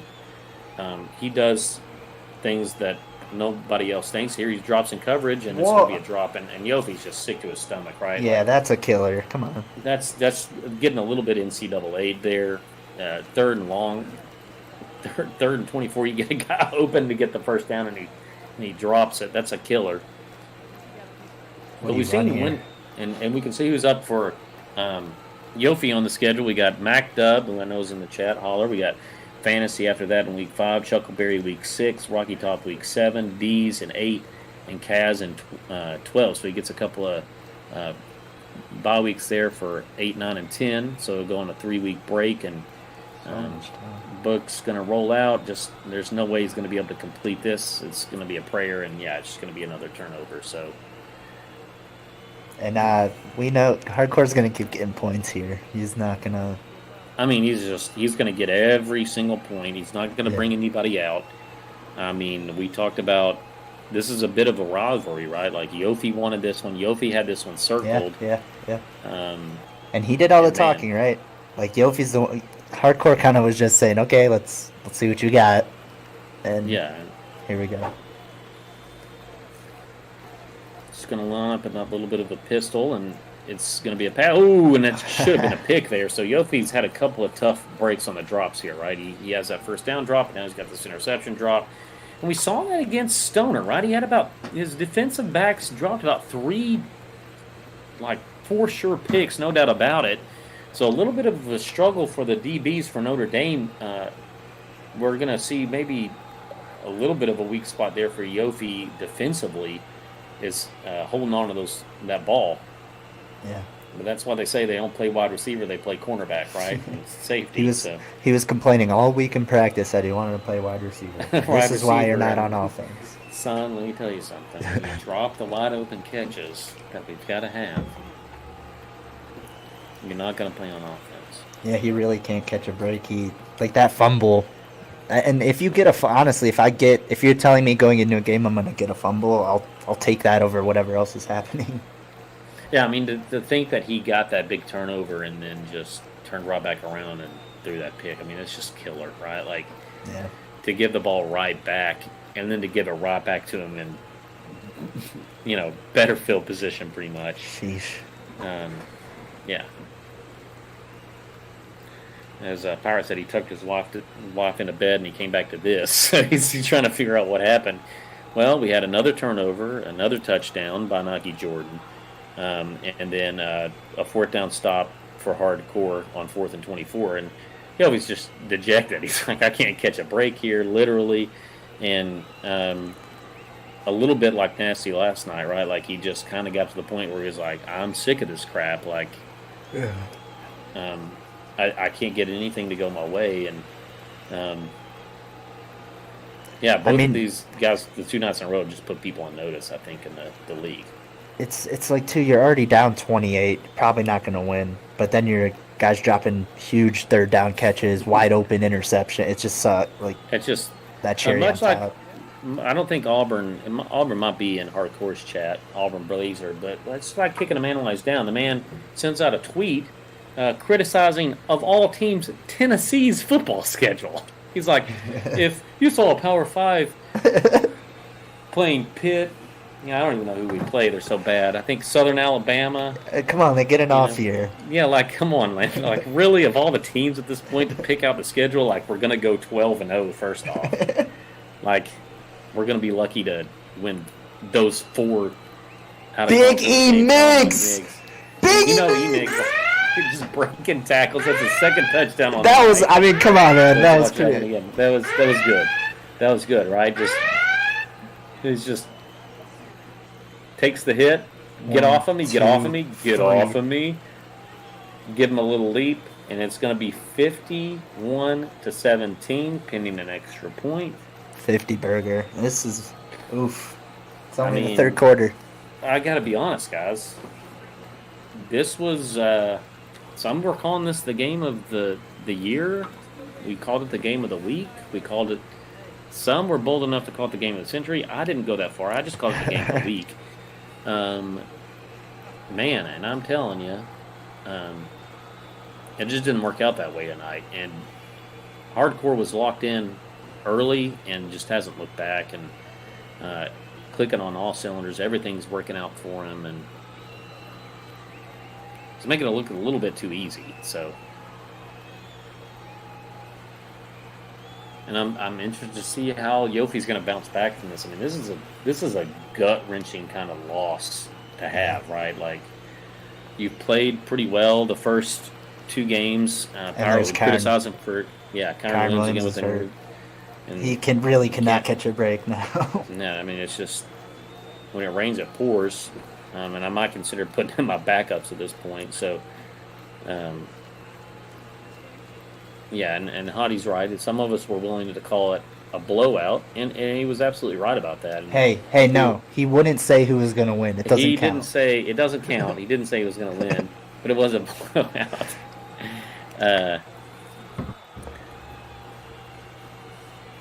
Yeah, it's just it's really shocking, right? And it gives you respect to know that, hey, man, this Penn State roster isn't as good as that Oklahoma roster, and same team for Yofi. Same team for Yofi, and it literally didn't make a lick of difference. And maybe there's a little bit of extra oomph out of Hardcore, this being his team. And I mean, this one feels like it's over, and there's still a minute left in the third quarter, because that's kind of where we're at with this thing, right? Like, poor Yofi has to endure another quarter. And as we put it in the chat there, just a reminder, as we've got the ribbon up on the thing, it's okay. That's kind of what we're supporting, is the mental health, and so if you don't mind, if you're able to, we would appreciate any donations you can make towards that cause. And mental health is a tough thing to deal with sometimes, and just know we're here to talk and have discussions with you. Anybody in the Discord, somebody wants to put that link in there for the Discord. Tons of guys in there. You can reach out to, I know any of these guys who stream in this league are willing to talk and discuss anything that you guys are going through that might be difficult. Just somebody to lean on for some advice. And it's a big touchdown there as we talk about that for Yofi. So he's not giving up. He's not throwing in the towel. He's going to try to get as many points as he can here. And that was a big one for Book. It's another dot, really. Skoronek again. So I think I have our 4 guys. It's going to be player of the game poll. It's going to be, and I'm pretty sure I know who it is. Who we got? It's probably going to be Nike Jordan, Big E Miggs, Ian Book, and then Skoronek. Yeah, I would absolutely second that. If you've got any other suggestions, you can always put it in the chat. Yeah. We'll always consider those. Look for that to be on Twitter. That'll be on Emig's Twitter. I'm sure G12 will also retweet that for the poll. And there's Hardcore's channel, as we know, and then Yofi's as well. Just Yofi_. It's going to be a drop back. It's going to be another curl route, and it's going to be wide open. I mean, it's just when everything is going right. Everything is going right. Now we're up to 58, and it's just a simple curl route, and they can't make the play. It wasn't anything fancy. You just watch the replay here, guys. It's just, stops, turns. He can't make the play on the edge, and that's what we see. So we might see Yofi's got it on pause here. He's quitting. That would be the first. He's just like, I'm done. Succession, yeah, like I'm out. So, but like I was saying earlier, any of these 12 streamers are there for you guys. We're here as commentators. If you ever want to discuss anything that's going on, lots of those guys. You think of Chuck and D specifically. Always say that. Nasty. All these guys. You can see Yofi has a great following, great community. Thrizzy has a great community. There's not one guy in here. Fantasies has a great community. All of these guys, I could go through it all. I was in Kaz's chat today. Kaz does a great stream. There's not one guy in here. Rocky has a great stream. Literally not one player in this league that wouldn't be there for you. And and I think that's just so important, and that's why we're supporting that this month. So drop that dono if you can, or reach out to us. And it's going to be LeVar Arrington with the big tackle there. That's right. It's LeVar Arrington, folks. He's back. He's got a little bit of different hairdo. Looks a bit different, but that middle linebacker makes a big play. So he had 1 year of eligibility left, maybe. Sorry, I'm getting this poll up. Yeah, no problem. It's going to be a curl out here to Austin Jr., who's also had a good game. There takes another another reception is going to be 3rd and 5. As we're probably going to round out the third quarter here. Yofi's going to try to get one more snap in. I'm going to put I got that notification. I'm going to put in that vote. And I'm going to be the first voter, and I'm already going to vote as a commentator for Nike Jordan. It's got to be done, folks. Yeah, I think so. Again, another pass there to Austin Jordan Jr. My son's up there, my namesake, but I'm okay voting Nike Jordan today. That's true. Your son did. Biggie Mix had a good game, but man, Nike Jordan was dynamic. And there's the poll in the chat, guys. So going over to Twitter and. Yeah, absolutely. Power, you're absolutely right. Some of the fans are that big buttholes. Taking another little bit of a break here, trying to figure things out. 59-24, Hardcore in Penn State. He's the one on the bottom. Yofi, Notre Dame on the top there. Wow. I think both coaches should pop this thing into conservative. Run it into conservative or run up the score? That's the question. And of course, we got another game tomorrow night, guys. Another great one. Stoner Gamer and Clemson traveling to Miami and Thrizzy at 8 o'clock Central. So we'll be here in the G12 for that. I'm pretty sure it's going to be Pirate and Kaz on that call, if I'm not mistaken. So I think that might be Kaz's first commentary. So check that out. That'll be his first one. There with Pirate. He gets the pleasure of calling a game with Pirate. As we can see, the difference between commentator Pirate and chat Pirate, those are two different people, but we love them both. And it's going to be a 4-yard gain here. The screen worked. Hey, he was able to run the screen. It didn't go for a pick. So take what you will out of that. That's a win. That's a win, right? And you didn't lose any yardage. So you gained 4, actually. And it's going to be book, drop back again. Just a lot of throws and just gets eaten up. Just nowhere to go. The pocket kind of collapses at 3rd and 13. Here with about Chat Pirate is ass cancer. Yeah, you've been pretty good lately. You haven't been trolling as much. Say what I was gonna say old Chat Pirate. Old Chat Pirate. We kind of got a glimpse of the Big Ten standings there. As some guys haven't played still, like Rocky Top and things like that, and SEC standings like Oklahoma State, South Carolina, Cincinnati, Clemson, Missouri, and then Penn State. Now we'll go to 0-0. Is still this a non-conference game for them. So you can kind of see the standings there as they'll start to shape up as we get to these in-conference games. Some of these guys haven't played a conference game, so. This game pretty much in the books, but we got a whole quarter. John, looking forward on the season. This was my number one guy to have a chance to take down Hardcore. Who would you say are the guys? You mentioned Thrizzy earlier. Who would you say are your guys that can take him out?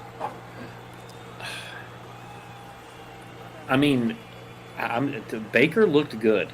Okay, Baker looked good. That was before there were any games, Thrizzy. Calm down. I put that pressure on you a long time ago. That was my preseason pick after I'd not even seen you play in this league with Miami. So, but yeah, Baker looked good, right? And Baker, the game was competitive in the national championship game last year. We haven't seen Rocky play in this league. We know he plays a lot of games. He sandbags himself and says he's mediocre at best. But we know he plays this game a lot, knows a lot, and plays a lot of user games, which I think is an advantage. The best player that I've personally seen Hardcore play and lose to was You Should Have Tapped, right? He was a guy from our Christmas tournament, but Hardcore was super close to beating him. He came back. It was a shootout. So, I think any given weeknight in this league, somebody can take a loss with all these user games. It takes turnovers or some mistakes. Those I would probably put those guys at the top. Hey man, Mac has looked pretty good with that Oklahoma State team. And I know he's not going to love to hear that, but you know, that's there's a very good pick. You know, so honestly, man, I think any of these guys, Kaz, I think looked good against D's this week.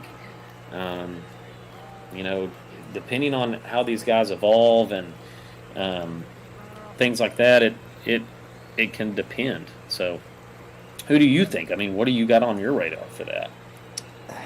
I mean, I've already been vocal about it. I think definitely Rocky Top for the reasons you mentioned. He's just basically that's my number one reason is he's playing against those guys like Tapt and Jay Deshawn in online dynasties. He says he's not beating them, but I think he said he's had some close games with them, which if I have a close game with one of those guys, I'm feeling really good. I'm like feeling you said, really good. Yeah, I mean, you said Hardcore didn't beat him. He had a close game. So if I'm on that, you know what I mean? If I'm on that level, then right there, that makes me think Rocky Top can do it. I also think, I mean, it's the guys like you said. I think Thrizzy has a chance. I think Rocky Top.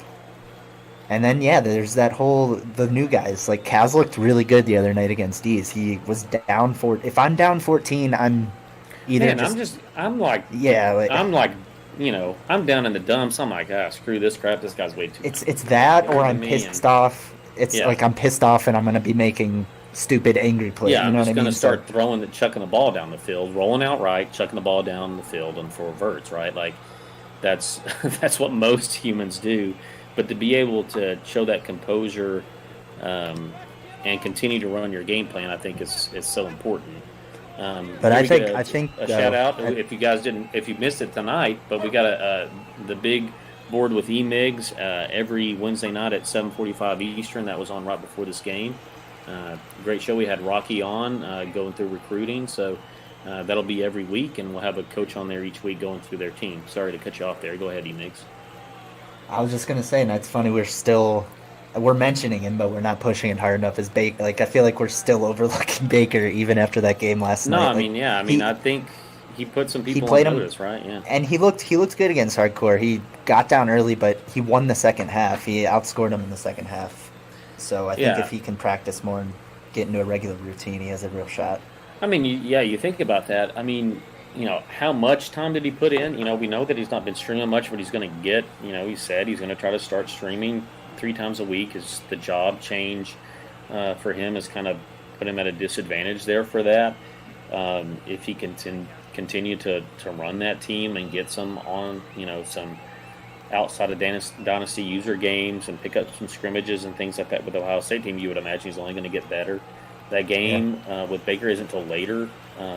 You know, it's not like next week or anything. So, there we see Yofi's not throwing in the towel, still moving the ball now inside the 5. Once again, this is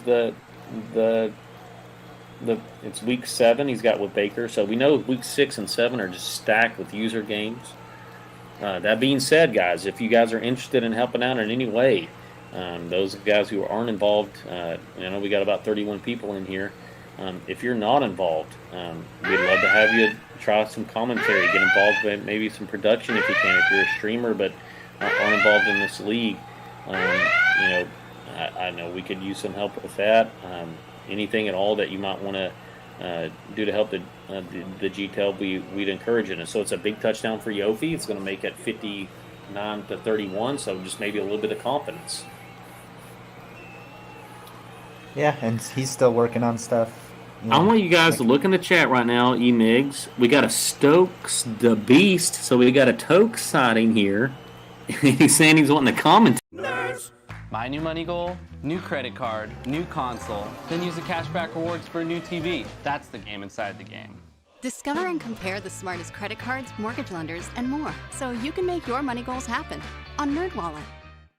Tate, because where has that guy been? You must have been busy. We're missing you up here, big guy. Feed the beast, right? We miss your energy in the booth. You missed a great season so far, calling some games. Yeah. Always you'll be trying to steal a little bit of squib there, it looked like.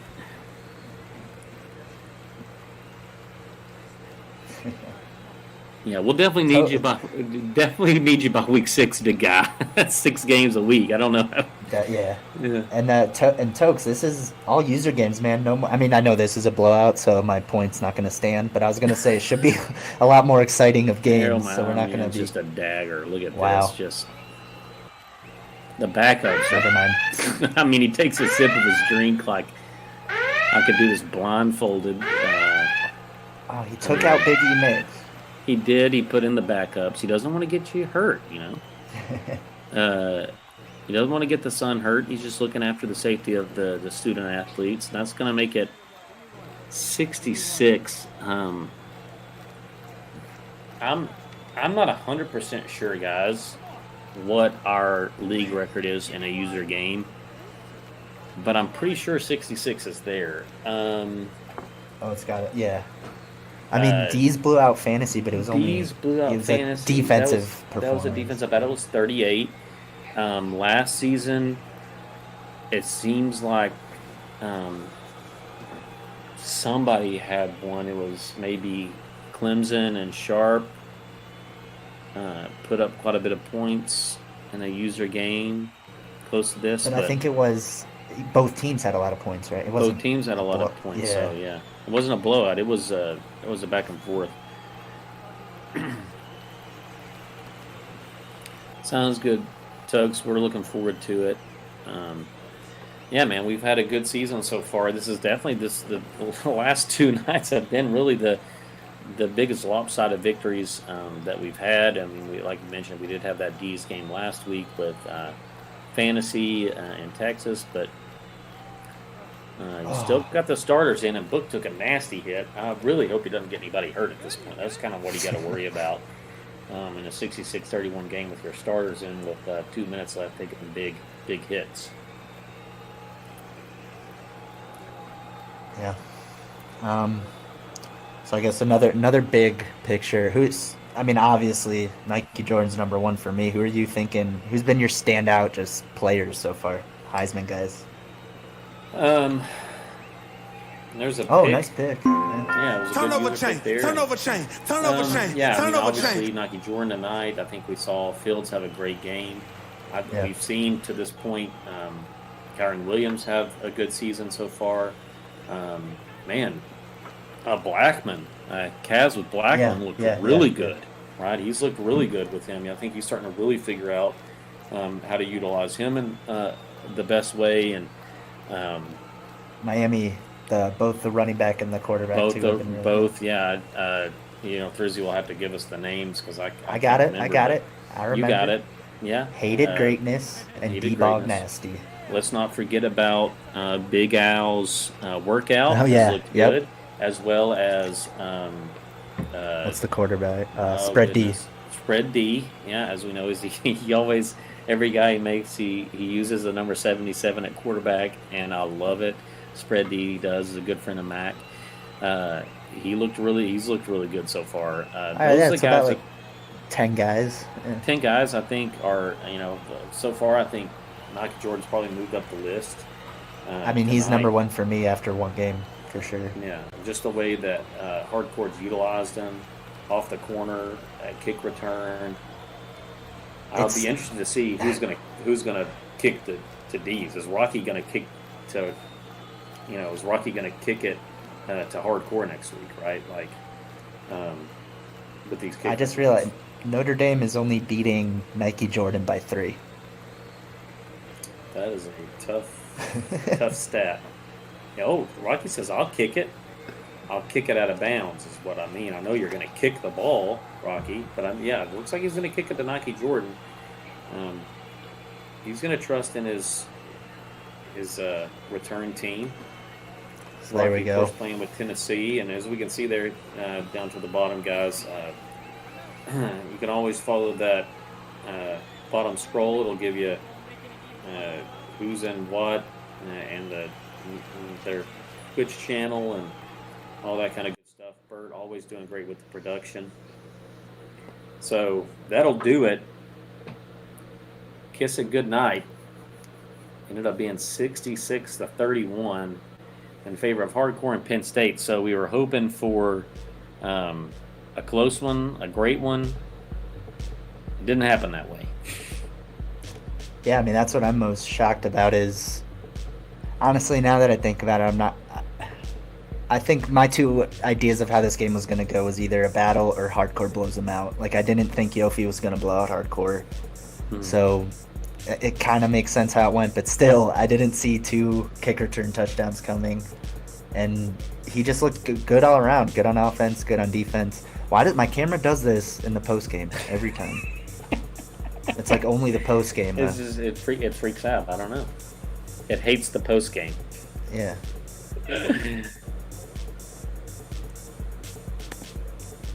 Yeah, so I mean, I think it was a little bit of a shocker probably for us, but man, you just put everybody on notice. You saying, "Hey, I'm the champ.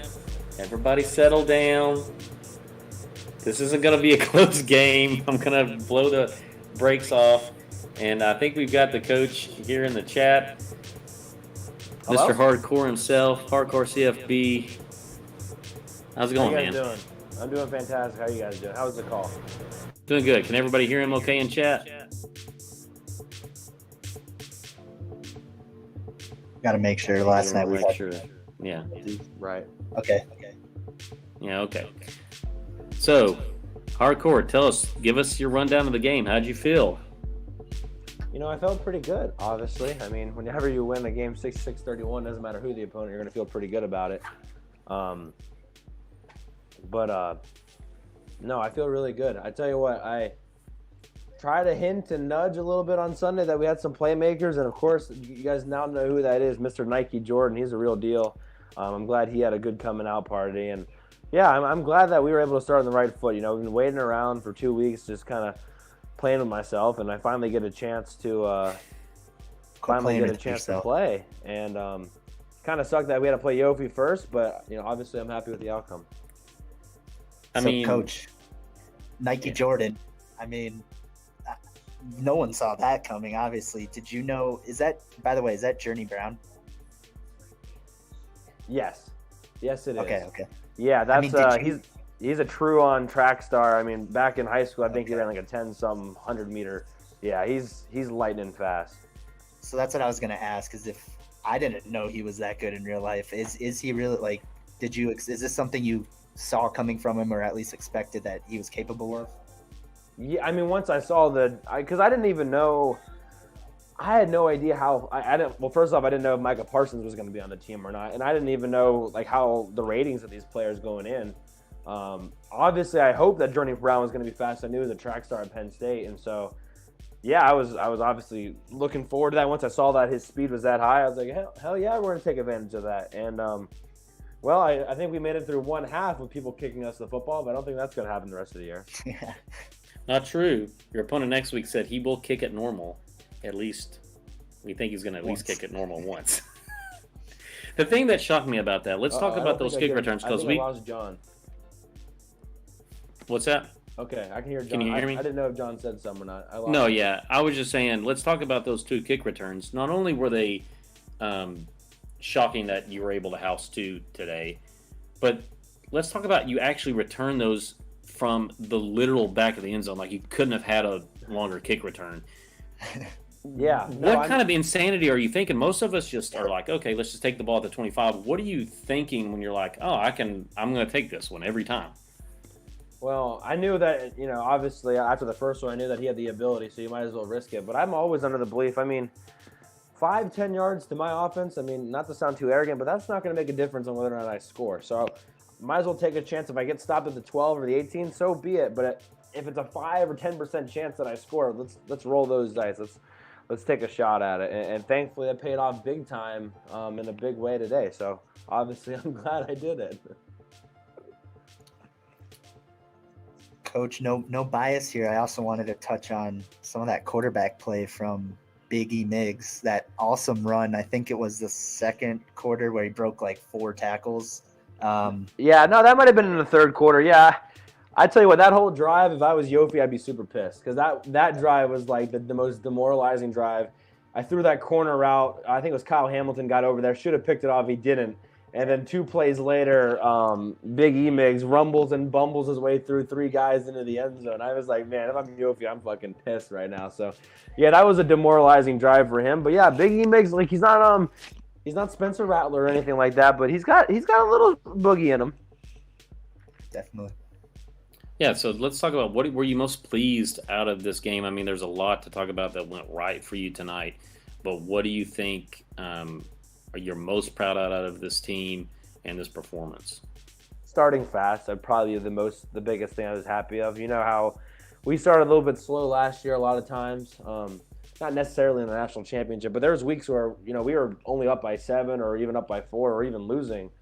So the fact that we came out of the gate super fast pleases me. I mean, the fact that we got a 3-and-out on defense right off the bat, that really set the tone right out of the gate. So that was big time. To get up 14-0, if you can tell me I have an opportunity to get 14 points on anybody in the G12, I mean, I'm taking that, taking that bet right away. So starting fast was the big thing. We took care of the football, but man, we ran the ball extremely well. He knew we were going to run it, and we were still able to run it. And that's very has me feeling very optimistic moving forward.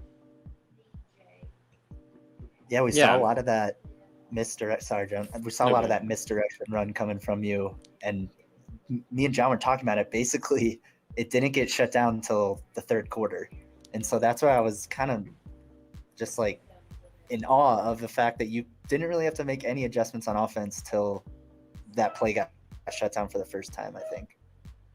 Yeah, and I mean, I got lucky a couple times too, as far as like when you're doing this stuff, when you're playing at this level, especially against a guy like Yofi, we're basically guessing and taking educated guesses on what we think the other guy's going to do. And when you do that misdirection stuff, like I set him up a couple of times, like near side of this field, I went, towards the near side instead of the wide side. Just things like that, just especially early on, or when I had that big run on that first drive, or maybe it was a second drive that set up.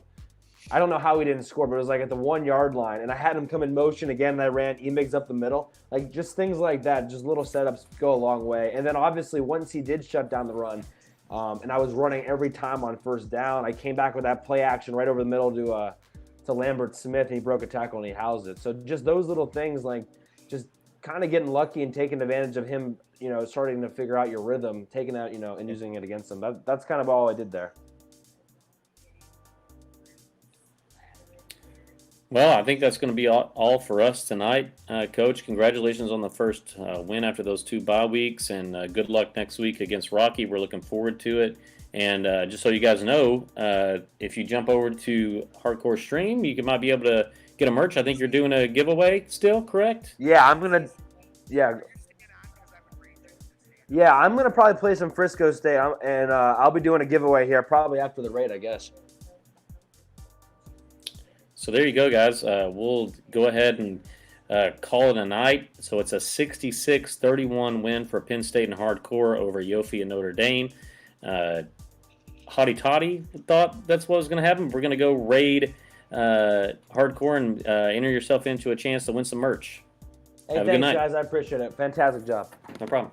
Yeah, good win, man.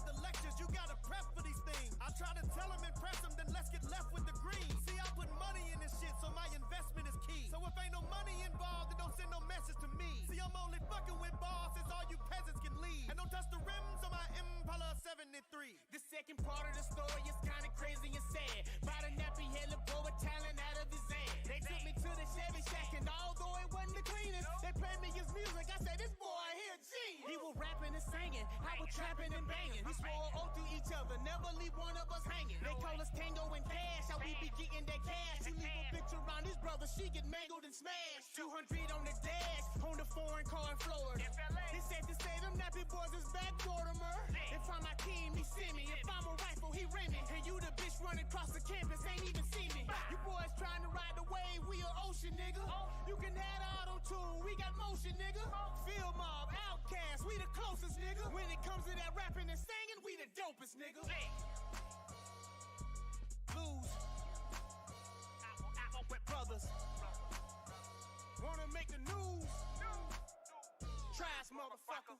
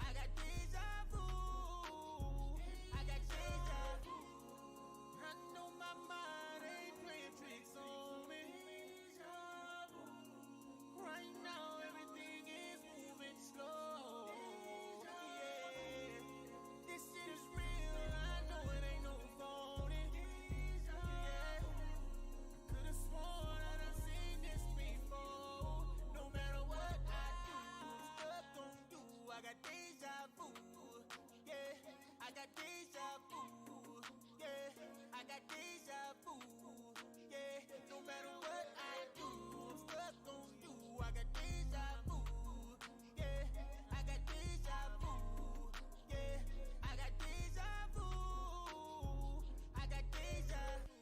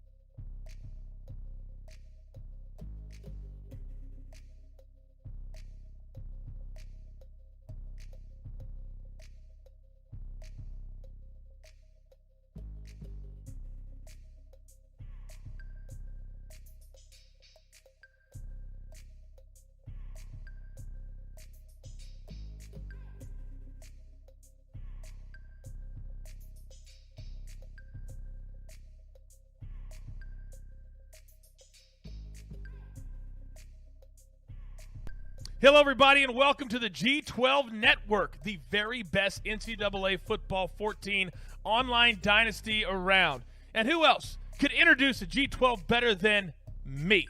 That's right, the coach. Now, thank you for supporting everybody at G12. Sit back, relax, and enjoy the show.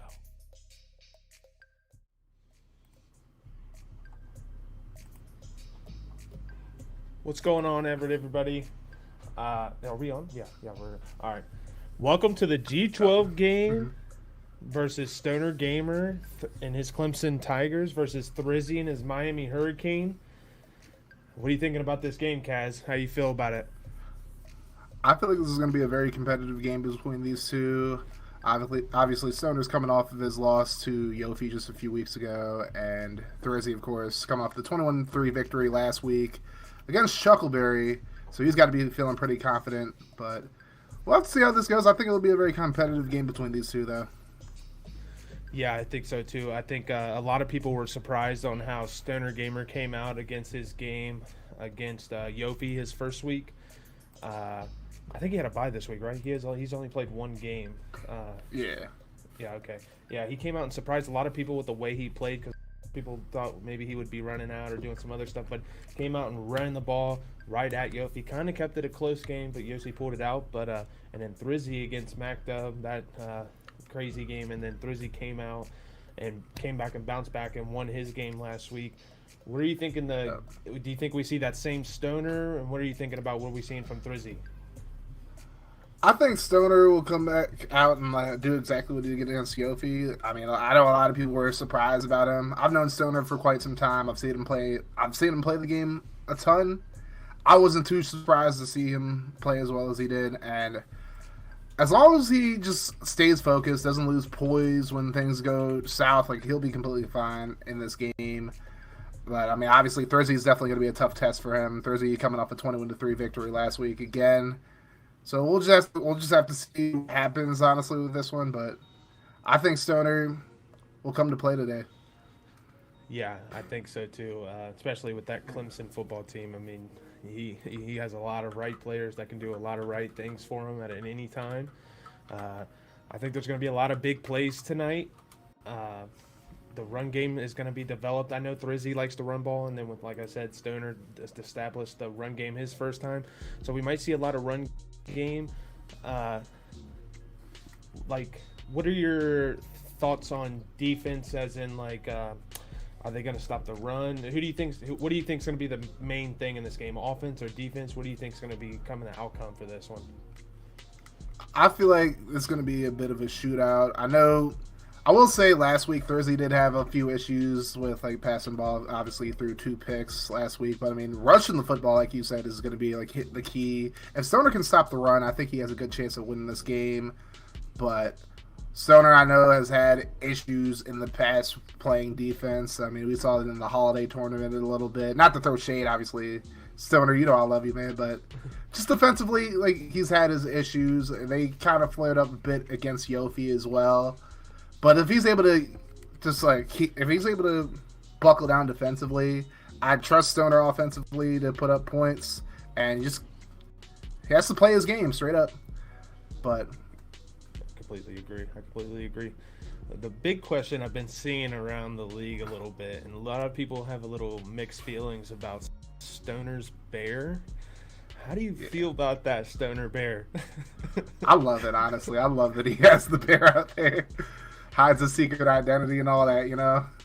Like, I know some people might be a little taken aback by it, but that's always been Stoner's thing as long as I've been on him. So it's just something I'm used to. Yeah, when I first saw it, when I first came into the community, I was like, oh, okay, there's something like this in this community. I would have never guessed, and that's what the awesome part about it is. It kind of grows on you a little bit. The way he acts kind of grows on you. He's just different, and he rocks him, and that's the awesome part about it. Yeah, that's why we love Stoner, Yeah. That's why we love him. Great, we got great content creators. They both play good on the field, but content creator, I'm excited. I hope I'm not trying to jinx it, but I know Thursday's got a turnover chain that he likes to bust out. There's all that stuff. Hopefully we see the Stoner. I want to see that turnover chain, but no offense to Stoner, but I just want to see that chain because Thursday gets hyped up when he busts that thing out. He does. So again, he did force 4 turnovers last week against Thursday. So I'm not against Thursday, against Chuckleberry. So we'll have to see. Stoner just has to protect the football in this one, or it's going to be a long day for him. Yeah, and we had a bunch of. This is the end of our week. This is week 4, or no? Yeah, is this 4 or 3? Week 3. 3. Okay, so we're coming to the end of the week 3. We had exciting games all throughout the week, which was a craziness. We had the Yofi hardcore game. Did you get to see that game? What were your thoughts on that game? I know hardcore is good at this game, but he really exceeded my expectations with how he just decimated Yofi. And we all know Yofi's really good at this. Like, we all know Yofi's good, but yeah, the way hardcore just came out and just imposed his will was just a sight to see. And somebody's got to find a way to stop him, or he's going to just cruise his way to a second championship in a row. Yeah, that running back for Penn State is a bad man. The way he had 2 kick returns. I don't know how many yards he had all purpose, but man, it's beautiful. All I know is I'm not kicking to him. I'm kicking it out of bounds. I'll take the penalty every time. I don't care. Hardcore, you're going to have the ball at the 35 every single time, man. Like, I'm not kicking it to that guy. I'm fucking shanking. I'm shanking that thing out of bounds. And then we had we had me versus Baker. That was kind of brutal as well. My Cincinnati Bearcats on the Ohio State. We don't need to talk about that. I'm trying to think back. What was the first game of the week? I ain't gonna make you talk about it. If you want to comment on it, that's fine. What do you think? What were your ideas? How did you use Baker? A lot of people were saying Baker was not hasn't been playing in a while, and I think he exceeded expectations on when he came out with his Buckeyes against me. This is going to sound really cliche, really corny, but it's like, honestly, playing NCAA is like riding a bike. You don't forget how to play NCAA. I feel like you did what you could, but Baker's just that good, honestly. I feel like you did make a few mistakes here and there, but overall, you got to give Baker credit where credit is due. Like, Baker is what... Didn't he finish second in the league last year? He was a runner-up last year, if I remember. Yeah, him and Hardcore, so, he didn't get there just by cruising by. Like, I know it's been a while since he played, and like people were worried about Russ, but it's like, NCAA is one of those games where you don't forget how to play it. Facts, yeah, and I went in with that moment, that thinking, like, if you play NCAA, especially the game's been out for so long, you probably played it for so long. I knew for a fact Baker didn't. He was a little rusty on a few things. A lot of people were saying, but like you said, it's like riding a bike, baby. And he did not forget how to ride the bike, and he did not need training wheels. He did not. No, he didn't. I'm trying to think what was the first game of the week. It was actually me versus D's. I got the win 29-20. It was a rematch of the home tournament. Honestly, I got down 14-0. Like a lot of people were talking about, the poise of me, just not to toot my own horn or anything like that. This is like what other people are saying. Just the poise that I had, coming back from being down 14-0. And it's just, I mean, honestly, the only thing I could really say is I feel like, in a way, like, no disrespect to Dees, you know I love you, man. I just feel like Dees kind of took his foot off the gas pedal in the second quarter. Like, after he forced me to kick a field goal, I feel like if he would have stuck with the run game a bit more and, like, done some, like, short passes, I think he would have been good to go. But, you know, overall, I feel like, you know, and then I feel like Dees was still in the game, like, even, like, you know, when I took the lead, but he was, like, you know, kind of started trying to press things a little too much. But overall, like, Dees is a great player, and I think, like, as long as he just keeps his cool when he's down, he'll be completely fine, honestly. Yeah, I completely agree. It was a great game. The plain definition of never giving up, and that's what you didn't do, especially with all odds against you there in the first half. Dees is a great player, but you definitely bounced back in that second half and controlled that game from the second quarter on, man. You controlled that. So props to you. As I'm looking here, week 4, I got Thrizzy, but then we got Tennessee versus Penn State, and then we got you versus Missouri, Ohio State versus Clemson, and then Notre Dame versus Oklahoma State. Let's start off with Yofi and MacDub. What are you thinking on that?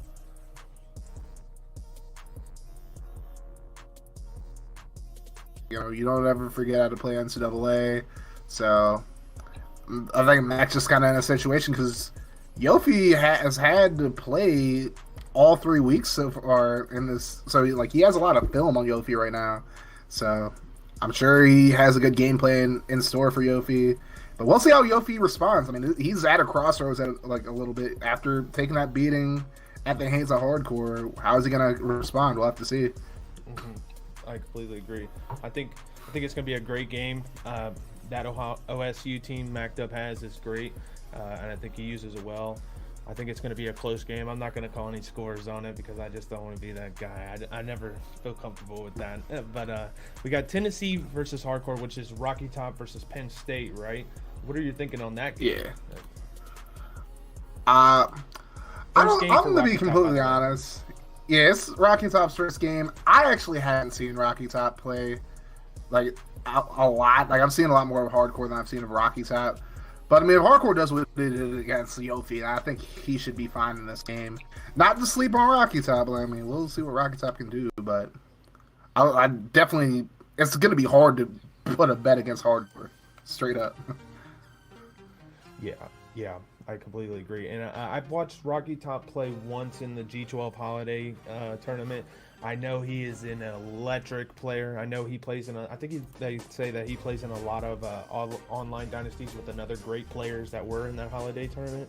I know he does a lot of kick return. I know Hardcore showed that he can do some kick return. I think that one is going to be a high flyer, baby. I think it's going to be outscoring. Who's going to make that few couple of defensive stops, but it's going to be a fun game without a doubt. And then we got you versus Chuckleberry and his Missouri Tigers. Not giving away too much, but what are your ideas? I don't know if you've seen Chuck play, but what are you thinking about on that game? Well, I don't want to reveal too much of my game plan for this game. I did watch his game against Thrizzy a bit. I'm not taking Chuck lightly at all. Like, I know he had a rough time. Like, he did throw 4 picks in that game. I'm not taking him lightly at all. And I think if I'm out on my P's and Q's, if I start slow against D's, or if I start slowly against him like I did against D's, well, I feel like I'm gonna have a hard time getting this game. But we'll have to see how Chuck bounces back from his game against Thrizzy. Okay, and not gonna lie, Kaz, when we played in our first week, I'm telling everybody, man, you are not the same person that played in first week. You have improved with that last game. You blew my mind. I was like, dude, this guy would beat me by 25 when we play again. So I hope it's gonna be a good one. I know Chuck has. I don't even know what to say, but I'm just telling people, man, with that second half performance, you did great, man. I got Thrizzy coming up. What do you think? I appreciate you guys. What do you think? What do you think about? Well, we already did pretty much Thrizzy. I guess I could say a little bit. I know Thrizzy likes to run the ball. We got a little secret in for that game. We're gonna do some hat things. It's gonna be a cool atmosphere. Can't wait. I think Thrizzy comes to me. I don't know, or might go to Miami. I don't know though for a fact. But that game's gonna be very fun. You're going. Thrizzy's on to you. Okay, Thrizzy's coming to me. Yeah, so he's coming to Nippert Stadium, baby. And I'm telling you what, We got sold out seats. I mean, go ahead. You're good. I was gonna say, I think that is. I mean, we're gonna see how you bounce back. Like, I have faith in you, honestly. I have faith in you, Nasty. I mean, after seeing you like after the first week, I know you have it in you. I mean, I know like Yofi's a tough opponent to play against, obviously, and you had a tough time this past week as well. I think you'll bounce back though. Like, I mean, losing to Yofi and Baker isn't like a death sentence by any means. So, you just gotta bounce back in this one. But we'll see what happens. Yeah, I think I. We'll see though. Trying to do too much. But I got faith in you. Side of ball. I think I just with the whole. I've been trying out different playbooks and things like that, and I think I just need to just settle in and just try to stop. I know I did the triple option for fun and stuff like that, but I need to develop something to stick to it because I'm telling you what, after that Baker Vision game, I don't think the spread Oregon offense was not the answer to anything, especially with my team. So. Yeah. I personally feel like you probably should have stuck with the triple option because it was really hard. I mean, I had my good plays against it, obviously, but it's just like it was rough for me to stop. The triple option in general is just annoying to play against. So, I mean, as long as you mix in like some like regular passes and whatnot, regular runs, I think it'll be fine. Yeah, I might. When I went in against Baker, I was thinking like. I want to get away from because I did a little scouting on his team. I want to get away from his D-line, and maybe it'll give me some more extra time being in the shotgun. I didn't think about his corners locking up my wide receivers, so I didn't think I was going to. Maybe it was, and I thought that to myself that maybe I should have went in for triple option and just kept it close. Maybe, but then again, I didn't want to get boxed, so I just need to develop something and stick with something. That's what it comes down to. Yeah, absolutely. And of course, we also have Baker Vision taking on Stoner next week. So Stoner has another tough matchup after he takes on Thursday. What do you think about that one? After tonight's game, it might change my mind. But he is using Clemson. Baker's using Ohio State. But after that Baker game against me, him and Hardcore are on top of my list. Hardcore number one, yeah, I'm saying it because of what he did with Penn State. But Baker is a close two. I got Baker on that one just for the fact the way he moves his ball. And if you notice that he was high flying against me and slowed it down and just did whatever he wanted, man. And then if he had to change the play, he did it. Yeah, I think that's a fair pick. Stoner's going to have to show me something tonight defensively in order for me to have a little more faith in him against Baker Vision. And that's not like really a demerit against Stoner. It's just how much I think that Baker Vision is just a beast offensively. Like you saw it firsthand. And we'll have to see what Stoner does tonight. I mean, if he has a good game plan tonight against Thursday, then I think he'll be fine. Did I cut out? Or you can still hear me? I can hear you. Something just cut out for a second. I'm sorry. Emig about that. Said but... Oregon PB has a lot of fun triple option and is all spread out too. Yeah, I think when I went into Baker, when I came out of the option, I think I was kind of freaking out because like it was the first time in the G12 in a game where I was like, everybody's over there. We got four, and it's me and my running back. Instead of, I was all bunched up, and I felt, comfortable and everything. But that first time coming out and just spreading the wings, I didn't use what I should. I think there was a lot of plays that I didn't take advantage of or even try. So I got to get, it is what it is. We'll figure it out, though. We got to bounce back. Yeah, but that's all you can do. You just can't dwell too much on the past. Just got to keep moving forward now. And then, of course, the last game of the week is... Do we cover... Oh, yeah. Did we cover Rocky Top versus Hardcore already or no? Yeah. We did Hardcore. And then Texas we did that. Bye. I think we got all of them. Then South Carolina also has a bye. Yep. It doesn't get easy for anybody because it's a user versus user. So hopefully nobody forgets that. It's streamer versus streamer. There's no easy games here. Easy games. Who you got, what's your top, 3 in the league, and as of right now, and who you think's performed the best as of right now? As of right now, I'd say it's Hardcore number 1. Then I would say Baker number 2, and then Yofi number 3. As of right now, I think I agree with that. Yeah, I think it's outside of those three. I feel like after that, it's like it kind of gets a little bit harder. I'm personally not. It ain't no modesty or anything. I'm not putting myself at number 4. That's all I can say. No, Like I'm not sure who number 4. I'm not sure who number 4 is. I think you could make an argument for MacDub though, personally. Yeah, I would Like have to put. Mac you're Dub definitely above up there in my opinion. I would say MacDub, you, Thrizzy, Rocky Top as well, all up there. I'll probably put Rocky, like, from what I've heard, at least. I personally haven't watched a ton of Rocky Top. I wasn't saying Rocky Top doesn't have film. Like, obviously, like, people who played him against him, like, know what he does. But from what I've heard about Rocky Top, he's definitely up there. But Yeah, I think Hardcore, Baker, Yofi are the top 3. No, you're good. You're good. Yeah, without a doubt, I would have to say either Hardcore is my number 1, without a doubt, what he did with Penn State, and then Baker, what he did, against me on his first game back with Ohio State, and then I would have to say Yofi, just because Yofi played very well with me, and of course beat me, even though he got beat by Hardcore. And then I would put MacDub and then Thrizzy, just for the fact that MacDub beat Thrizzy as of right now. And then that's all I'm saying. I'm way down. I'm probably not even on the list. And Kaz, you're up there. You're probably the next, but I don't want to get too far down. Yeah, I don't know if I'm gonna put myself at 4.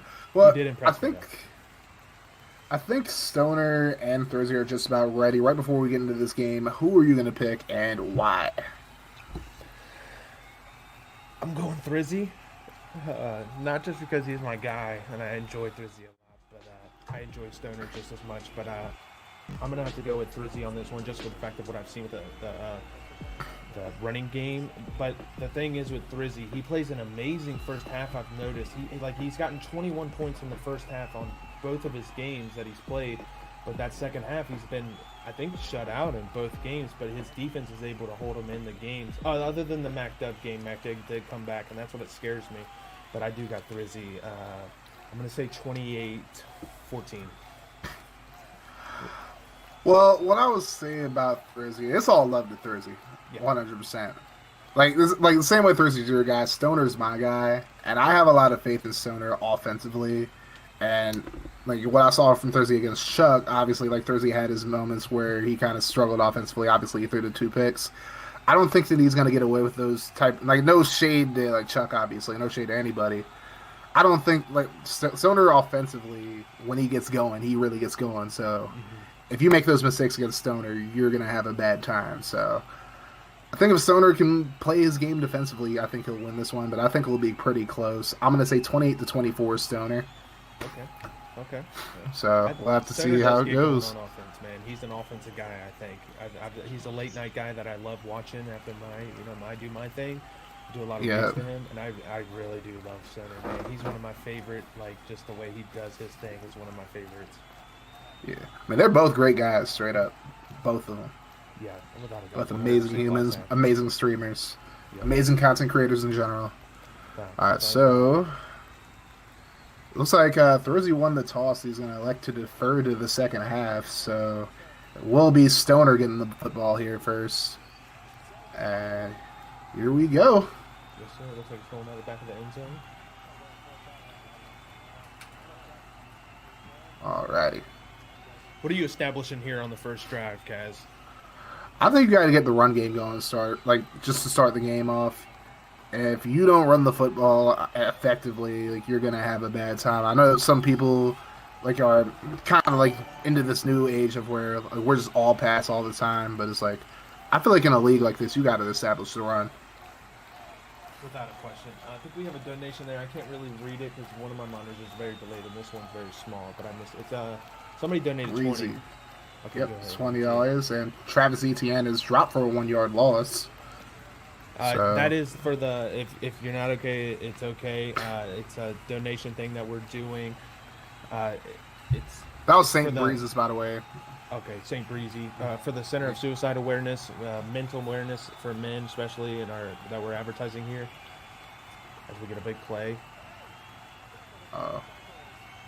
But yeah, we got it for men awareness. We have 100,000 discords in this thing. If you ever need help with anything, if you ever need to talk about anything, it's okay to talk about it.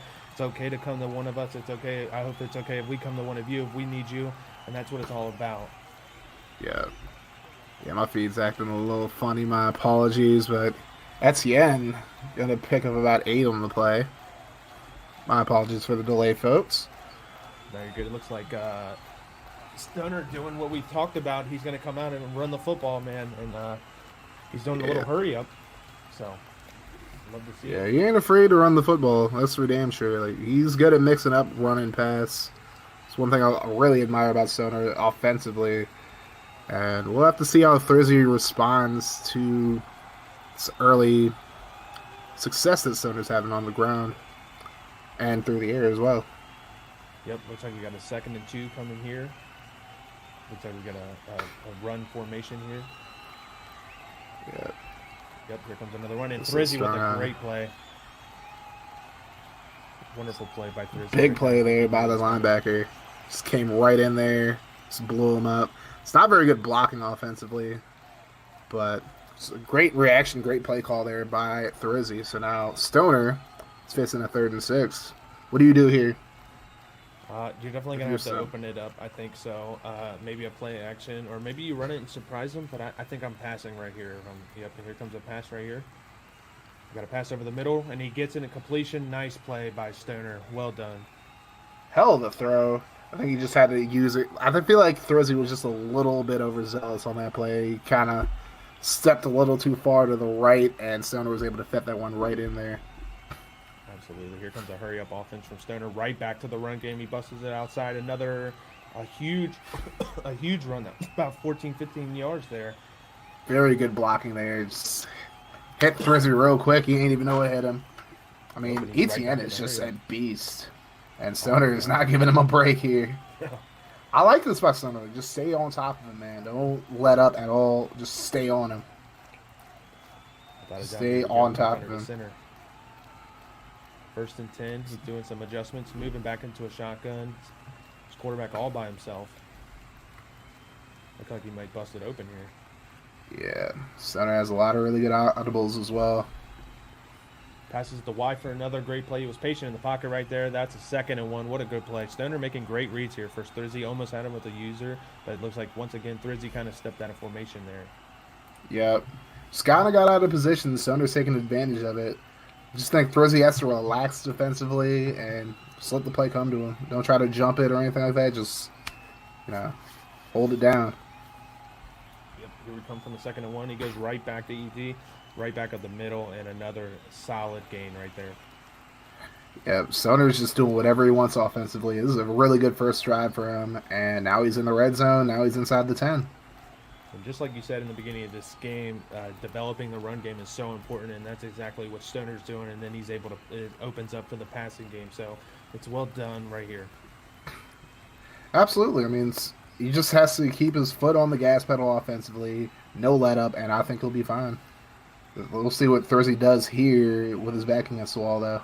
Rolls out to the left. He's getting kind of cornered, and Thrizzy does guard that roll out to the left. Well done by Thrizzy there. It's still 2nd and 8. He gained 2 yards, and 2nd and 8 on the goal line here. Yeah, very good defensive play there by Thrizzy. I feel like Stoner probably should have done something with a little more action towards the left if he was going to roll to the left like that. But overall, good defense there by Thrizzy. Yep, and here we go from the 2nd and 8. Thrizzy with 3 down linemen. Looks like he's doing a lot of adjustments to his secondary. Stoner does a read option, and it is absolutely stomped by Miami Hurricane defense right there. Yeah. And it looks like Thrizzy is playing the running back. I mean, that was a pretty good it was a good defensive play regardless overall, but it just looks like he's playing against the quarterback. It's interesting. I mean, usually I'm more of a guy who plays the quarterback in that situation instead of the running back, but looks like he was going with the running back the whole way and just had a linebacker right there in the right position. And here we go for a 3rd and 11. Or that's a what? 3rd and 11. Drops back. He jumps it off to his running back and absolutely stopped again by Thrizzy. Well done in the goal line. He boxed him up here. He figured it out quickly. Hell of a job by Thrizzy to just hold it down. Don't get too upset about giving up all the yards on the drive. Just hold it down, holding the 3, and you're good to go. Yeah, I think that's what we call a bend, but don't break in this league right there. Well done by Thrizzy to Yes, make his sir. adjustments. And Excellent job. looks like Stoner will be on the board first with 3 points. Clemson, what's your ideas on that first drive here from Stoner and Thrizzy? Very good first drive, play call wise by Stoner. Thrizzy was kind of on his heels the entire drive, but he was able to hold him up once he got inside the 10, and it was a great job. And I just peeped that was DJ Uyangalele or whatever, however you say his name, who was in the game on that screen pass. So Trevor Lawrence might be hurt for Stoner. We'll have to see how that develops. Bunch of that's juice moves from Thrizzy right there. big return. Not a huge return, but he got to the 25, so that's a pretty good return overall. Almost broke that one. All right, you're Thrizzy. You just let Stoner drive down the field, but you only gave up 3 points. How important is to keep your composure and make your stop right here? And your first drive is Thrizzy. Well, it's been alluded to a lot, my game against D's, of course. So you just got to stick to the plan, no matter how bad it might. I mean, obviously, a 3-point game is not bad at all. And there he gets a big run for the first down by D-Bug Nasty, 12 yards on the read option. But yeah, you just got to stick to the plan. That's all you can do. Don't get too flustered. Don't get too upset. Stick to the plan. You'll be fine. Absolutely. He comes out here on this first and down, avoids a sack and throws it away. Well done. It looks like Stoner brought out some blitz and didn't give Thrizzy any time right there to even look it down the field. Yeah, Thrizzy might have had a few guys with the pressure there. Just didn't really give him any time to make any reads, so he just had to get that one away. So good defense there by Stoner. Absolutely. We're coming out here in a 2nd and 10. Looks like we got a little triple option going here. Yep, triple option. And I mean, he loves running the option. Yeah, I did notice that his first few weeks. Yep. Good job by Stoner staying there. I feel like Thrizzy had the receiver that was the jet motion guy there. Like he could have pitched it out to him, but obviously you don't want to risk that in that situation. So he just got what he could there. Big 3rd and 10 now. Absolutely. It looks like both guys have quarterback contain on, I think, as of right now. Yeah, that's smart. Out at 3rd and 10. So I like this play here that Thrizzy has developed. We'll have to see how Stoner holds it here, but I like this play at very least. We'll see how it goes for him though. Little pressure and another D line for Stoner gamer. Stoner. Stoner comes out and makes a good play defense there. Hell of a job by the defensive line to get after greatness there, and greatness over 2. So yeah, I think it's too early to go for it here. So I like the decision by Thrizzy to go ahead and punt this football. Yeah, it's a 3-point game. You don't want to risk anything, so you might as well just punt it away and just get a stop defensively. You already got 1. You gave up 3, but you can hold them again. Yeah, great punt from Thrizzy right there. I tell you what, the G12 is top level punting. Yeah. I don't know what Stoner was doing there. He didn't have his punt return out there, so he had to move a guy back there. But I feel like he was just making sure there was no going for it on 4th down. Yeah. Yeah. Well, everybody, Stoner is here to play, shocking people again, man. Here we go. He rolls out another. Ooh, knocked out there. Well, it's good to see that Lawrence is still here, but you can't take hits like that. Yeah, But Lawrence got laid. yeah, and the receiver got laid out as well. Yeah, he did. That was just both guys got freaking wrecked there. We got 2nd and 10 coming out here. Looks like Stoner is trying going a little bit deeper in the playbook. He comes right out here in a run game.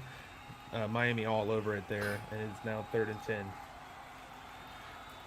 Yeah, just good defense there by Thrizzy. Just wrapping him up and not letting him get a whole lot. So now Stoner's in a 3rd and 10 situation.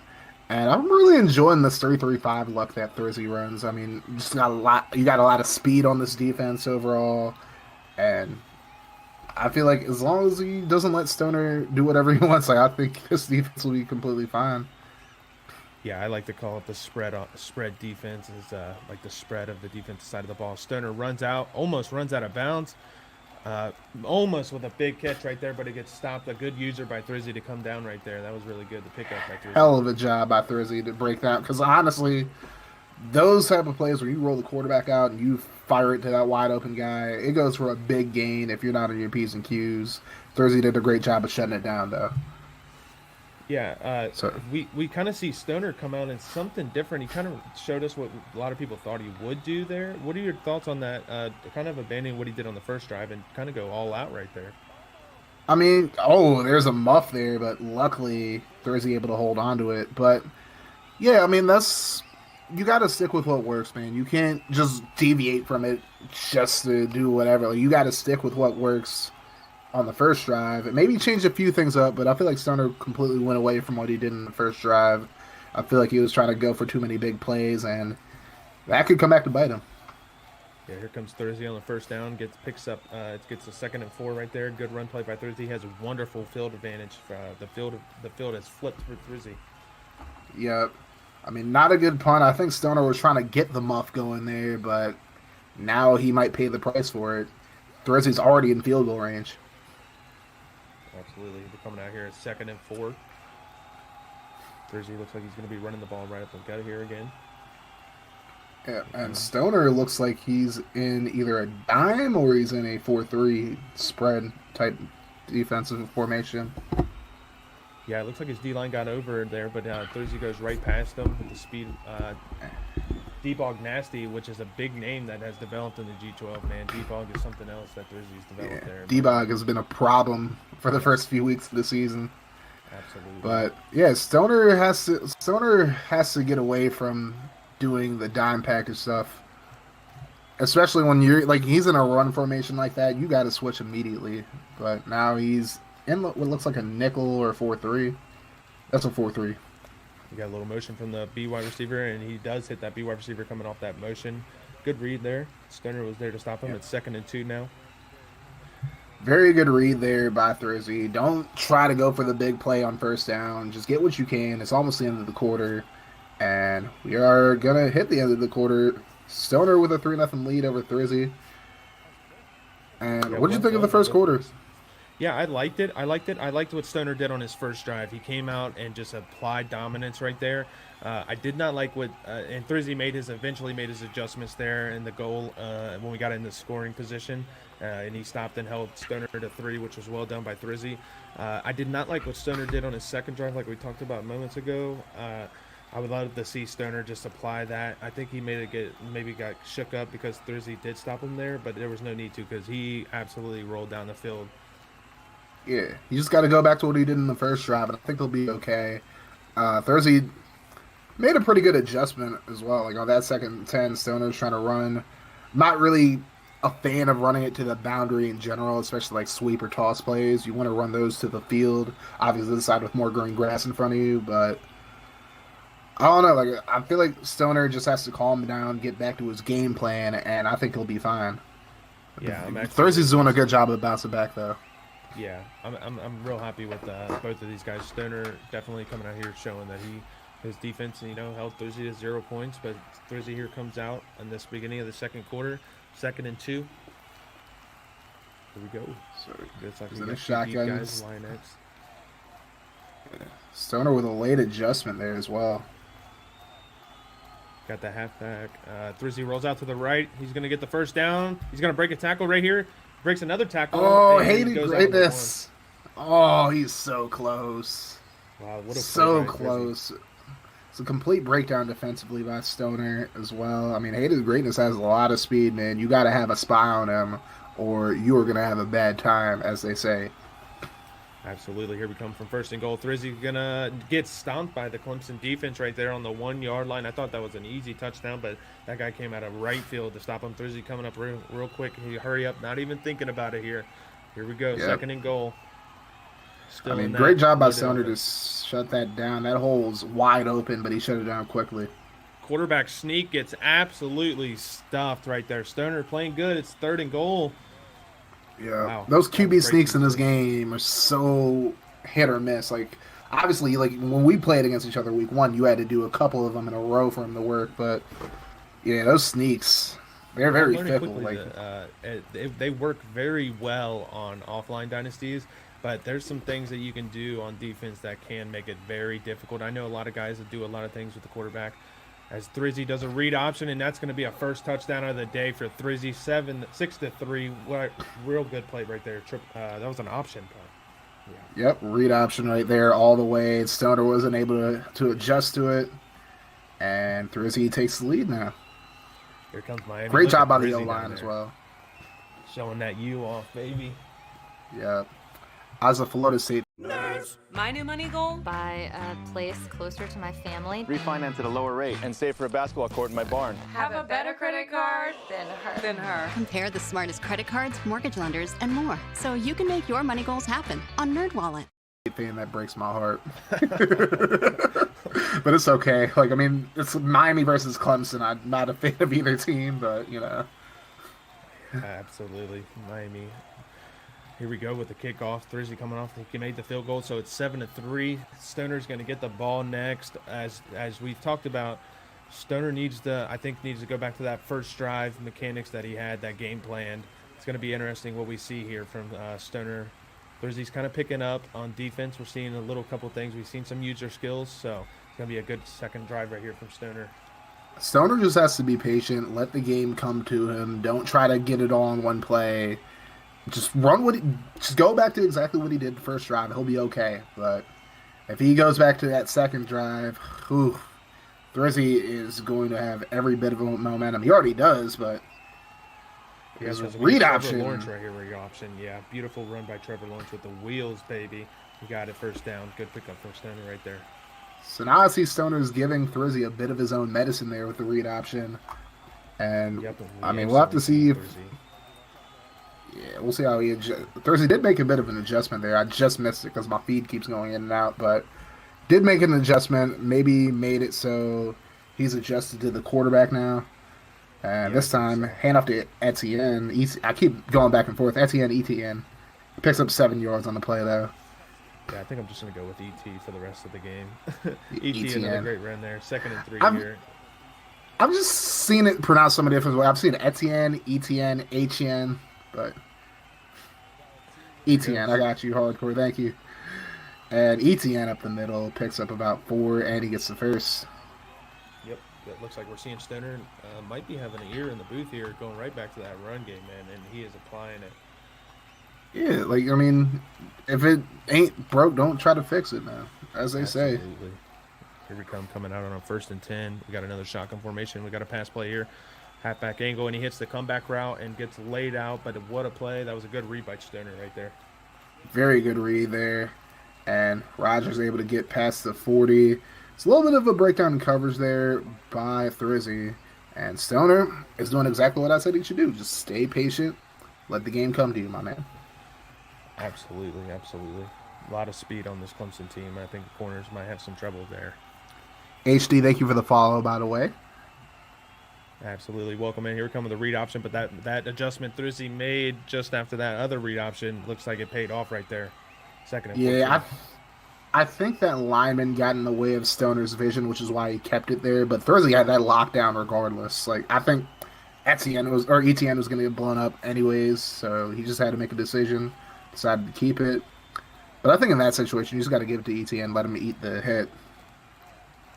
Ooh, and we see Stoner kind of hit back to what he's known for there, and it almost gets picked off right there by the Miami Hurricanes. He has to stay patient. Like, I know you just lost 4, but that doesn't mean go straight for the jugular, man. I feel like something underneath would have been a little bit better in that situation. Yeah. Got very lucky there. Yeah, 3rd and 14 coming out here with Stoner. Got a halfback angle. He's staying in the pocket this time. He hits a guy, almost has him, but Thrizzy stops him right here. Oh, he just missed him. That would have been a first down. Oh my goodness, he missed him. So what does Stoner do here? I mean, you're at the 40. It's 4th and 14. I would punt this, honestly. I'm not a fan of going for it in this situation. It looks like Stoner's going to punt. Could run a fake, and I think Thrizzy's going to get ready for a fake here as he stays in his 3-3-5 defense.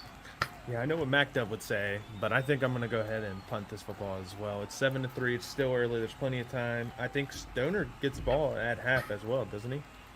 Yeah, no, actually, Thursday gets the ball first. Okay, Thursday gets Thursday the ball. won the there's toss 4 minutes left. Yeah. I liked it. So, Thursday's in a good situation here. I mean, if he can get points quickly, we could be looking at a 2-for-1 situation. Like, we can score in, like, the next 2 minutes or so. Like, I think he's in a good position. But here's a little jet sweep action. We've seen a lot of jet that sweeps was a from, nice action. I've seen a lot of jet sweeps from Thrizzy in the week 1. I think I've seen Jet sweep is pretty well used, a little bit more than all falling dynasties, I felt like. And that's a good play by coming out here, 2nd and 1. Hurry up offense, does a handoff to the running back right there, and he gets a 3rd and 2. Sorry, it was 2nd and 7. Good run by D-Log there. And honestly, I just think both of these guys should just stick with the run game. Don't give up on it. And, you don't got to try to get it all in one play. That's Stoner's big problem offensively right now. And, Thursday's doing a better job just taking what's there for him, taking what the defense gives him. And this is a big 3rd and 2 here. Can Stoner get a stop? We'll have to see. Right up the gut with D-Bog. What a guy. That was a easy. beautiful run. Easy. Good play call there by Thursday. I like the little misdirection he had there. And he was able to go to the weak side and get the first. And Stoner didn't really hit him. That misdirection in these G12 games, man, I tell you what, they're very used, and they're used greatly. I know Yofi tends to do that misdirection out of the shotgun as well. It's Thrizzy does it too, so well done. Here we go, coming from 1st and 10, another motion play. Coming in a pass play here. Dumps it. Oh, no, Stoner gets him with a sack right there. A big play from Stoner's defense. That is huge for Stoner. I mean, a 2nd and 17 with this much time left, that could be demoralizing to Thrizzy. But we'll see how he responds now. He had wide open, too. Yeah, for the whole time. That was crazy. But it looks like he's going to come out with a read option here. Gets absolutely stumped by that Clemson defense. 3rd and 21 now? Wow. Stoner defense made 2 great plays here. I can see why he was trying to go to the read option. Obviously, it's quick. It'll give you a few yards, make 3rd down a little less harsh. But Stoner just played it perfectly. Yeah, here we go. 3rd and 21. It's going to have to be. Do you try to just get yards and maybe punt it off? Do you got a long play that you tend to go to? Yeah, I mean, I usually go, he got a big first down. Good defense, but it's a flag on the play. Oh, no. And that is going to be a holding call, I believe. No, roughing the passer, actually. Oh, my God. Yeah, I just saw Stoner dive, really, really early on. He dove, right after he threw it, so. Huge must have taken up hated greatness there. It's just he would have had the first regardless, but that's just a big mistake there by Stoner. I think he just got really overzealous going for the sack, and he ended up getting called for the penalty there. As we come out in that triple option, and there's just a little bit too much speed right there on that Clemson defense for that triple option. He made the right read, I think, right there, but just Clemson's defense is just real good on that. Yeah, great job by Stoner to bounce back. Obviously, he gave up a big play, had a big penalty on top of it. It's easy to get down on yourself in those situations, but he did a pretty good job of, holding it down. We'll have to see what he does on these next 2 downs. As we come out here, 2nd and 11. He rolls out to the right. Thrizzy with hated greatness, busts it out. He's wig-wagging. Oh, good play right there from Thrizzy. Picks up a bunch of yards. Yeah, again, Stoner has to do something to keep him in the pocket. I don't know if you got to put a spy on him. I don't know if you just have your ends do QB contain, but you got to stop this at this point. You got to find a way to shut him down. His hated greatness is going to eat him all day if he continues this. Yeah, other than that big 3rd and 21 play, the 2 times I think hated greatness has got outside of the pocket has absolutely killed him, as he gets another big play for Stoner's defense right here on that halfback to the outside. I think Thrizzy has done so much better with attacking that middle. I don't think he has enough speed to get outside on this Clemson defense. Yeah, Clemson's defense is just way too fast and just way too aware of what Thrizzy's doing on these jet sweeps, some of these read options as well. But we'll have to see what he does in the 2nd and 10. Last 2nd and 10, he got a big gain with greatness. Breaks a tackle, gets all the way down to about the 5-yard line. Great misdirection. That spin move, though. Yeah. Man, Thrizzy thinks he's me now. D-Bug Nasty is for sure nasty without a question, man. He has made a name for himself in this G12. And this is excellent clock management by Thrizzy, by the way. John D. Rob just made that point. I mean, Stoner's going to have a minute to do something. And Thrizzy goes back to this outside run. I just don't. Sometimes you might have to abandon this play because that Clemson D once again just stumps that. I think Thrizzy just got way too thirsty looking for the touchdown there because he ran his guy back, trying to get D-Rob to the corner, and that just bit him right in the butt. Good job by Stoner, though. Yeah, I've seen that a lot in Madden, that running away from the defender thing. Is that a thing in Madden? I know you play a lot of Madden, and I've seen a lot of things like that where they run away. You can get away with it in Ultimate Team, but not so much in like offline franchise if you're playing Sim. Like if you're playing competitive, then like you can get away with it. Oh, pass interference. He missed a big play there. His own teammate. Yeah, his own teammate ran right into him. Oof. But now a big 3rd and goal. I mean, you got to do something to the end zone here. Yeah, I think he should just ate the ball there. Now he's kind of put himself in a situation where he has to get it all in one play now. Here we go, 3rd and goal. Thrizzy makes a throw, and wide open in the corner of the end zone. Big touchdown by Thrizzy on his 3rd and goal. Wow, what a play right there. Frog drives car right in the corner. With the Dilford Dimer, baby. Love to see it. Big touchdown. 14 points for Thrizzy and Clemson. If you're Stoner, what's in your mind right now, Kaz? What are you thinking? I got to get into the end zone right now. Like in these 52 seconds, Stoner has to score now. Thrizzy gets the ball at the halves, and if Stoner does not get points on it, even a field goal would do something. But I mean, obviously, I'm thinking touchdown on these 52 seconds. Because if you don't score and Thrizzy gets the ball back, you might be out of this game early in the 3rd. Oh, yeah. With 50 seconds, you got 2 timeouts. If you're Stoner, you must get points right here. You got to get a points before halftime, before Thrizzy. It's a nitty-gritty 14-3, but if you're Stoner, you must get points here. Got to get something going. He's doing great. It's just he's making a few things that he abandons what's getting him to where he's like – getting down the field and then abandons, and that's what's kind of hurting him. As he comes out here on 1st and 10, rolls out to the right, makes a deep, dangerous – oh, and he caught it up to the 47-yard line. What a play. What a catch right there. So I'm going to go back into my bag of cliches with that one and say sometimes it's better to be lucky than good, because I don't know what Stoner's thinking there. Oh, my God. There's still plenty of time. You don't have to take a shot there, but – it worked. I can't really say a whole lot negative about it, but I think bails out to the left right here, 1st and 10. Avoids the sack, makes a dimer throw to E.T. I think that's who that was. Another huge play. I'm going to start calling this the stoner play, man. This play he does is absolutely insane. Oh. So, a good friend, my boy Blackjack has a saying, when you yeet, you win. And I think Stoner must have talked to Blackjack before this game, because I mean, he's just yeeting now. He's trying to get down the field with a quickness. Vertical Purse, thank you for the follow. I appreciate you. Well, we appreciate you at G12. My apologies.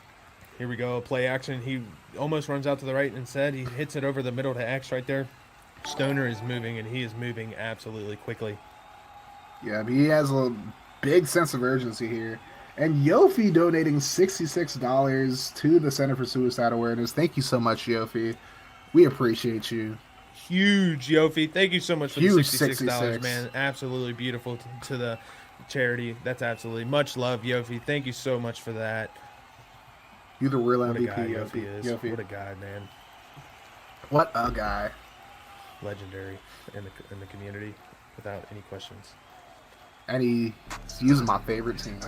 Big touchdown coming from Stoner over the middle, and he does get in. Wow, a big play from Clemson. I mean, what a freaking drive from Stoner. Has some of his Stoner special plays in this drive, and then he comes down, hits it over the middle, right over the middle linebacker. Touchdown, Stoner for 14-10. That linebacker didn't even move. If I'm Thursday, I'm furious. And Stoner going for two. Oh, my.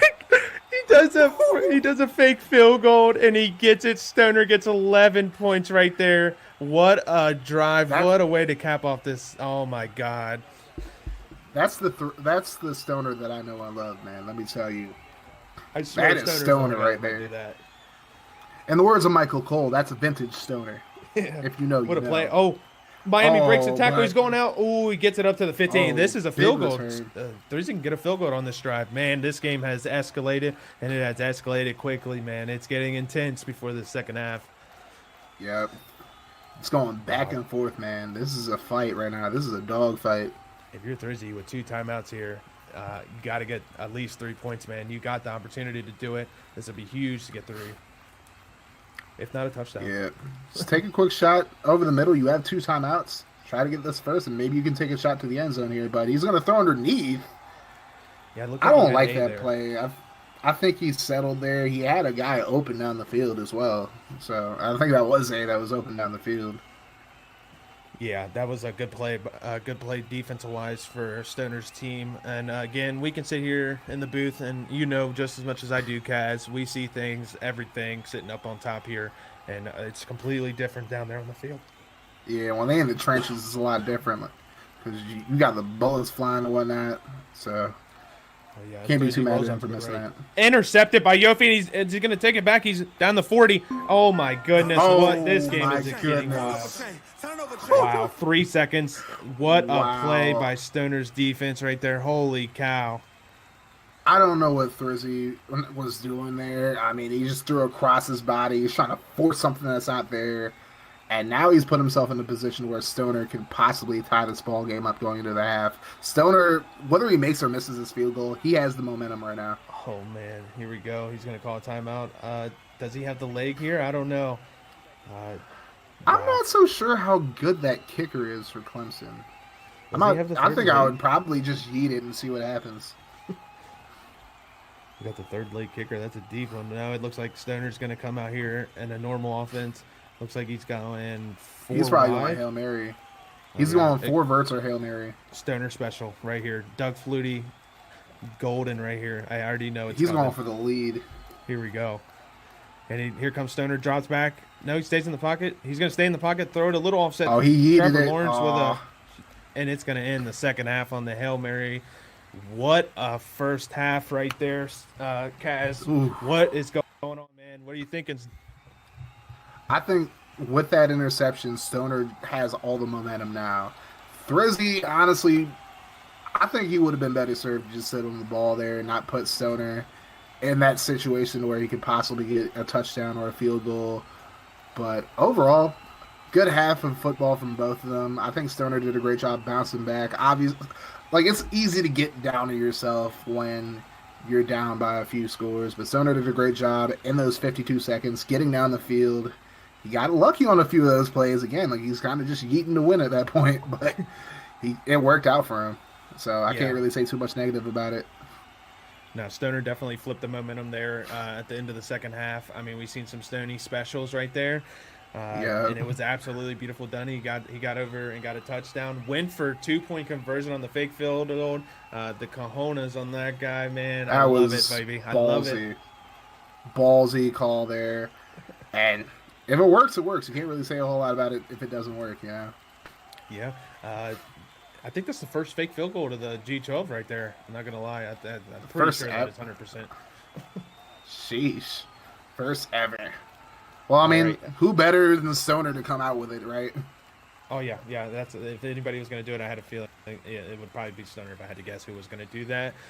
Going into the second half, what adjustments do you think you need to see from both guys right here?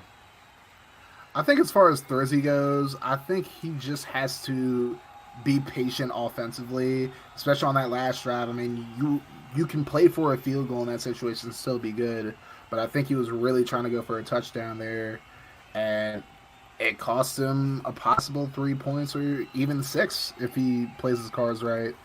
But I think offensively, Thrizzy just has to play his game, just relax. You have the lead right now. You're getting the ball in the second half. You can go up by 2 scores. Play it smart. Don't get too overzealous, and you'll be okay. I feel like Stoner on the other side, you just got to go back to he just has to go back to what happened on that first drive. Obviously, he got down the field quickly on those Hail Marys when he was throwing near the end of the half. But that luck will only get you so far, and that's not something that you want to live and die by. So just go back to what you did the first drive, run the football, and if you got to dink and dunk, just take shots if they're there. Don't try to force anything. And I think Stoner has a good chance to come back into this football game. This game is far from over, guys. Oh, without a doubt. As we've seen in this end of the second half there, I think Thrizzy does. Thrizzy, this is what I kind of talked about with Thrizzy, and this is no shot. I have noticed that when he played Mac and then he played his last week game, this is what I was talking about. When Thrizzy can high fly, man, he really can. It's just he gets into that thing where he kind of gets maybe not really boxed up, but he makes a few plays that can change the whole, the rest of the half or the rest of the game.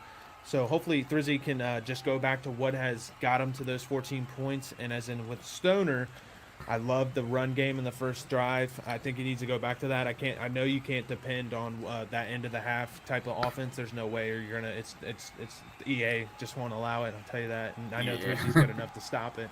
So Stoner needs to, when he gets the ball. I know Thrizzy gets ball here. Thrizzy needs to develop that run game. I think he needs to stop going outside because that Clemson defense is way too fast. He's attacked the middle and he's done successfully attacked the middle, and I think he needs to go back there. Yeah, I mean, going to your point, first drive, I'm running up the middle. I'm going dives. I'm going draw plays. Worst case scenario, I'm going power O or something like that. But, all the sweeps, all the stretches, they got to be thrown out now. Clemson's defense is too fast. You go up the middle, you're negating their speed. And I think we're back with the second half now. Is Clemson going to punt it or kick it away now? I believe Thrizzy can figure it out and get and develop this offense. I don't think it's, like you said, this game's a lot of time left and it's just starting as Miami comes up. And he's going to start off with the ball here. Yeah, pretty good return, too, up to about the 25, it looks like. I think he's trying to take a page out of the hardcore playbook. As we look at Thrizzy's next opponents, he's going to be playing me week 4 at Cincinnati, and then he's got Rocky Top. Then he's got Hardcore's Penn State, D's Diabetes, and then he's got you. I mean, that does not get easy at all. That's some of the top of the line right there. Yes, sir. But yeah, I mean, you got to be looking. I know, obviously you're commentating this game, but I know you're scouting a little bit as well, just watching what he's doing. Stoner's going to come up with a big sack right there. Another defensive play that's going to drop Thrizzy back deep right here. Wow, what a play by Stoner's defense again. Great play defensively by Stoner. I mean, everybody was covered there, but Thrizzy I think he's just trying to press too much. You just got to stick with the run, man. You're putting yourself in a hole here on 2nd and 20. As we come out here in a read option, and it looks like he's going to pick up nothing. 3rd and 20. This is not the way we would have loved to see Thrizzy come out here. It almost kind of looks like Thrizzy, we've seen Thrizzy. I don't think I've seen too much of Thrizzy do this, but it kind of looks like Thrizzy's taken a little page of Stoner's book with kind of the way when he does passes, he kind of abandons the pocket a little early. Yeah, he really is just running away. I mean, I do it a little bit too. I think that's kind of a thing all three of us do. But I mean, you got to stay in the pocket and just have faith in greatness. Because his name is greatness for a reason. Yeah, he just missed him. Just missed him there. I think without a doubt you punt here, right? Yeah, without no question. You're basically, if you go for it, you're gift wrapping field position to Stoner. But I think I would have seen hated greatness run there. Honestly, that was me. I just did not like the play calling there by Thrizzy. Great job by Stoner defensively, but I really, really